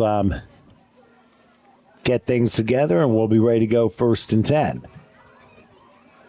And I really do believe, I mean, these kids are playing hard. I mean, sometimes one has the advantage over the other in critical spots, and that's usually why final scores ends up the way that they do. But let's see what Delsea does. 1st and 10. Looks like they are going spread now. And Moore will direct traffic with it back to his right. Now they're going to go empty gun here. He'll take it. And now he takes off. Let's see if he gets some yardage. He does. Not terribly much, but it gets to about the 37. So a 4-yard pickup for Moore at 2nd and 6. So they'll spot it at the 36. So like a 3-yard pickup. And I mean, Darnell Moore, I mean, he is going to, I think if he keeps playing the way he does, he is going to be a dangerous threat a few years down the line, especially when it comes to high schools. Definitely. All right, so the break huddle coming down to 3 minutes left here in the third quarter. Looks like they will spread again. Back to the right of Moore. 2nd and 7. And he's going to call his number again, but he's going to get slowed up and not going to quite get back to the line of scrimmage. They might lose a yard, maybe 2, back to the 34-yard line. So that'll force a 3rd down, and we'll see how Centerville lines up their defense here. But I think right now, when you rely on one player too much, obviously the defense is going to figure you out very quickly. This is where the other stars of Delsea have to step up and believe in themselves. Well, we're going to soon find out. And there looks to be an official timeout, I think, or they're just waiting for the play to be called. And now they break huddle. We'll try it again. It's 3rd and 9. The ball's at 34-yard line. 43 is the line of gain. They'll line up a couple receivers to the right. And the blitz is coming. And Moore has it. Looking. Throws across his body, and it's knocked down incomplete. That was a good idea, but the pass was just too high up in the air. Looks like it was intended for Ryder Bushby, but he couldn't quite come down with it. Broken up by Tayon Henry. Great defense. So very good defense for the defender to just knock the ball out of his hands. So that's very good coverage there. And now for Delsea, they will try, and I don't know if they're going to go for it on 4th and 9, but you're down 3 scores. You're probably thinking about it, or you might punt. But it looks like they're keeping their offense on the field for now. 3, they're going to triple the right. Back goes Moore. He's going to run right. Quick throw. And they get it to King Williams, but there's a king-size following of yellow shirts that are with him. Brings him down right at the line of scrimmage. So the Knights turned the ball over on downs, but it wasn't a bad try. It wasn't a bad try. Sometimes you try and make the right move, and then they counter with the right package as to what they do. And so sometimes it happens, and obviously Centerville has done a good job of scouting this Delsea team. Definitely have been watching film, and it looks like they may have played before. Not the exact same teams, but definitely key players maybe have played them and realized, hey, we can beat them. And so for Centerville, they get the ball at about the 32-yard line, so it'll be 1st and 10 with 1:37 left here in the third quarter. They have had a sensational third quarter, scoring in all 3 phases of the game. Which is honestly rare. In a quarter, no less. Yeah. You don't find that happening too often. And in case you guys are just tuning in, it was 6-0 at the start of the third quarter. And then the opening kickoff was brought for a touchdown, and there was a defensive scoop and score, and followed by another kickoff return for a touchdown, and then we had the offensive play. Here's a pitch out on the right side. Oh, good play by Delsea to contain Javi Anderson for probably about a 2-yard loss. Bush be able to make the stop, and it forces a 2nd and probably 12 coming up. You got to give Delsea credit. They're still playing. They're still giving it their all and trying to keep them in the game. Definitely. This is definitely a game that I feel is going to come down to the fourth quarter. And it's looking that way. Because as we've seen just in this quarter alone, at any given moment, somebody can break off a run. Well, after the 2-yard loss, it is 2nd and 12. Back at about the 35-yard line. Let's see what they do here. They got a receiver on each side, and they're going to go with an I formation, a little bit split left. Play fake. Garrett will fire. It's a screen. Pass caught, and going down inside the 30 to the 28-yard line. That was Anderson again. Bushby with the stop. And now 30 seconds left and counting here in the third quarter.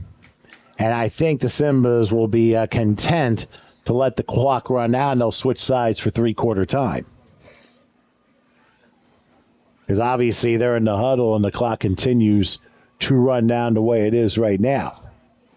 So they'll spend a little bit more time talking about these things, and in the meantime, even though they break huddle, they will not be able to get a playoff as the clock expires. We have reached three-quarter time here in Franklinville in our last game, with Centerville ahead of Delsea by a score 25-6. Let's take a break and get ready for our final quarter of the night right after this. Driver ed in Oregon is superb. I love teaching. You're making a difference. You feel like you're being a part of something special when you have the ability to not just teach them in class, but actually go behind the wheel. They know how to apply what they learned in the classroom. And that's one of the things I love most about driver ed here in Oregon. A complete education must include driver education. I'm Jose, and I'm an ODOT approved driver ed instructor.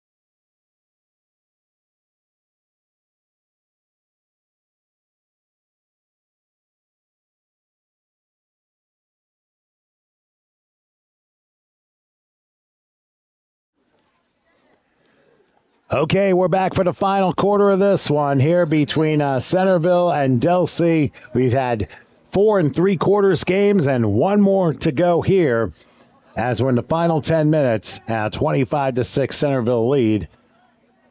Centerville, of course, moving left to right here in this final quarter. The lineman and I formation, a receiver on the right. It looks like they'll go split left here. And they hand it off. And a good run to about the 32-yard line. That might be enough for a first down, depending on the spot, and it is a change of moving. So for Centerville, I mean, they've been doing well with the run game, and some of the fake outs have really caused Delsea to be on their heels. A really good mix-up of both pass and run. And that's one of the reasons why I was excited specifically for this level of football, because we just seen pretty much all runs besides the few pass plays that we've seen in previous games. And it really shows and highlights the different athletes they have on each team. So it'll be 1st and 10 from the 32. Looking back to pass, they're going to take a shot for the end zone. Right there. Wow. Perfect. Welcome to the end zone. Tayon Henry. And that was a perfect pass from 32 yards to extend the lead for the Simbas. Boy, they have been on all cylinders here in the second half. And he just went up and got it again. Is there a flag down? Hold on a second. Oh, they had illegal player downfield, so that will take the points off the scoreboard, unfortunately. That's a tough break. Seems like any time a big play like this happens that there's unfortunately a flag that goes with it. Showing us a signal? Yeah, now. And unfortunately, you're trying to find a signal and you just can't seem to locate it. Luckily, we have a few other sets of eyes who are keeping close tabs, and sometimes we don't necessarily see what goes on the field or what's being discussed, but the reality is communication's everything. Absolutely. And it doesn't matter if it's on the field talking to your players or trying to get the call right. It's just and trying to relay as accurately as we can. But you know what? Hey, sometimes you get these situations like that. You just got to work around it. Definitely. You got to do what you can.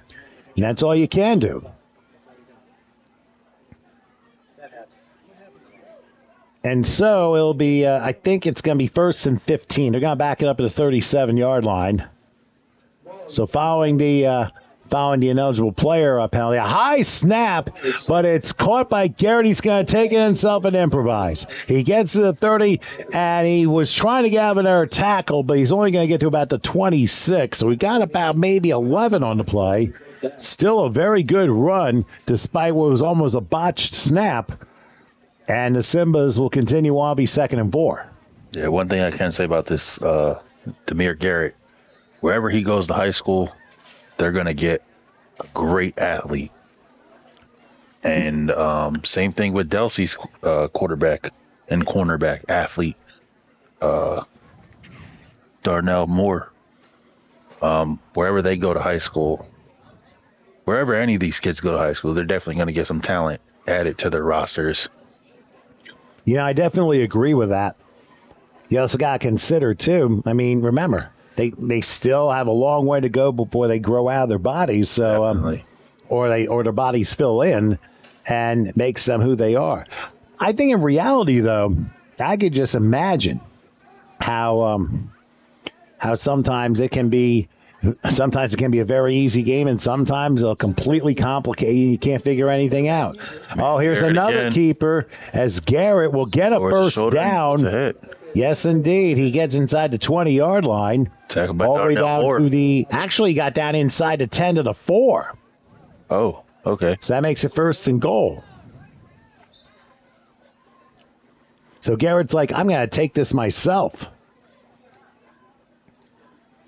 And they'll try and get another playoff here for this 3rd down.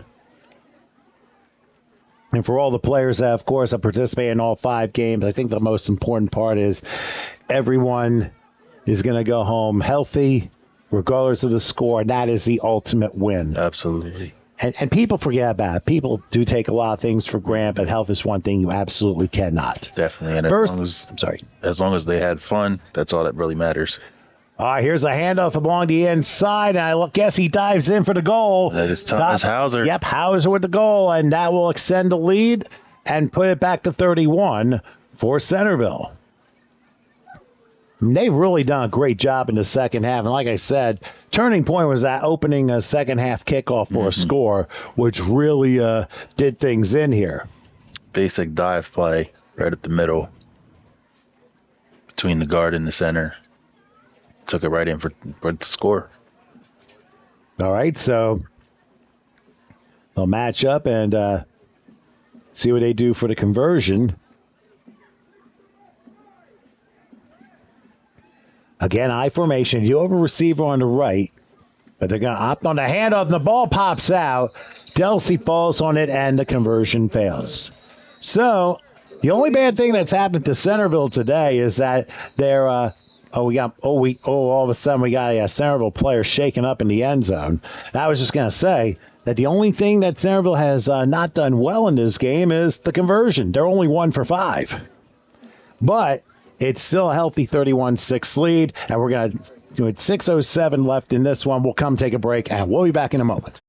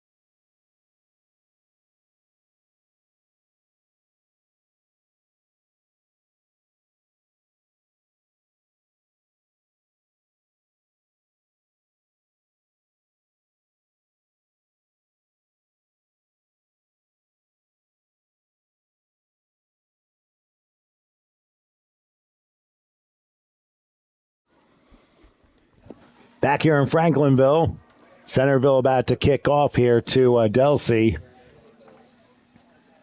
As it's lifted to about the 38-yard line, that's where Delsea will fall on it, and they will start 1st and 10 from there. So even though they're 14 years old and eighth graders, maybe ninth graders, you're down 25. I mean, I know for a young kid it's hard to hear those words, but what would be the right thing to say to the players at a time like this? Don't stop playing. I would tell them don't stop playing. Obviously, nobody wants to lose, but with the game, the score it is, I would just say keep your heads up and continue give it all your effort. Because the moment you give up and be like, I don't want to do this, not only does that show bad sportsmanship, and it as you give up on your team, but it just doesn't feel good. And not only that, it's also a matter of okay, now we got looks like an official timeout here. Not only that, it doesn't just affect you, it also affects everybody else around you. Mm-hmm. And that's the thing you have to keep in mind here. I think a timeout was called. So Centerville actually called the timeout with 5:37 left. So on the Centerville side, Did you read the rosters? Yeah, we definitely gave the rosters in the. Take a break. So why don't we do this? We'll take a break with 5:37 left, and we'll come back with more action in just a moment.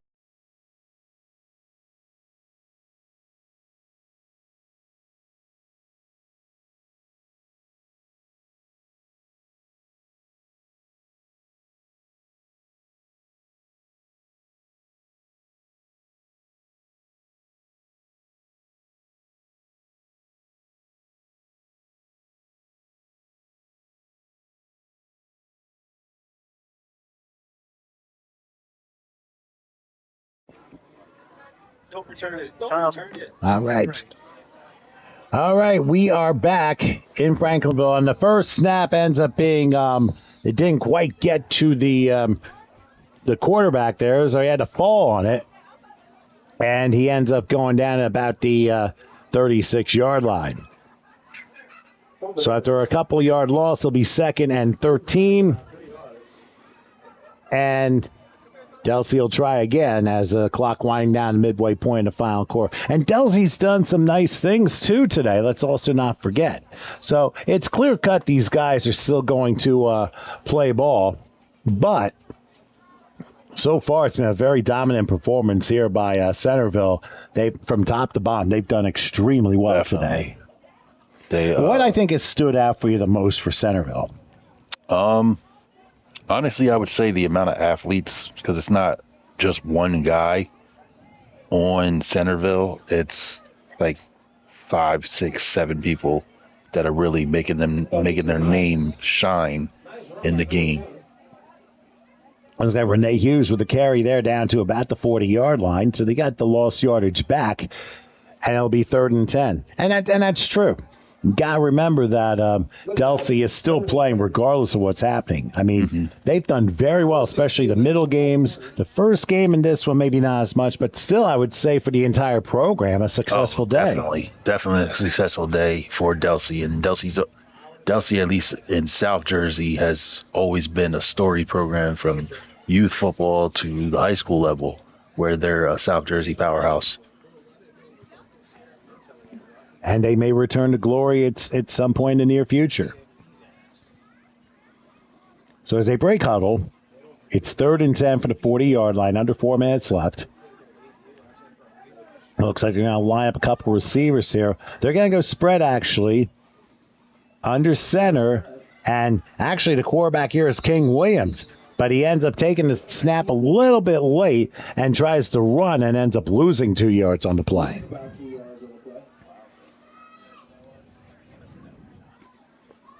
So it's now 4th and 12. I would have to say Delsea gives it one more shot. Yeah. I feel they're going to try and get the ball down the field at least one time on this drive. I feel you might as well give it a try. It's a 1-yard loss, so now 4th and 11. Ball spotted to 39. Yeah, I would say air it out. I formation here. They send a receiver over. Now it's a lineup in a different formation. They hand up the middle. Tries to get past the 45. Not quite there. Gets to the 46. So he got about a 7-yard pickup, but he needed 11. And Centerville received the ball on downs as they stopped the clock with 2:34 to go. Recap the day. So to recap what's happened today, of course, impressive performance by many teams. The Simbas won the first one, the 6 and under game. Dion Rhymes, a heck of a game for the 6 and unders today for Centerville.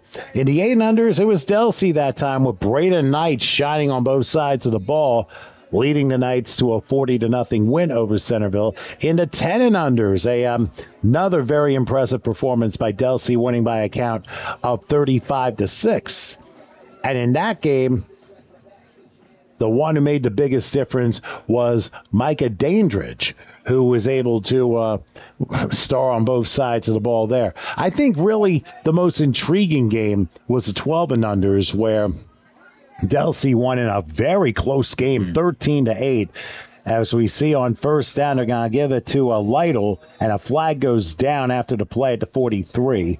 Luca Weichman was the real star on defense. He really wrecked the opposition's offensive line. Lots of tackles for loss, and he really had a fantastic game. And we'll let you know who the MVP is of this game after it is over. We will have an interview before we close shop tonight. Just want to remind everybody,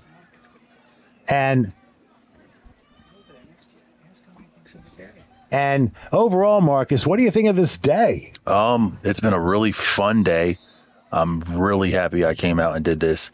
And from top to bottom, both organizations performed a great show, no matter the outcome. Great class organizations. And one thing I can say that all the MVPs, once they made the announcement and they seen me get them at the bottom of the steps, their expressions all lit up because they knew what it was. This is their ESPN. Well, here's another ESPN run here by Zion Lytle, and he's going to go and score again from, I'll tell you what, good 48 yards out. That's his second touchdown of the game. And of course, he had that opening second half kickoff for a touchdown, which was a huge difference maker there. 3 touchdowns. He's got 3 touchdowns in this game. You know what? He might. I think we'll get him.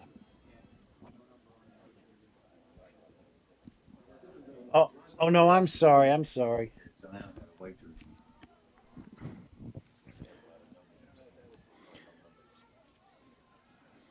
All right. So, in any case, Centerville will try the extra point here. And they'll line up and put a receiver on the right side. That's what they've done pretty much with all the extra points. And if there's something in practice they could work on, would be this for next week. Here's a handoff up the middle, and I'll tell you one thing. Delsea's done very well in goal line defense in conversion situations. They have stopped 5 out of the 6, and it makes the score 37-6. But still impressive enough for Centerville to basically run today, and remember, it was a 6-0 halftime lead, and here the Simbas got 31 second half points, which very impressive to say the least. To be honest, I don't like the Eagles or the fans. So we'll see if they play at the last minute in 12 seconds here. In my mind, first of all, we got to thank everyone from the Delsea team for their hospitality. They really took care of us tremendously today. I know it's a long day and whatnot. I mean, we were here for quite a while. Yeah, great from the top down. Very nice people. Beautiful field, beautiful press box, and great food. Great food all around. That's definitely true. And that was the deal breaker for me. Once Howard told me free food, I was like, I'm there. Because honestly, who doesn't love food? Well, we need food to survive. We got to eat, you know? Definitely. All right, so Centerville will kick off, and Delsea will give it one more shot here as the kickoff is taken. We're coming by number 2. And run back to 45-yard line. Oh, he snuck out into Centerville territory to the 45-yard line. Now a late flag comes in after that. Ref threw that with emotion there. Well, let's check what the foul is here with a minute left in the game. And they may add 15 yards, or depending on what the seriousness of the face mask is. Could be 5 or 15. Just showed it. Or more. The way he threw that flag, I'm pretty sure it's going to go for a 15-yarder. Yeah, usually sometimes throwing the flag, you just send it out into orbit sometimes, and they could also deal with the series. Oh wait, there were a pair of penalties, so it's not going to matter. They're going to spot the ball at the Centerville 47. They will offset. And the clock will run down, and Delsea will get 1 or 2 more plays off as they line up 1st and 10. But once again, I want to personally thank Howard and you, Tom, for letting me do this, give me the opportunity, throwing the bomb. Oh, broken up by Centerville. Good time to go for a shot there. Garrett. 130 seconds. Garrett Demir. Demir Garrett. You're going. All right, so 31 seconds left after that incompletion. And Delsea will probably get one more shot at this. I mean, that was actually not a bad idea to just pass the ball. Yeah, it shows that they still have fight in them, despite the outcome of the game. And that's what you have to do. Sometimes you got to coach through situations like this. I mean, football and life are pretty much parallel with each other. Absolutely. You learn a lot. I learned a lot of lessons about life through football. That is definitely true. All right, here is Moore with the pass on second down. He'll throw it, and it's bobbled incomplete. Looked like for a second it was going to be picked off, but two defenders ran into each other. And they'll force a third down play. 3rd down and 10. Ball spotted at the 47-yard line.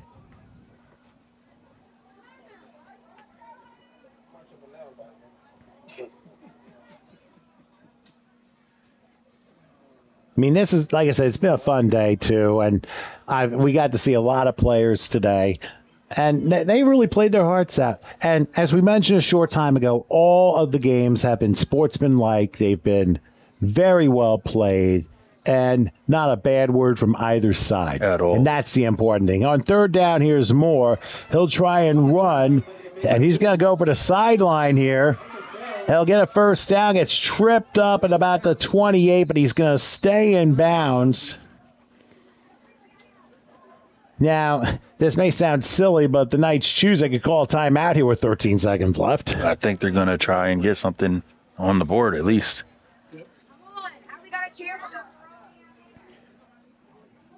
So don't forget, after this game, we'll have our most valuable player, the 14 and under contest, and we'll do that in a couple of minutes. And what do you know? They did call a timeout.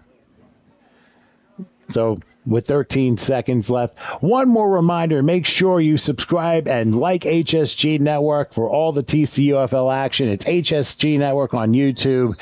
Let everybody know, hey, we had close to 1,300 people check in today, which is definitely very nice, and we'll definitely have more check in once it is officially put up on the screen. So if you miss any of the action, just go back to the video and check out what you've missed.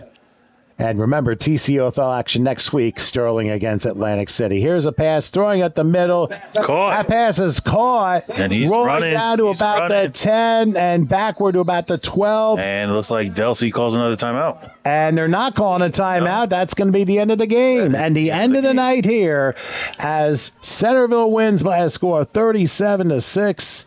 So what's your final thoughts on this? Great game. Actually, wait a minute. They're putting 3 seconds on the clock. Hold everything. Did they call a timeout? I think. I think they're gonna get a touchdown here.